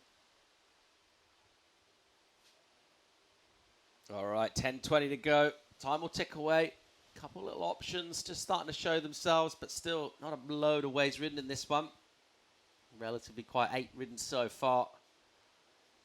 That's all we've had in this one. So not super busy in terms of the wave count, because only the top 2 waves matter. scores are out of 10. Add up those two scores, give you a score out of 20. That's what you see on your screen already. 11.27 is pretty healthy. That young woman there, Lucia Machado. So already on her way to pretty decent final performance, assuming she doesn't even improve from here. But someone will have something to say about that. Gonzalez, who so far has not been at this. She used to kind of just forget everything that's gone before. She's got that 4.33, but still almost a whole point lower than the backup of Machado, crucially. That's why her requirement is that 6.94. As we'll see some lines come through. Let's hope everyone gets a chance to get a few more waves and show what they can do. A little bit tentative and quite cagey out there. Yeah, we're just glad to be here on San Miguel and the Azores. There's not many places in the world that you can find more beautiful scenery. Shannon, it's a full moon today. Weather looks good on the west of the island. Clear skies. You got where the hot spring goes into the water. 38 degrees down there. Low tide. You got these like rock pools. It's going to be a pretty mystic evening, I reckon. Good sundown. Great place to watch the sunset and get all kind of tuned in with the cosmic forces of the universe. I know that's what I'll be doing. Well, you definitely feel out here. We're just so deep in raw nature and a lot of it undeveloped. So you can see the Azores making this particular, not only San Miguel, but the other islands, one of the most eco-touristic spots in the world. So you can find protected reserves, some of the lakes, actually both of the largest lakes on this island, San Miguel, you can't swim in. They don't allow any development. So just to try to keep the area pristine. I mean, look how gorgeous it is. So many native birds and animals and plants and just flourishing here, thriving. That is the view of Santa Barbara Beach. It's where we're located on the north side of San Miguel Island for the Ribeira Grand Pro Junior. And we're about to decide our champion for the women's division of this Pro Junior. Got two Canarians out in the water, and at the moment it's Lucia Machado with the best of this so far. Here's a little kind of semi-interested paddle from Julia Gonzalez. Not really particularly interested in that one either. She's had a couple of opportunities so far this one that haven't gone her way. Maybe just playing on her mind a little bit. Quite like to see her get a little bit busier, I think. She needs to basically mix things up down here. Just start catching waves, even if she's maybe not posting scores.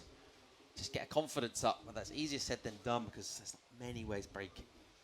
Yeah, I mean, it's always nice during any surf session just to get something, you know, the board under your feet and just feel the wax and get your placement on the board set so that when the set does come in, you have something, you're already set and ready. But these girls have pretty much been surfing the same board through the last couple days because similar conditions. We have had a bit bigger of a swell yesterday for the girls.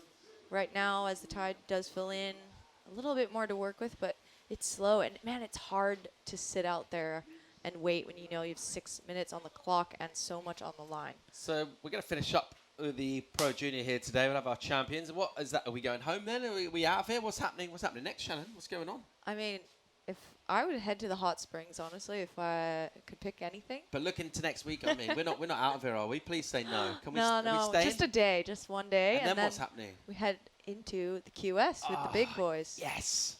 Yep. QS 6,000. Yep. Men's 6,000.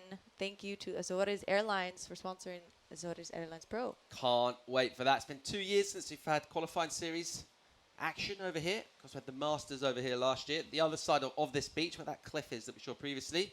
But yeah, we're welcoming back the best qualifiers at such a crucial time of the year. So I'm fired up for that. And, you know, talking about a little bit of swell coming as well. Maybe on Monday we're going to get a little pulse. So exciting times in the Mid-Atlantic. Yeah, Magic Seaweed giving us the nice forecast. So it looks like maybe Monday, Tuesday starting to build. Hopefully Wednesday, potentially, you know, get some great heats off and a little bit more swell, at least 1.5 meters.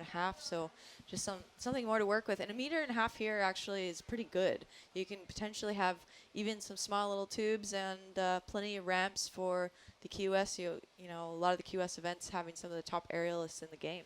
All right, Machado with priority. She'll use it here on a smaller, kind of snappier left-hander. That's a soft wave, not great use of priority, so a decent sell from Gonzalez.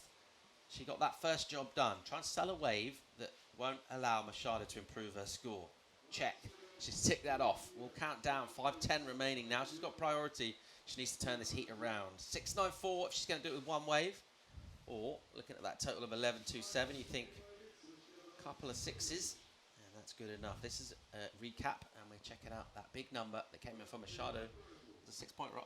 Yeah, pretty good. Also had a ride in here for Julia Gonzalez.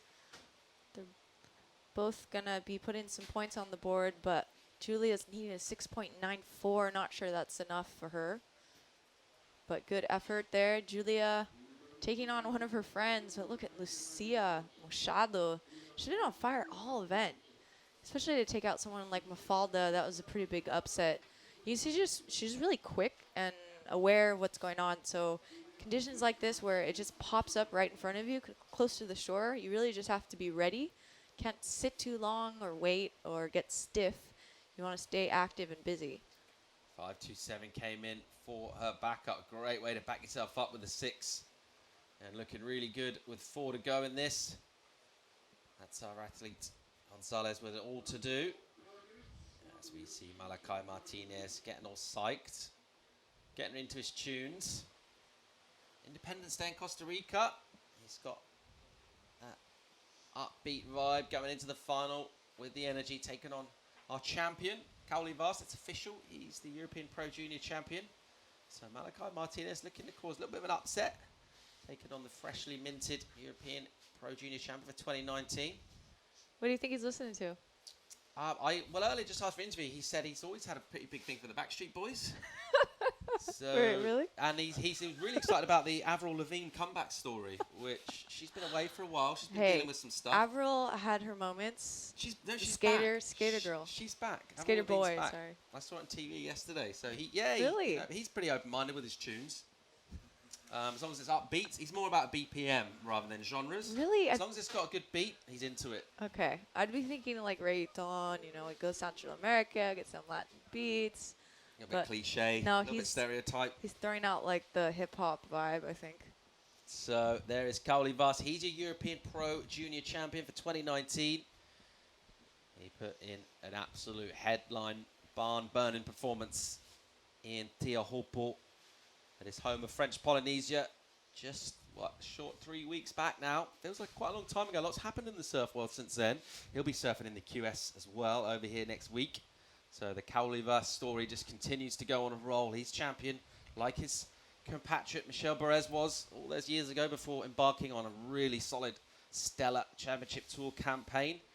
So cool to see the next chapter in these new careers unfolding. Exciting having a little peek at what we've got in store in terms of surfing. And 2 of those stories culminating in the water right here. One of them will be all smile. I mean, they'll both be pleased with the result, but obviously get to the final, you'd be thinking about going all the way for the win. At the moment, under 2 to go, it looks like Machado very much in the driving seat for that win. It's going to take something pretty monumental now for Gonzalez. Looking for that 6.94 still. That's a pretty big number. It's getting down towards the point where it'll be one last effort from her. She does a prio, so it'll be one last roll of the dice if that opportunity comes. But that's one of the kind of defining things about competitive surfing. No matter how good you are, how good your form is, all those things we talked about, your boards, mental game, if you don't get a wave, you won't be scoring any points. So she really needs an opportunity. She'll look somewhat sort of perplexed at this lineup.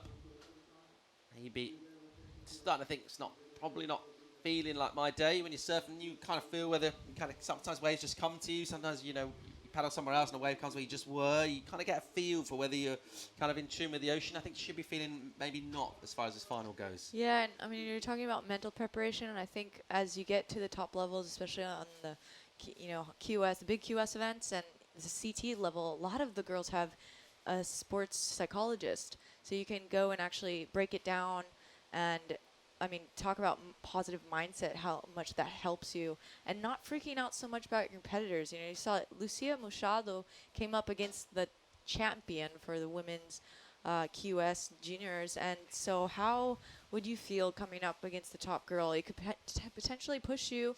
It also make you really nervous. And what's happening with Julia right now, she's had some just errors that unfortunately might cost her the final heat. Not much on the horizon there. 15 seconds and counting down. It's going to be Lucia Machado. I don't think we're going to see another wave ridden in this final. So the story of Machado on the up and up. It's an incredible story. Spanish under-16 champion. She now is the champion of the Ribeira Grande Pro Junior as well. Cool to see these two great friends just enjoying it, sharing that moment. And a cool story unfolding here for Lucia Machado. There's the big smile. She's earned this win. She's been really good value. She had to come out of a clutch situation early on in her semi-final. She was up against it on the ropes. And she pulled that one around with under 90 seconds to go. And she's been good value here, starting off really strong. Putting up a good total early on in this one, which is absolutely the way to do it when chances are pretty slim. So a great job from her. And that is our champion for the Women's Pro Junior, Lucia Machado, out of the Canary Islands, representing that deep talent pool. So our attention will shortly turn to the men's side of the draw. We will see one of our brand new European Pro Junior champ, Cauli Vaz, take on Malachi Martinez. That's going to be a really exciting matchup. The energy of Martinez is absolutely on point down here, and he'll be fired up. So we'll just bring these two in and stay with this here. Great moments in a young career.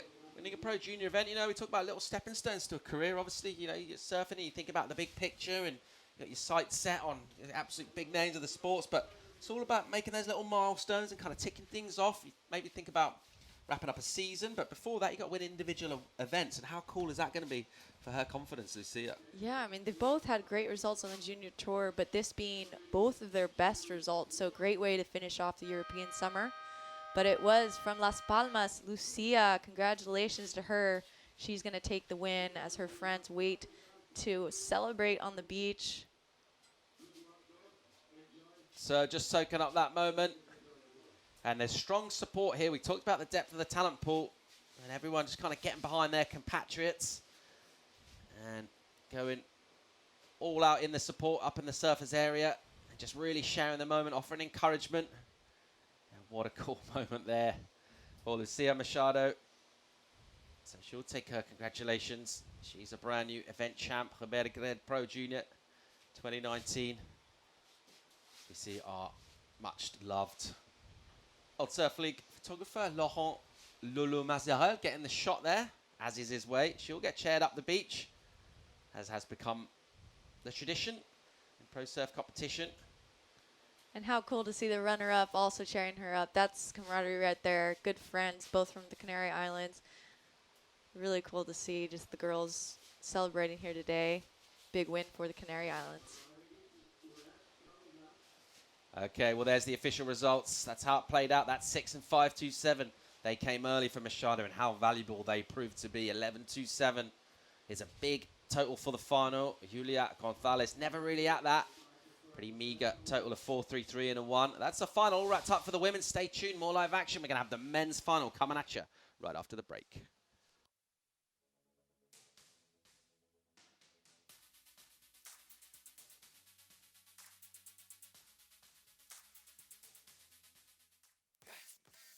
Ran all the way from Bells Beach to tell you that the king is back. Graham, grab my board. Surfers from Australia have banded together. I think surf booties are cool.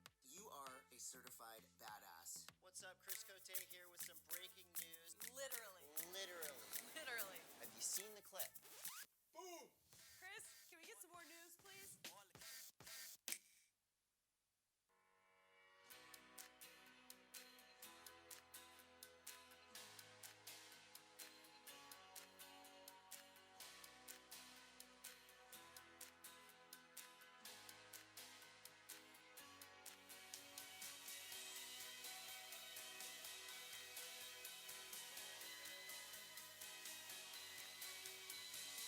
The Azores, an archipelago of discoveries in a sea of adventures.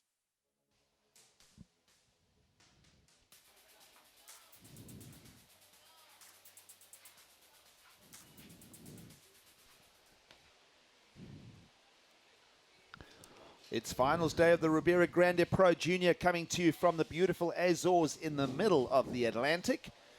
And of course, now setting up for the men's final. Here are your two finalists. Cauli Vaz taking on Malachi Martinez. And a great, great final there about to unfold.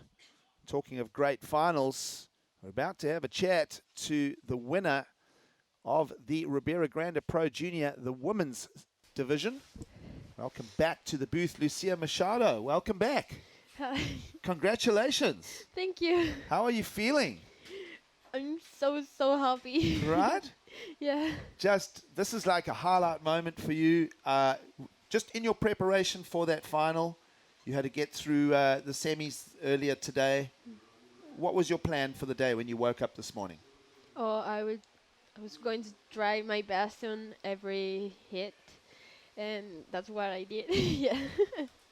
Well, folks, this is what the champion looks like, young Lucia Machado. Let's talk a little bit more about the next part of from here on. Where do you go next? What is your next step? I think the next competition is the ISA on Huntington with Okay. the Spanish name. Yeah. Okay. Well, you are the champion of the Ribeira. Is your first Pro Junior win? Yeah. Yeah? And before this, what was your best result? Oh, third. A third, eh? And where was your third? On the Roxy Pro 40, I think. Okay, over in France, right? Yeah, in France. Yeah, well, congratulations. And again, you're still very young, right? Your age is 15. 15, right. So this is what the future of surfing looks like, folks. A young 15-year-old by the name of Lucia Machado gets that win over Julia Gonzalez. A little bit nervous in the final, your first final at the Pro Junior level? Yeah, but it's my friend, so we were like surfing. Okay, so that helps if it's your friend. Yeah. Would you have been more nervous if you were in a different region? And like, are you going to go to the World Junior Championships in Taiwan? Oh, I don't know. Not sure, eh? No. Okay, all right. So we've got to Yeah. determine all of that still. Yeah. Well, congratulations, you're the champion. Yeah. You want to shout out to your friends and family again? Yeah, in Spanish. Yeah, of course. Gracias si me están viendo y que estoy muy contenta y gracias por todo. Yeah. Say some more. This is your time. Y que pues no me creía que iba a hacer esto y gracias por traerme aquí a mis padres y a mi familia y que estoy muy contenta. Well, congratulations again. You're the champion here at the Ribeira Grande Pro in the Azores, and we look forward to seeing more of your career. We'll be keeping an eye out for you. Thank you. Okay, congratulations. So Lucia Machado gets the win here in the Azores. Now teeing into the men's final, and on screen, Koali Vast, the young Tahitian, taking on Malachi Martinez. The back-to-back waves coming at us here in the final. Lovely rotation effort there from Martinez as he gets to become part of this shootout. You see the paddle battle on here in the final. If you are just joining us, it is in the northern part of San Miguel Island. Of course, the beautiful Azores playing host to not only this year the World Surf League's junior qualifying series, of course, the up-and-coming men's QS 6000. As back to the air rotations goes Koali Vast. And you would expect this is how they're going to approach it. The tide has filled in. Local time here just around lunchtime, just after 1 p.m. Beaches is filled in here to take in the finals here between the Tahitian and the Costa Rican. Yes, gigs, and they're going to go through those forehand rotors. They've been doing them all week, haven't they? Malachi Martinez got those on lock. Callaway Vast knows a thing or two about a forehand rotor, and it looks like it's that man, the current European junior champion for 2019, Koali Vast, off to a pretty strong start. Something he's done throughout the course of the event, actually. He's been pretty good at locking scores early, which has been critical. Yep, of course. By making the finals here in the Azores at the Pro Junior level, he has just been announced as the champion. Of course, Malachi Martinez, also no stranger to the Pro Junior circuit. He's been grinding it out in various regions around the world. We'll be looking to see if he can arrest a final here. It is a tough call against a young Koali Vast, who's showing us his complete package as a budding professional surfer. Of course, multiple winners at the Pro Junior level and the Papara Pro over in Tahiti. And now he gets to really bring his campaign on the road, so to speak, in 2019. making multiple finals. I think that this is his 5th final of the year at Pro Junior level. Has had a couple of slip-ups, not taking all of the wins at the finals level. And this one was here. This is the forehand whack. He got a bit of speed. And Martinez cracks it off the top. He's been sticking to his forehand all the last couple of days. You can see why. Real snappy surfer, good style. So, as we see, and this is the backhand attack of Kawali Vast. Got him some scores in the other semi-final. And he got a 6.17 for that last air. Yep, so look at the 3 real meaningful rides of the final thus far. 6.17 and a 5 for Kawali Vast, going either direction. And Malachi Martinez really just squeezing a soft left-hander for a 4.67. Now remember, Martinez has been going to the air regularly. We saw him punt in the semi-finals for a 6.33. We saw him with an even higher punt in the quarterfinals for an 8.17. So watch for Malachi Martinez, the comeback story here in this final. Of course, we've whittled a field of 60 junior men down to the remaining 2.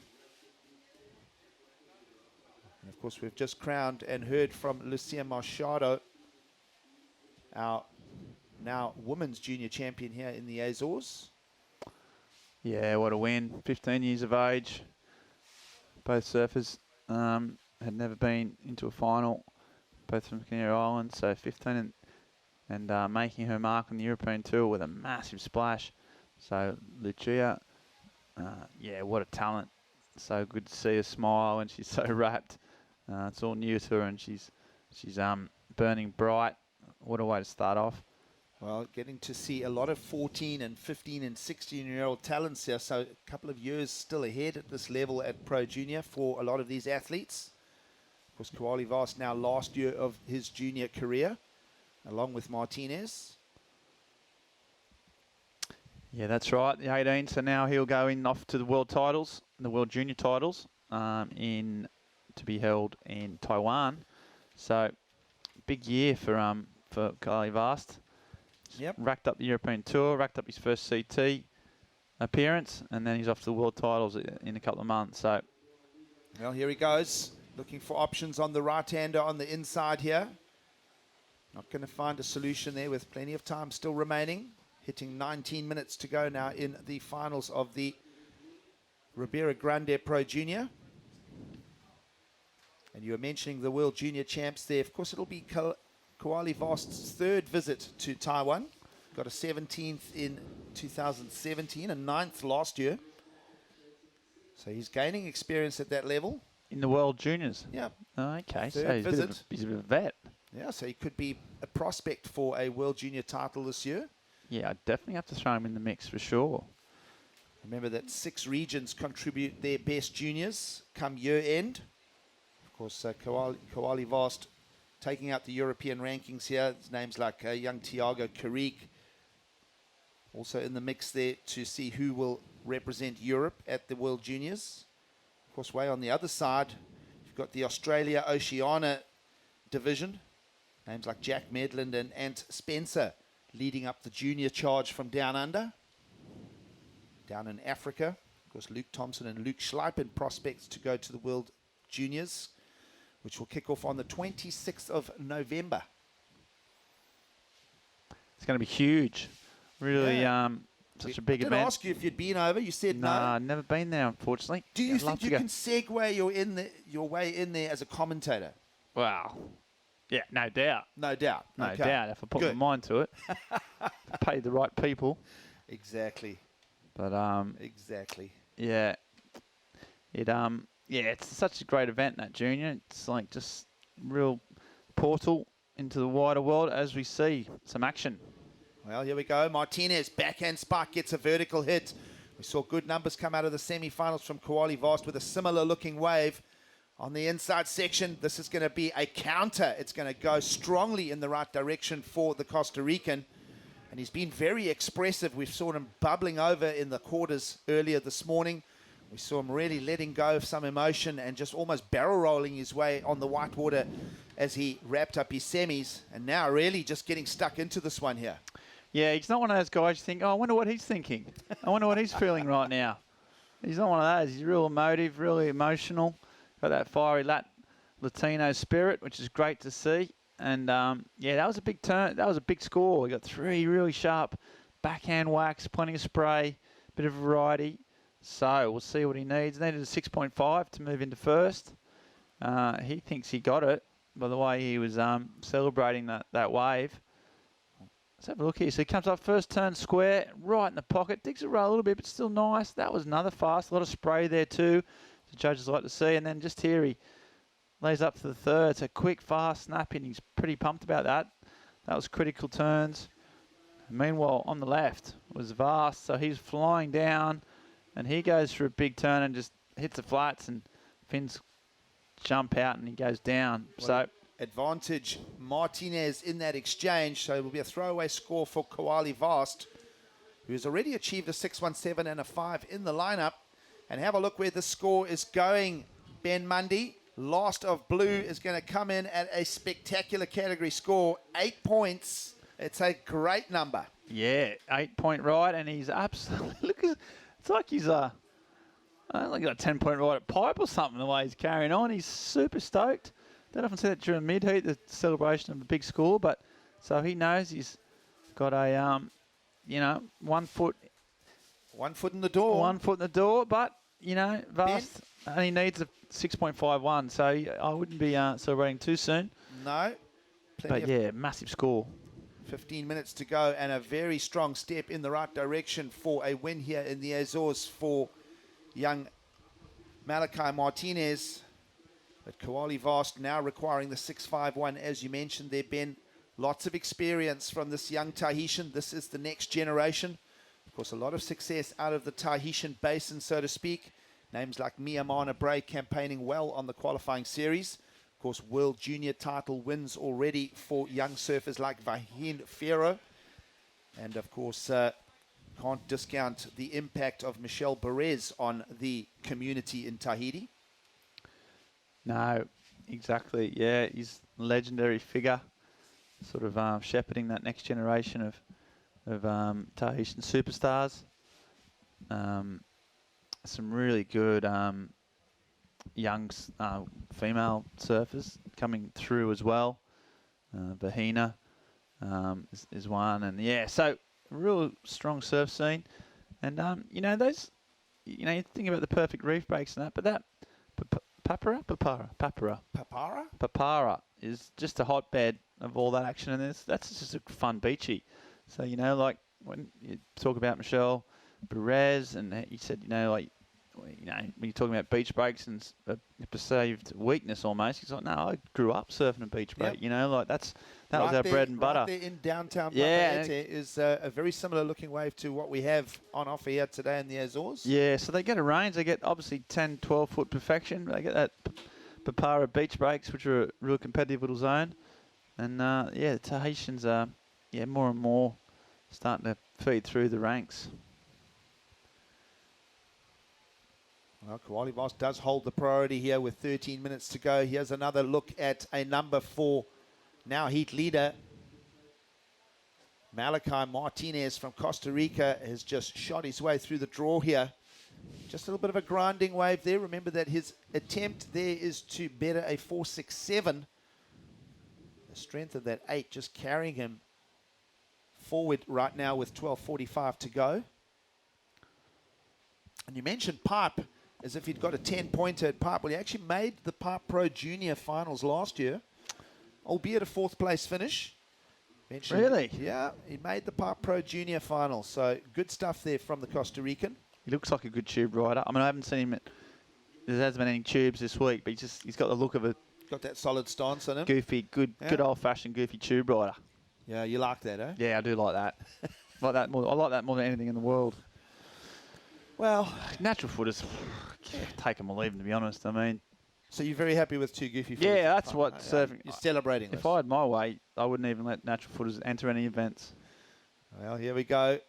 Another look from Martinez in the Ribeira Grande Pro Junior final, coming to you from the Azores this afternoon. And maybe a little bit of surprise here. We kind of all speculated with the momentum and the discussion of Koali Vast that he would be, you know, pretty much a clear shot for the title here. And right now he's got a bit of a hurdle to jump because Martinez's 8-pointer is already going to play into this last 11.5 minutes. Yeah, that's right. It's a big score, especially in a final. And now Vast needing a big, big number, 7.94. He really wants to go out in a high. He's already won the European title, but the icing on the cake would be this win here. But his competitor, Martinez, is making life very difficult for him. That backhand whack really got that on tap, and he's got a really solid lead. 11 minutes to go. Something dramatic would have to happen for Vast to make a comeback. Looks like Martinez has added another score here. Let's have a look at this one. This is going to fetch a 6.1, Ben. Yeah, that's right. So once again, 3 or 4 of those backhand turns. Didn't have quite the venom or the pace of that 8-point ride, but anytime you're getting 4 sort of turns in with a bit of spray, the judges are rewarding it. He's not done yet. Look how busy. Just keep going, sticking these rights. Doesn't have priority. He's going to just keep tapping away. Meanwhile, Koali, who has been pretty patient throughout this event, he's just waiting. He's got priority. He needs a big score. So, no, he's going, you know, a couple of small waves. He needs to go big if he gets the opportunity with 10 minutes on the clock. Well, third surf of the day in the heat jersey for both of our surfers here in the final. Of course, we got going with quarterfinals mid-morning, and it was Koali Vast that got past Nick Marshall, which I felt was the hardest quarterfinal to win this morning. Nick Marshall very on form here, if you looked at the draw with the final 8 this morning. Yeah, he'd been the form surfer for sure. A little bit unlucky in terms of, I think, the waves that they got. You know, it's earlier on in the heat, the lower tide, when we started off the day. Sort of didn't give Nick so many opportunities. But yeah, that was a really tough heat. And once he got through that, you kind of sensed he was more than capable of going all the way. And he's proved that. But he's hit a bit of a roadblock, a bit of a speed bump in the form of Martinez, the Costa Rican, the best beard in the junior business. You happy with that? Yeah, I'm happy with that. A beard and a goofy footer. Yeah, You've got to be everything about the kid. I'm a massive fan, and he's been ripping. And the first time in the event, Vast is kind of up against it. What can he do, Giggs? What does he have to do? Well, you've got to sort down into 2 pieces, you would think. Requirements of close to an 8. Approach it by 2 parts, or just go Hail Mary and try and match Martinez in the air for an 8. Yeah, I think that's not a bad strategy. 1 big turn. Yep. You think that's it? That's it. Yeah, nailed it. Okay. All right. We got that point covered. Just take off, do a massive air, get an 8, win the event. Not like rocket science, is it? No. Of course, on the other side of the draw, Malachi Martinez, quarterfinal this morning against Portelli, and then got past a very in-form Justin Becret in those semi-finals earlier. Of course, a look at our venue here at Ribeira Grande. This is the north coast of San Miguel, the biggest of the 9 Azorian islands. Quite a mellow Sunday afternoon unfolding here. A lot of cloud cover this afternoon. Of course, the islands do sit underneath that atmospheric pattern called the Azores High. And every day, slightly different weather. You never know quite what you're going to get here. But if you do take a trip out here and you bring your boards, you'll get very pleasantly surprised. Of course, the Azores is amazing warm water, world-class whale watching destination. And of course, a very festive atmosphere down in Ponta Delgado. Countryside's just overflowing with agriculture, great cheeses and wines out of the region as well. You into your cheese and wine? Yes, I'm partial to some cheese and wine, Giggs. And yeah, you're right. And there's no better place to eat some fresh organic cheeses than the Azores. The steak too is pretty incredible. Well, let's have a look at what Koali Vast can find us here. He is chasing a massive 7.94. Good wedge there and a nice sting to it. So Good activation of that last turn there from the Tahitian. Of course, we are speculating Martinez may have gone the other way. A little bit of a slow patch in this Pro Junior final. Yeah, so it's putting the peak. It'll be interesting to see what Koali did at the back. He finished it off really strongly. So if he got any points out the back, it could be interesting.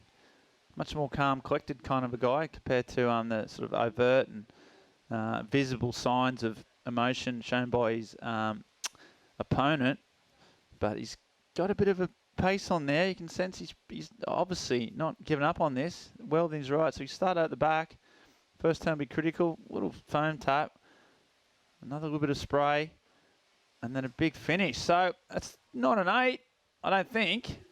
But it's going to definitely improve his situation and make life potentially a little bit easier as he goes. So he's not going to go for the one Hail Mary. He's going to break it down into 2 parts. Yeah, he didn't listen to us. No, didn't listen. And we'll see what his score gets because the judges are thinking about it.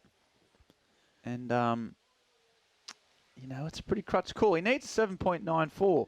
Now, they'll be comparing that wave to the 8-point ride that Malachi Martinez got. They'll be sort of comparing the differences. It was a little bit weaker out those first 2 turns, but then they had quite a big finish.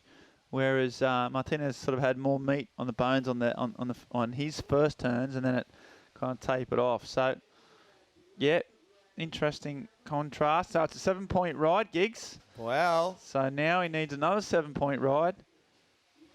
So but he's close, getting closer.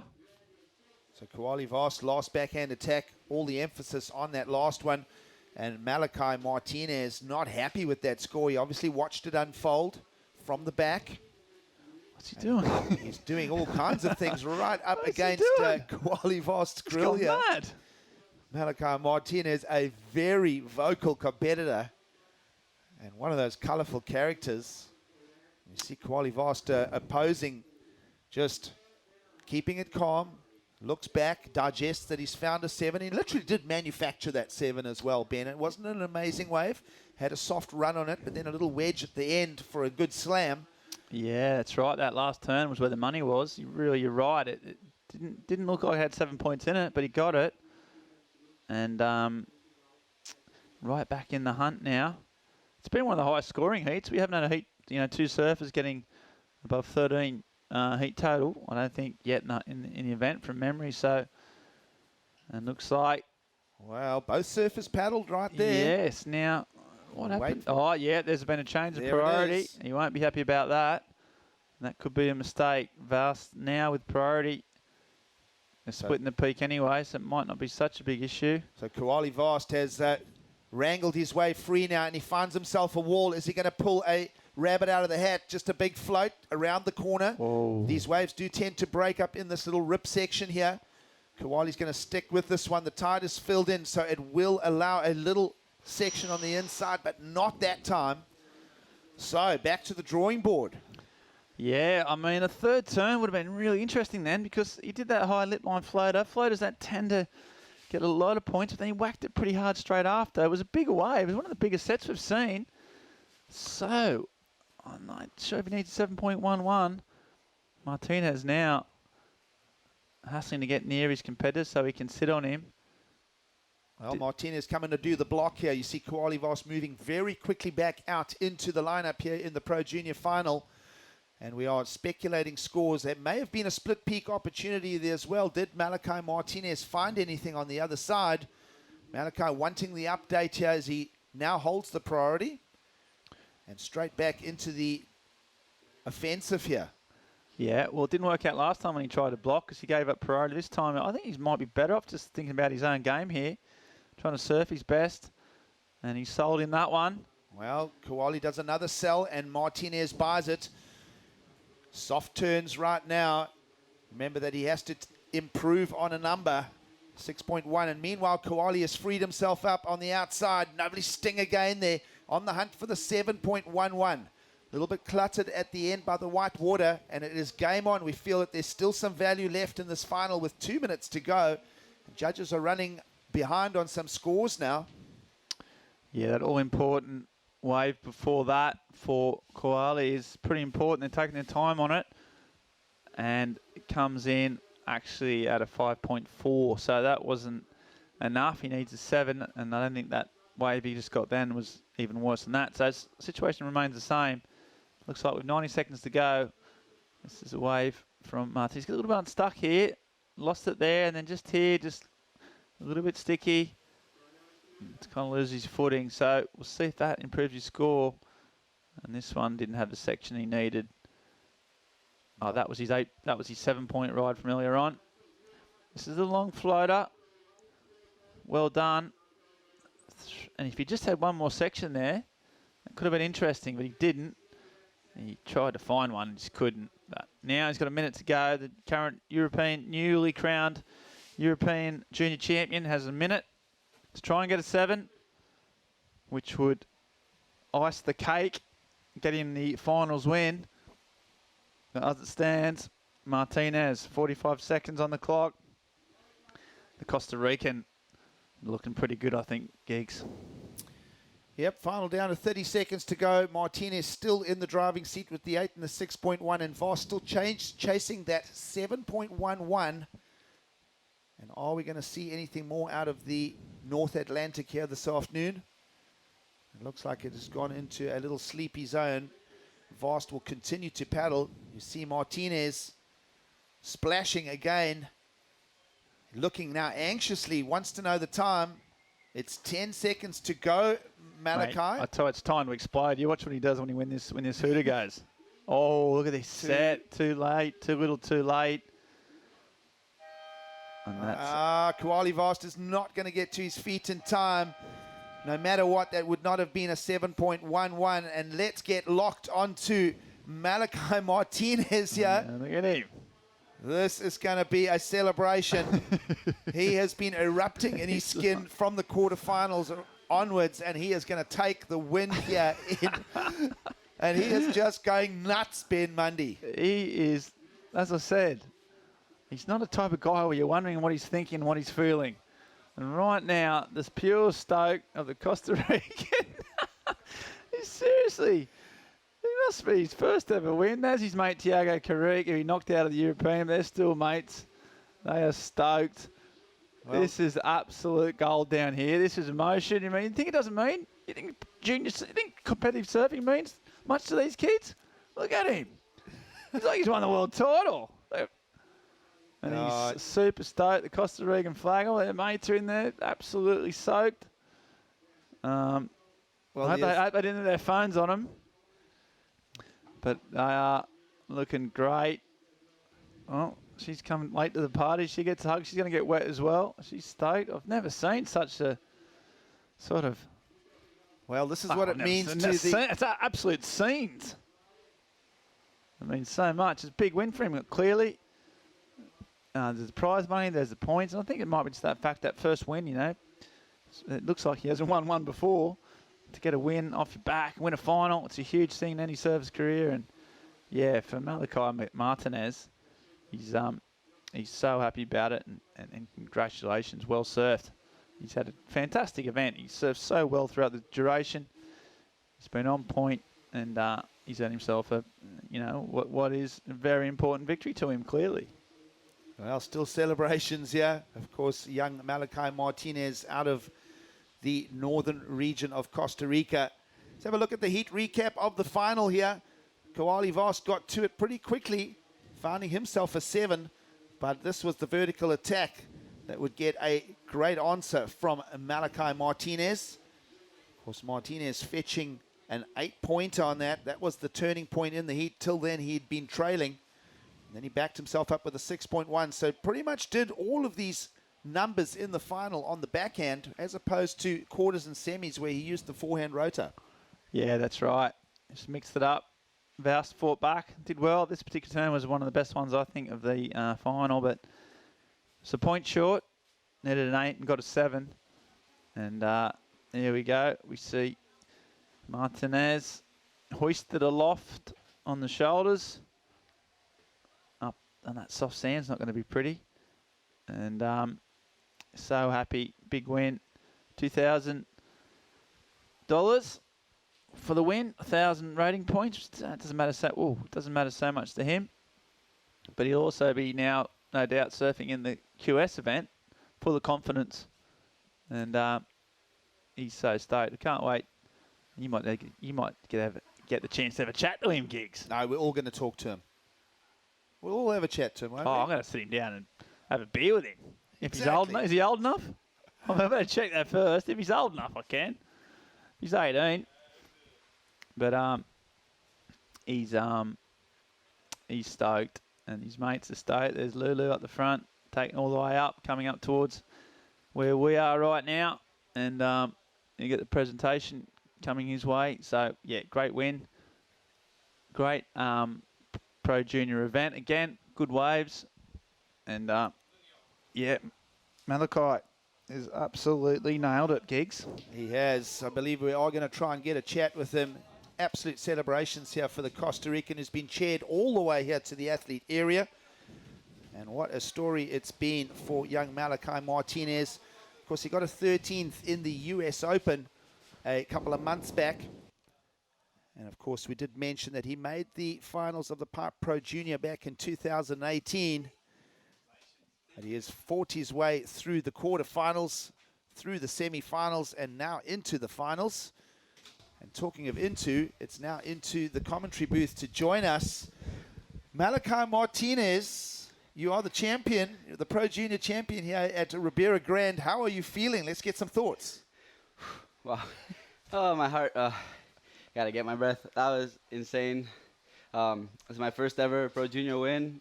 Best I've ever done is 4th place. Yes, Kylie. I can't even tell you how happy I am. Like, it's my last year, and I didn't do so good in the North America ones, and I came over here with actually like high expectations for myself. I really wanted to get a Pro Junior win before I age out. So I'm just super happy, and yeah, today is like I said in my last interview, it's an amazing day. It's Tiago's birthday, which is one of my best friends for my whole life. Fortunately, he fell out yesterday. He wasn't champ in Europe. But it's all good, and it's 15 Septiembre in Costa Rica, so that's Independence Day. And yeah, I'm just super stoked. And so I'm going to drop a few more questions on you. Yeah, let's talk training quickly. What are you doing pre-event? What are you doing through the course of the year? A lot of fitness work. What does your regime look like?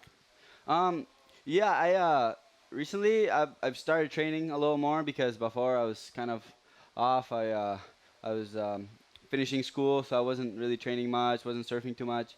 But now I have a little more time, and now I finally got a coach that's been helping me a lot, and we've been working the last month like really hard, a couple times a week. So I've definitely felt big improvements in my game, and yeah. What specific areas when you look at the training? Cardiovascular? Not as much physical training. We do. I mean, I got a trainer for surfing. I go to a gym normally and just do just exercises to get my just breathing, strengthening. Not much muscle, not many weights, none of that. But just been doing a lot of surf training, heat training, and working on my power game, which is. And last question: are you going to be at the World Juniors in Taiwan?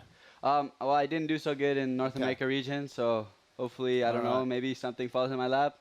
Well, and that'd be my dream to go. So hopefully maybe I could. I don't know. Well, Malachi, you are the winner here in Ribeira Grande. Congratulations. Yeah. A Pro Junior title, and you'll be part of the QS 6000 as well? No, not yet. I'm going home, yeah. All right. Yeah. Well, congratulations to our winner here. Everyone in Costa Rica can celebrate that one. Let's throw it down to the prize giving. We'll touch base with Paul Evans. Thank you so much, Russ.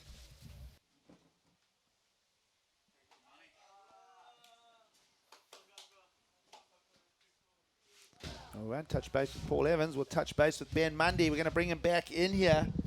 Of course, Ben, how stoked is Malachi with that? He is just frothing right now. Yeah, he's pumped, eh? Absolutely pumped. Really good effort. Great surfer. One for the future. And he's got some money in his pocket. He's got a credible future. and he is about to go up the podium and get a big fat check, having the time of his life, as I am. Yes. Hey, you also get a big fat check for visiting us here in the Azores? Well, I wouldn't call it fat.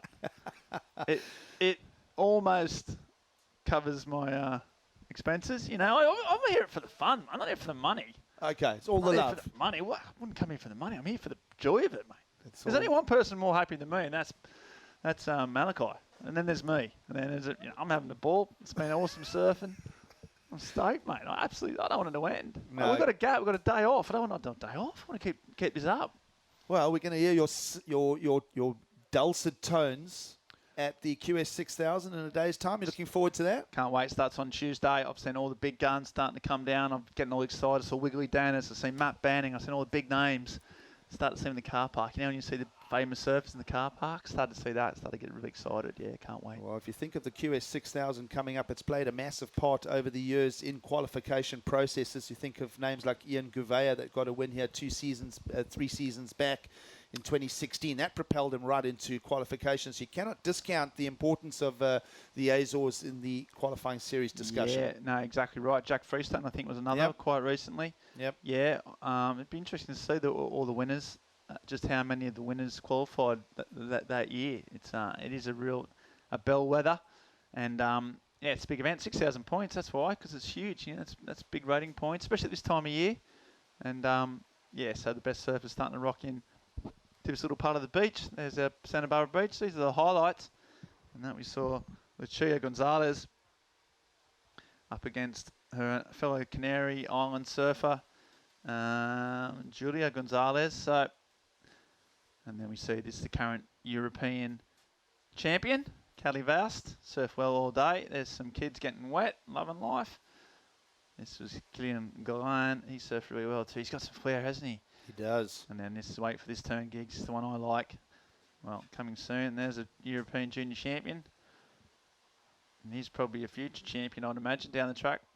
Surfed really well. Had a good semi-final. One of his better results this year. So he's coming of age all the time. But it was about this man, wasn't it, Gigs? Hey, that slash, those airs, those pink shorts, that beard, the whole package. Justin Paquette, he was still in the running up until the semi-finals, but couldn't crack it. And then this is the wave that probably got Lucia right through towards the end. This is one that won her first ever final win. She was busy, wasn't she?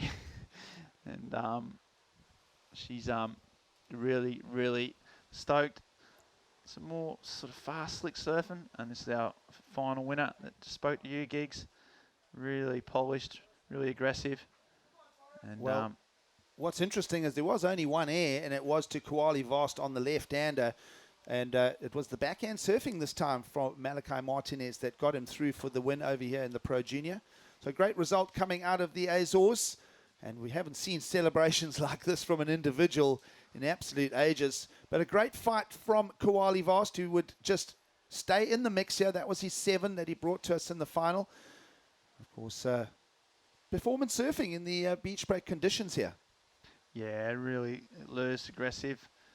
So many good waves were ridden today. It wasn't an epic swell, but there was just enough in this swell to really, really, you know, the best surfers won in the event, and that's what you want. Look how stoked Lucia is. The first ever final, 15 years of age, and that man, you think he was happy?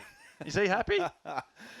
Well, absolute joy here for Malachi Martinez. It was celebrations all round. We're going to leave you with these sights, and of course we'll be back in a day's time for the Azores Airlines QS 6000. We're going to leave you with these wonderful images in the beautiful Azores. We'll chat to you again on Tuesday the 17th from the middle of the Atlantic. Love you. Bye.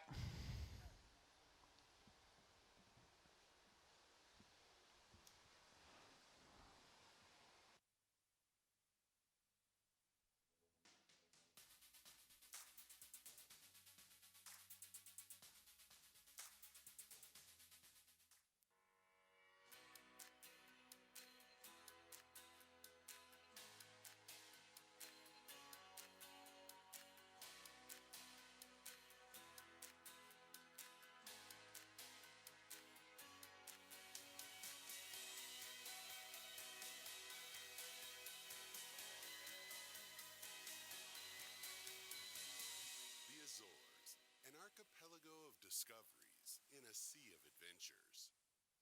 Using plastic at our events has always been the norm. Recycling helps, but most plastic still ends up here, or worse, here. Plastic never goes away, because with plastic, there is no away. At the rate we're going, by 2050 there will be more plastic in the ocean than fish. It's a deep problem, but there are steps we can all take. By cutting out single-serve plastics at our events, we can start turning back the plastic tide. This is our commitment for a stronger ocean. What's yours?